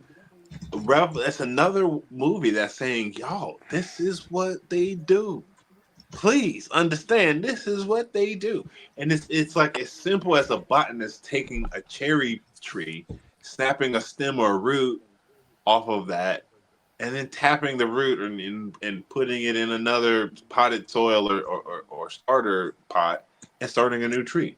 It's biologically not that dissimilar. The complexity comes with how you animate it and what's driving it. And to your point about Dolly the sheep, that sheep was probably driven by a doggone demon because they ain't had no other sheep signing up for the job. I cannot tell a lie. I used to have a crush on Matthew Modine when he did a movie called Vision Quest. Yeah. And he had a wonderful song that was on the radio a lot, and I dug the song, and I dug Matthew Modine, and it was an intense movie because he was, it was like Rocky. Okay, got it. He was an athlete, and it was, a chance to. Anyway, that was like one of the first times I ever saw it, and I didn't follow him. I didn't even know who he was. I just liked it and stuff, but I had a crush on him, the actor in the scene in the movie. And anyway, recently they made a movie in my hometown. They made a scary horror movie right up the street in my hometown at a place called Utopia. Is the town that they actually filmed the scene in, where it's underground. Anyway, the name of the movie that Matthew Modine was in was called Wrong Turn Foundations. And it's a sequel to Wrong Turn, like part 5 or something like that. But it's really, really, really dark. And it takes place, on the river, and it's I can only think of one other movie that disturbed me as much, and that was called Bone Tomahawk. Because it has to do with physical mutilation of people and all that other stuff, and exploitation and sound, and just this scary jump shots and all that other stuff. But just seeing Matthew Modine as a concerned father looking for his lost daughter that's lost in the woods, because a lot of it takes place in the woods on the hillside above the river. And Did your lover die? What's the name of it? Foundations of that's right. Foundations of Wrong Turn. Wrong Turn is the franchise. It's called Wrong Turn. Yeah. God, I can remember that. I remember Matthew Modine. I did a movie with him, but I think we might have seen each other like a half a day or something like that on set. And he was much older. He wasn't like. Well, he was very handsome when he was young, and he's okay now, I guess. For his age, he's still on the Stranger Things franchise. I stopped watching it, but I know that's what surprised me, because I don't even watch the Stranger Things. I never even heard of it because I don't have a television. Well, I'm watching you on an Etch-a-Sketch. Who is he on Stranger Things? The Department of Energy guy. Some kind of doctor. The main doctor. I forgot his title. He was Eleven's father. Like the actual main guy. Is that main guy? Yeah. Oh God, what's his name? Somebody put it in the chat if I don't get to it first. Doctor. Oh gosh, I'm blanking. He's not a doctor though. He's the father figure. The father figure. I forgot his name. He's a sheriff though. No, that's Hopper, David Harbour. is it? No, David Harbour is Hopper. It's the guy that turns Papa. She calls him, right? Papa, exactly. Yeah. I don't know his real. Yeah. Papa. Yes. Okay, I got him. Here, I'll show him. I'll show him on the screen. But I didn't connect Matthew this dot Modine. until recently. Yeah, he's a great actor. This guy. Yep.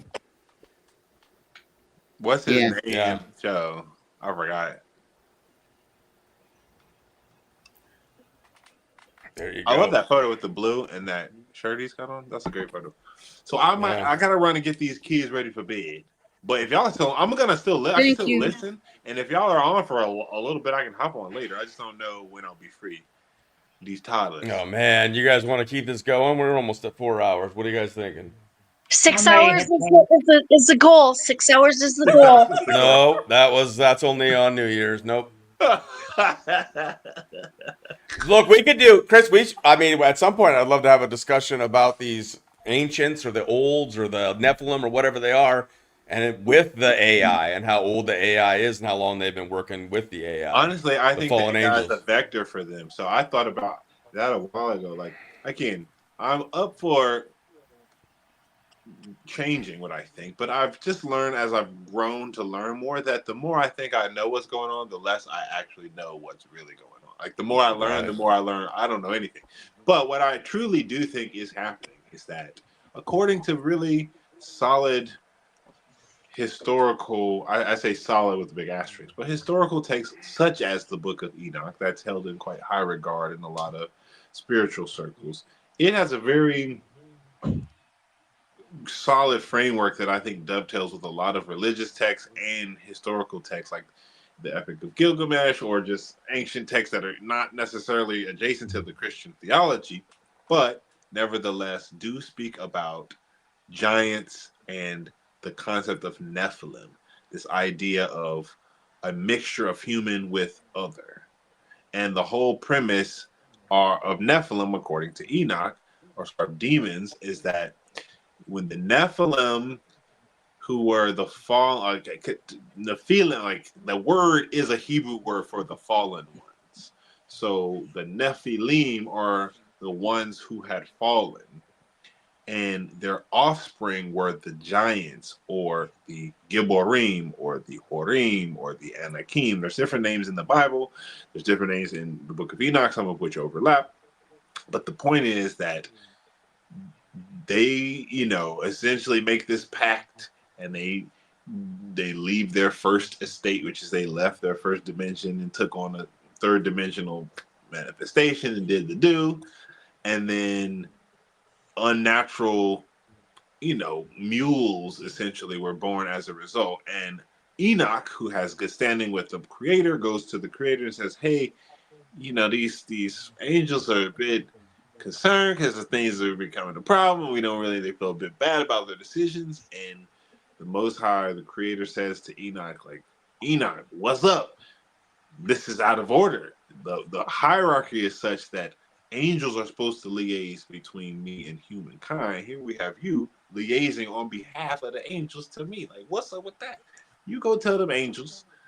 No. Their answer is their children are built illegit. I'm being very loose with my paraphrasing here. Their children were created illegitimately. I didn't sanction that creation. So there's no estate for them up here, and there's no estate for them down there. They got to roam and figure it out. And that's been the reason why demons roam, because when the child of a Nephilim and a human dies, it has no estate in the other dimensions because it was not created by the creator for those other dimensions. So it's stuck on this one, and it's stuck in an outside expression of this dimension, looking for a body or a vehicle to actually work and have roots in this dimension in again. This is why I believe AI provides an outlet for that. So AI is a two-letter word that's very, very, very, very broad.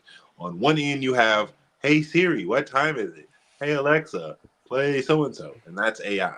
And on the other end of it, you have quantum computing, which I mentioned earlier. I think quantum is a big red herring for biological superposition and field-to-field math and computing, and not so much. I do think physical quantum computers like the D-Wave, for example, that's like a real thing. But I think that that's a stopgap between traditional computing and where they want to take biological computing, like quantum and beyond. The quantum computing machines, and the reason they've been so long in the development cycle and so forever 20 years for us to actually see a working one to do anything worth anything, is because they're a stopgap. They're not meant to be a replacement of anything. They're meant to be a lily pad we can just ride our time out on until we can get the human body quantum computer up and online.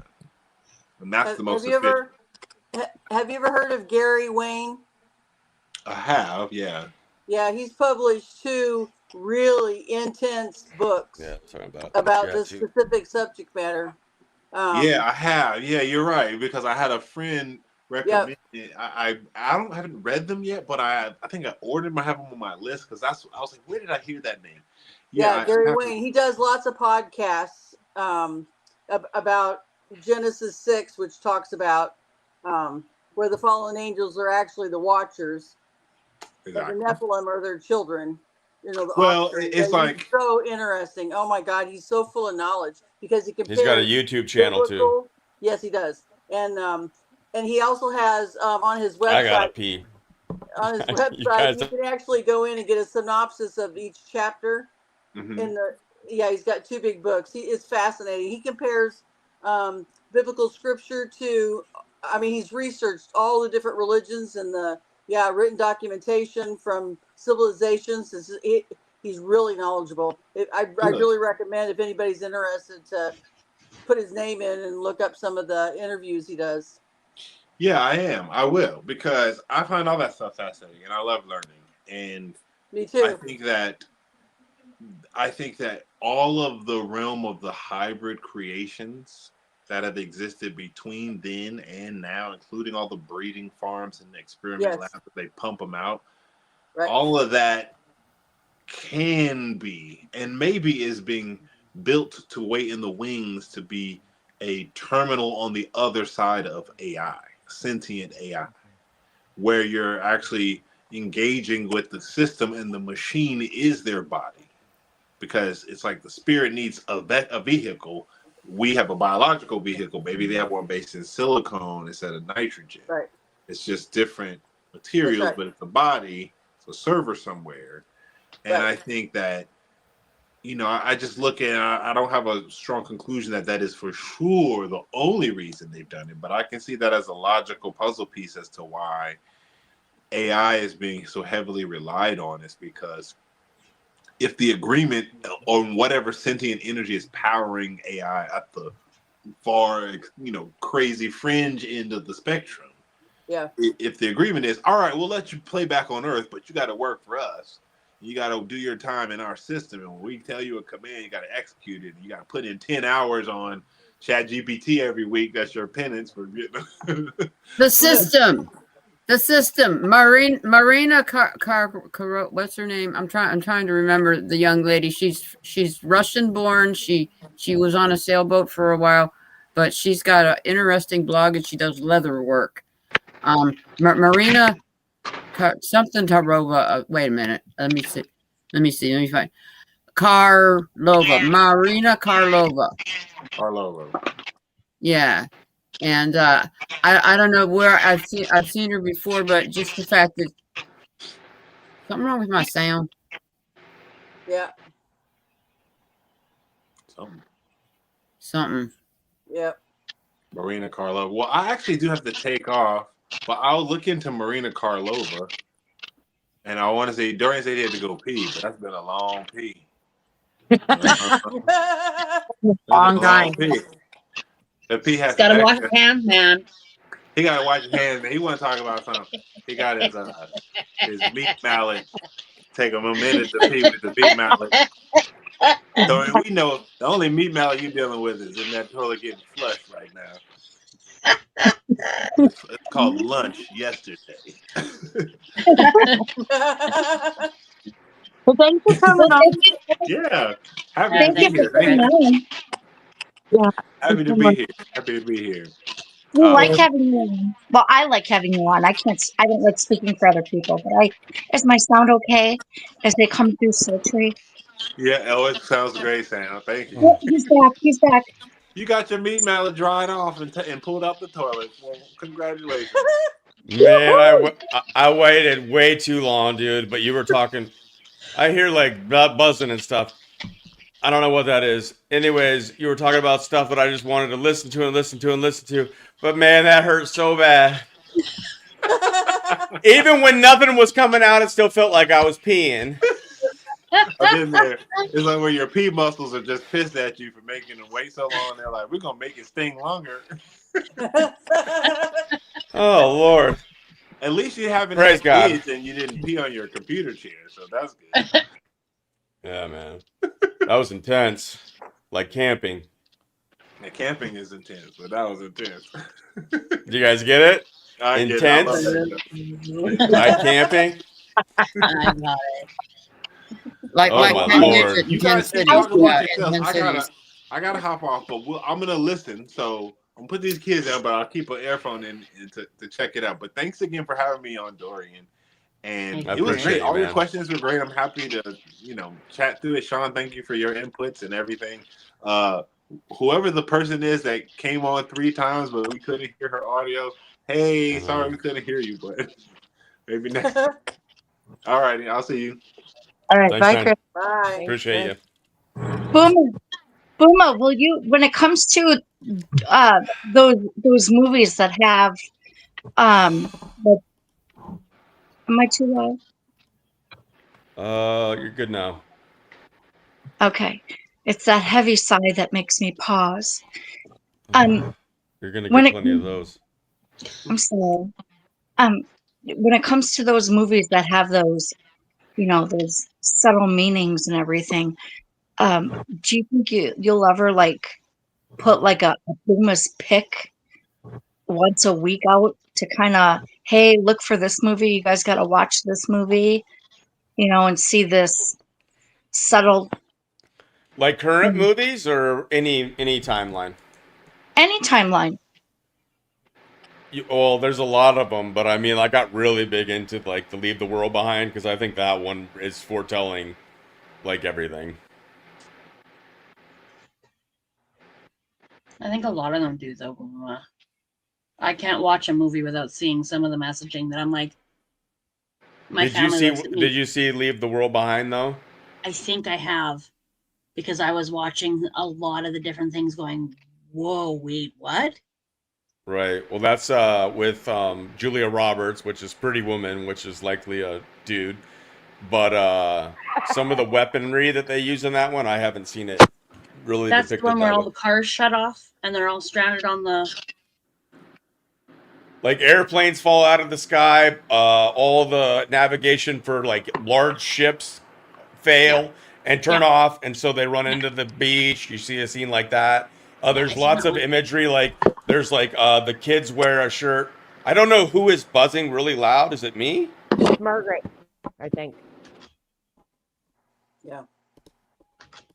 Did you know that it's either the Senate or the House just passed a law where they made it legal where the probably AI, but they said the automakers can shut your car off. Yeah. Yep. Yep. That was one thing that Sabrina and I talked about a little bit. Yep. We talked about that a little bit on the one that where they were doing the heart fire up, y'all. Before Sabrina started singing, we talked about that a little bit. Yep. Has anybody seen the Netflix series called OA? Yes.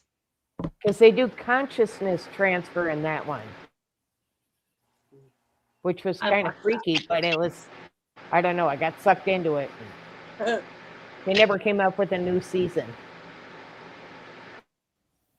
Sean, I have to mute you.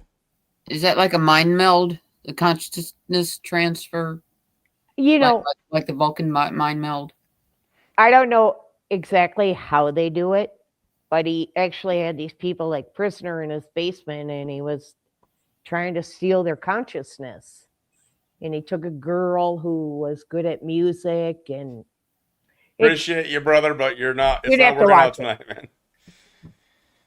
Anyways, I didn't get to finish either. There's a lot of the whole movie is it's made. Colin.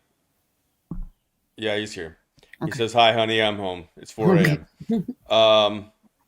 In Leave the World Behind, there's symbology. There is radiation weaponry. There's a sound that comes from the sky that basically disables everybody because it's so loud that every human being, you're basically disabled by sound. So there's that. There's a bug that has radiation in it, and it bites this kid, and he starts losing his freaking teeth, which I guess happened in one of the wars or whatever when they released some crazy shit like a Nam or something. So there was all kinds of crazy stuff like that. But then they had the 2 kids standing next to each other, and one had a shirt that said "Obey," and the other one had a shirt that was a NASA shirt, so it was "Obey NASA."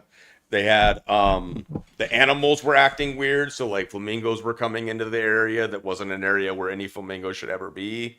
They had Teslas that were basically weaponized, and so whatever had taken over had taken over the Teslas and created roadblocks on all of like the bridges and areas of passage so that no one would be able to drive their cars to areas they wanted to go, especially in places like New York. You ain't getting off that thing unless you walk maybe. But they had so much in that it was like, and that was done by the Obamas. Well, that was one of the executive producers of that show.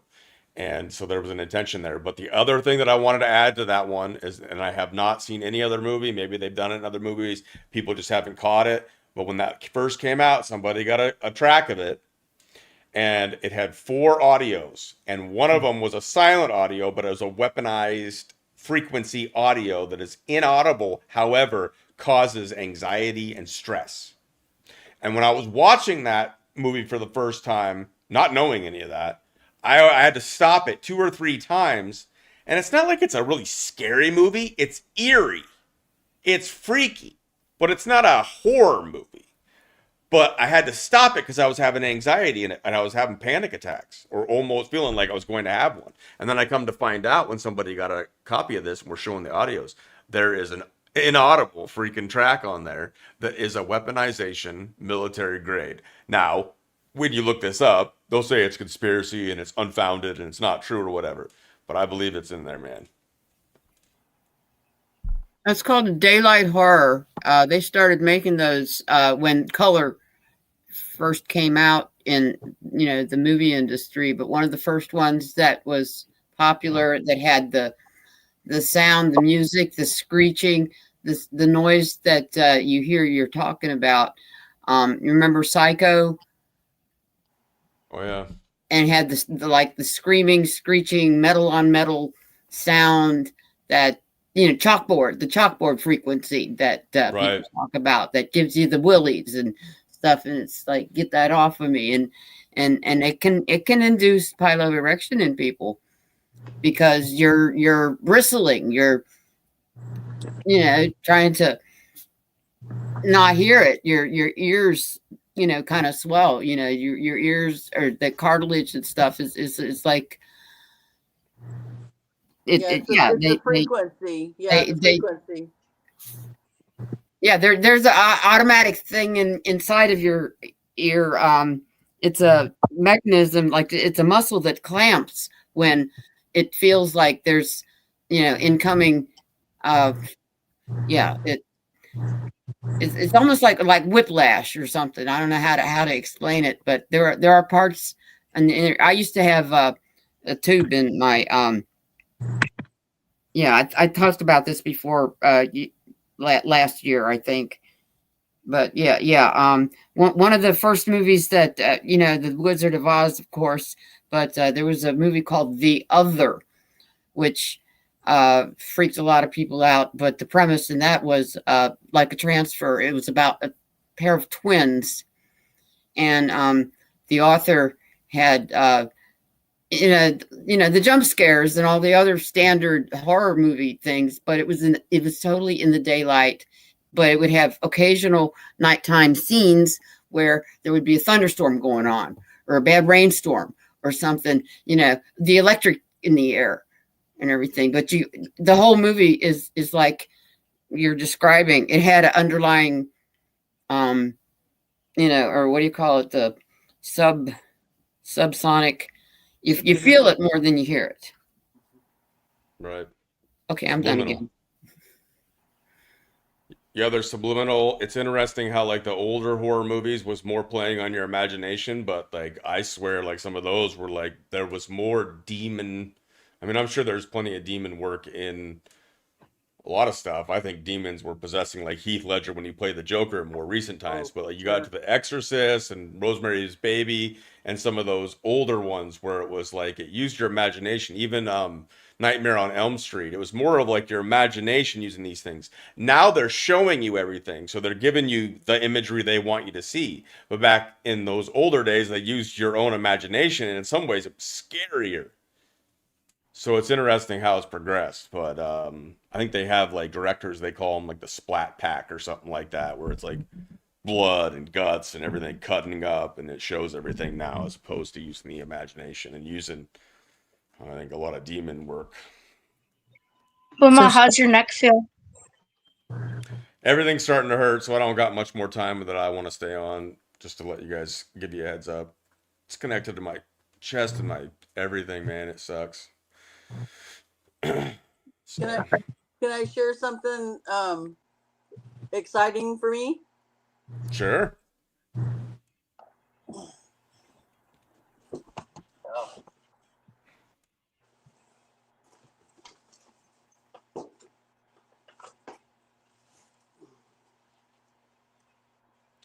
Trooper Tales, sticks, and more sticks. Oh, did you get a book done? Yep, it's my first one in the book series. So they're all going to be it's for children. It's they're all going to be called Trooper Tales. So that's we made our revisions, and hopefully it'll be ready to be purchased on Amazon next week. Congratulations, that's awesome. Yeah. Yay. That is awesome. Long time coming, let me tell you. Well, keep us posted on that, and we'll get that link out there for people to check it out if they're interested. Yeah. It's the first few books are just about him, like real life stuff. We're a therapy team. He goes to work with me at the, the place where I do the trauma work. And so the first ones are just about him and everyday things that happen. And then once I get those published, then the next ones are going to be therapeutic things, and he narrates them. So he's the narrator of the stories. So it'll be like kids that are dealing with medical issues, or parents get divorced, being in foster care, being sexually abused, having to testify in court. It's really about those kind of things, you can read with your kids. Yeah. And I have to say, those kinds of books really help. I know even when I was a teenager, I was 15 when my mother passed away. And a little bit. And I was given a book because nobody really could explain that they couldn't do anything more for my mother. Right. And I was given a book on a leaf in the fall and how it has to die and things like that. And, even things like that, children get. I mean, I understood what that book was about. And it was right then and there, I understood it. So children they understand the meaning behind the words. They really do. They do. And it really helps. Yeah. It's been a long time coming. It's a long drawn out story, and you don't know what you know until you know it. And a couple of years ago, I spent $8,000 with this particular publisher, and she screwed me over for $8,000, and then I had to start all over again. It's just but yeah, really discouraging and a very expensive lesson. But here you go, right? Yeah, I didn't give up. You're on the right track. Thank you for sharing. Mm-hmm. I just said you're on the right track. Thank you for sharing. Yeah, it's everybody at work is so freaking excited. They're, so today my publisher brought this to me today so we can check the revisions. The first thing I said is I looked at it and I said, the picture of Trooper and the wording is not centered. She goes, what? I said, the words at the bottom, our name and the illustrator is centered, but that's not. I was in engineering before I switched my program with my schooling. But anyway, I was like, it's a spatial thing. And then she got to looking at it. So anyway, we've got it revised, and hopefully early next week it'll be out. This is my retirement. I've been in private practice for 20 years. I don't have any retirement, other than Social Security. So this is supposed to be my residual income, There you go. Yeah. Anyway, I really love this community, and I just wanted to, I don't know, I just felt like I just wanted to share it with you. Yeah, we want to share everybody's victories. That we need positivity as much as possible. Anybody has victories, we can share whatever. If people need prayer, if people need to cry, if people need to lean on each other. But if there's victories, absolutely share them, and that's awesome. Well done. Yeah, that's awesome. Yeah, it's really wild. And yesterday I got I used to do. Oh, I do a lot of public speaking, but I'm gonna do one in 2 weeks on I don't know. I forgot what the title of it is now. Something about your greatness, you know. So I'm having a little issue with that. You Like know, a motivational talk? Is it like a yeah, motivation? yes. So this person that I work with was I can't believe she wasn't murdered by her abuser. Anyway, I lift people up and help them be their greatest, and so she's doing this whole entire day retreat, and she invited 10 of us that have really impacted her life to get her where she's at right now. She's really badass, and so she wants each of us to speak about how we knew her, and then 15 minutes about being in our greatness. And I just looked at her, and she goes, "Damn it! I told you years ago we were going to share a stage." And I'm like, "Okay." You know, but I can talk about any subject. You tell, like, you know, trauma, sexual abuse, PTSD, complex stuff, EMDR, blah. Tell me what to talk about. Send me in front of 1,000 people and I can do it. But talk about myself, I don't know. I'm gonna. I don't know. You know. Cool. Thanks. Testing 1, 2, 3. How's my sound? Oh, that's You're good. right. So I'll keep you guys posted. Thanks for letting me share that. I just, you know. Yeah, it's you hard keep when- us posted. Huh? You keep us posted. Can you guys hear me all right now? Yeah. Yeah. Okay. Yes. Sounding robust. Excellent. Anybody else want to share before we close out? I'm about at my I end. know. I gotta get up early tomorrow. So keep us posted on that book though, and we'll let everybody know what the link is for anybody interested for sure. Okay. Well, everybody, good night. Good night. Good night, you all. I agree. All right, Heather, what do you got for the end? I know you've been. Great conversation. I really enjoyed it a lot. Well, I always do, but thank you everybody for coming on and sharing. Mary, what do you got? Okay. It's I good to want have to you say on. to Ozark, hey, that girl manifested this, right? You put her on the road to recovery, and now she's manifesting, and you get to share what you're doing. That's awesome. It's going around, coming around. I love what I do. People think it's a little wacky and dark. They're like, "Are you an alcoholic? How do you deal with that?" Like, I love it. I've done this my whole adult life, and to watch someone like go from where I literally thought when I saw her one day when she left the office, I thought he's gonna fucking kill her. He's gonna fucking kill her. I don't know. She's badass. I love it. It's for you too. Wonderful. When you help others. It's healing for you as well when you help others. Oh my God. Yes. Yes. Yep. Got to let that light shine in there. You know, you got to get the light on that darkness. Yeah. What's up, RG? We're literally just getting ready to close out. Hey, did you get that? I sent you that published or the attorney's name. Did you get that? Oh, he's gone. Oh, dang it. Ozark, how do I what kind of way is it to get a hold of you? I don't want you to necessarily keep giving it out in the public. Are you on one of the socials? Yeah, I'm on Facebook, and I can give you you want me to give you my email? I mean, is it a public email that you want that you don't mind being? It's gonna be when I get to the website. Yes, it is. Yeah, give me that. Okay, it's Healing Roots. That's the name of my LLC is Healing Roots. Okay. But the email is healingroots65,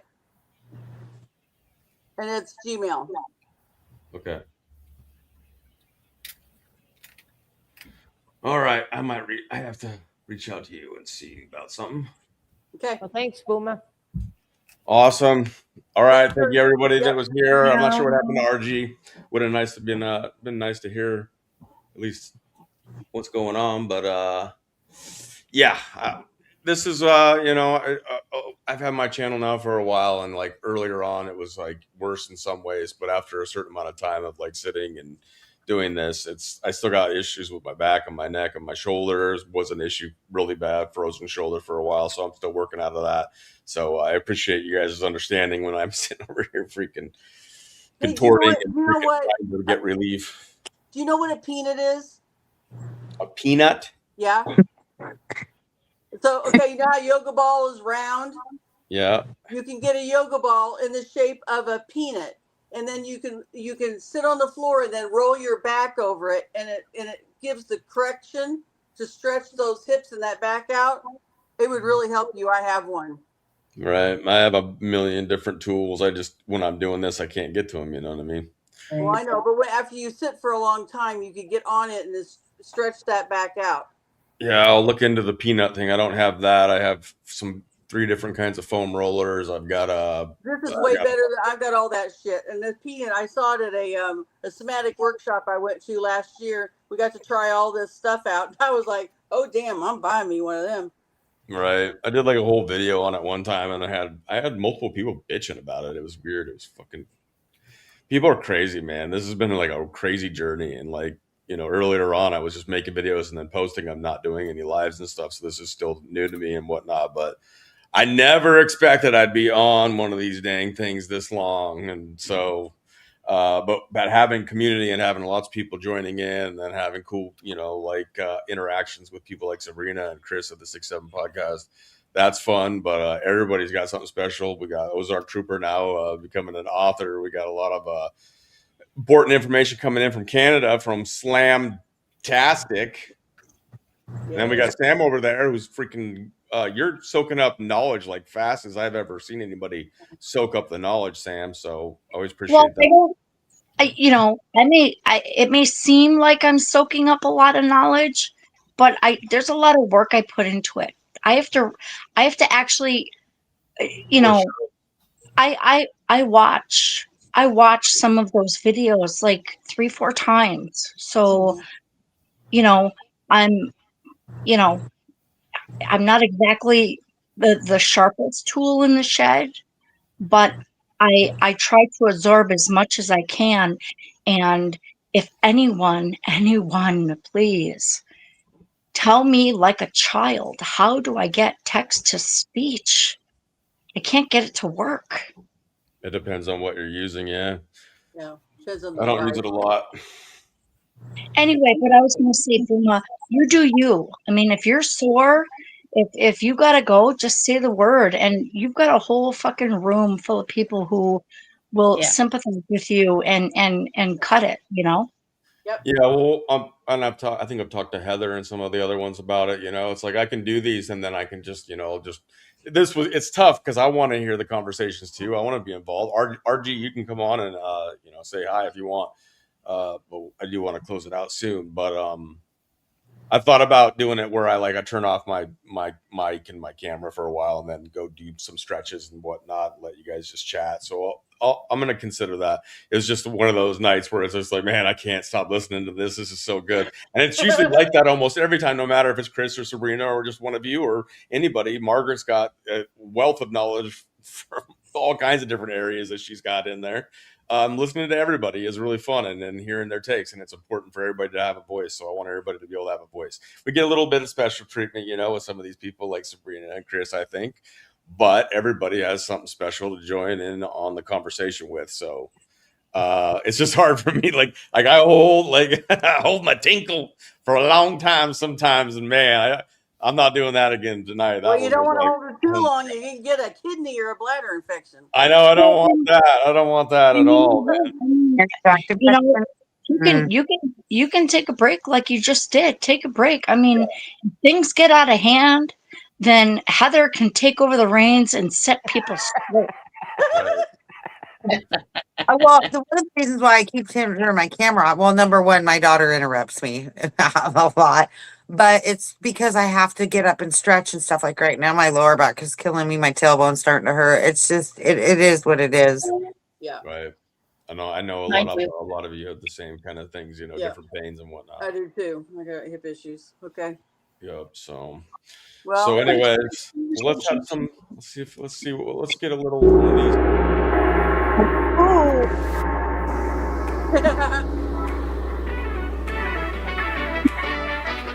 Love the gong. Love the gong. Everybody loves the gong. All right, guys. It was Thursday, February 5th, 2026. We went on for about almost 4.5 hours, and it was BOOMA STREAMA. What was this? Number 29? And it definitely didn't happen. And Sabrina and Chris of the 6-7 podcast definitely weren't here. But I appreciate everybody that joined in, and look forward to many more with you guys. So God bless you all. We look forward to catching you on the next one. Peace. Bye.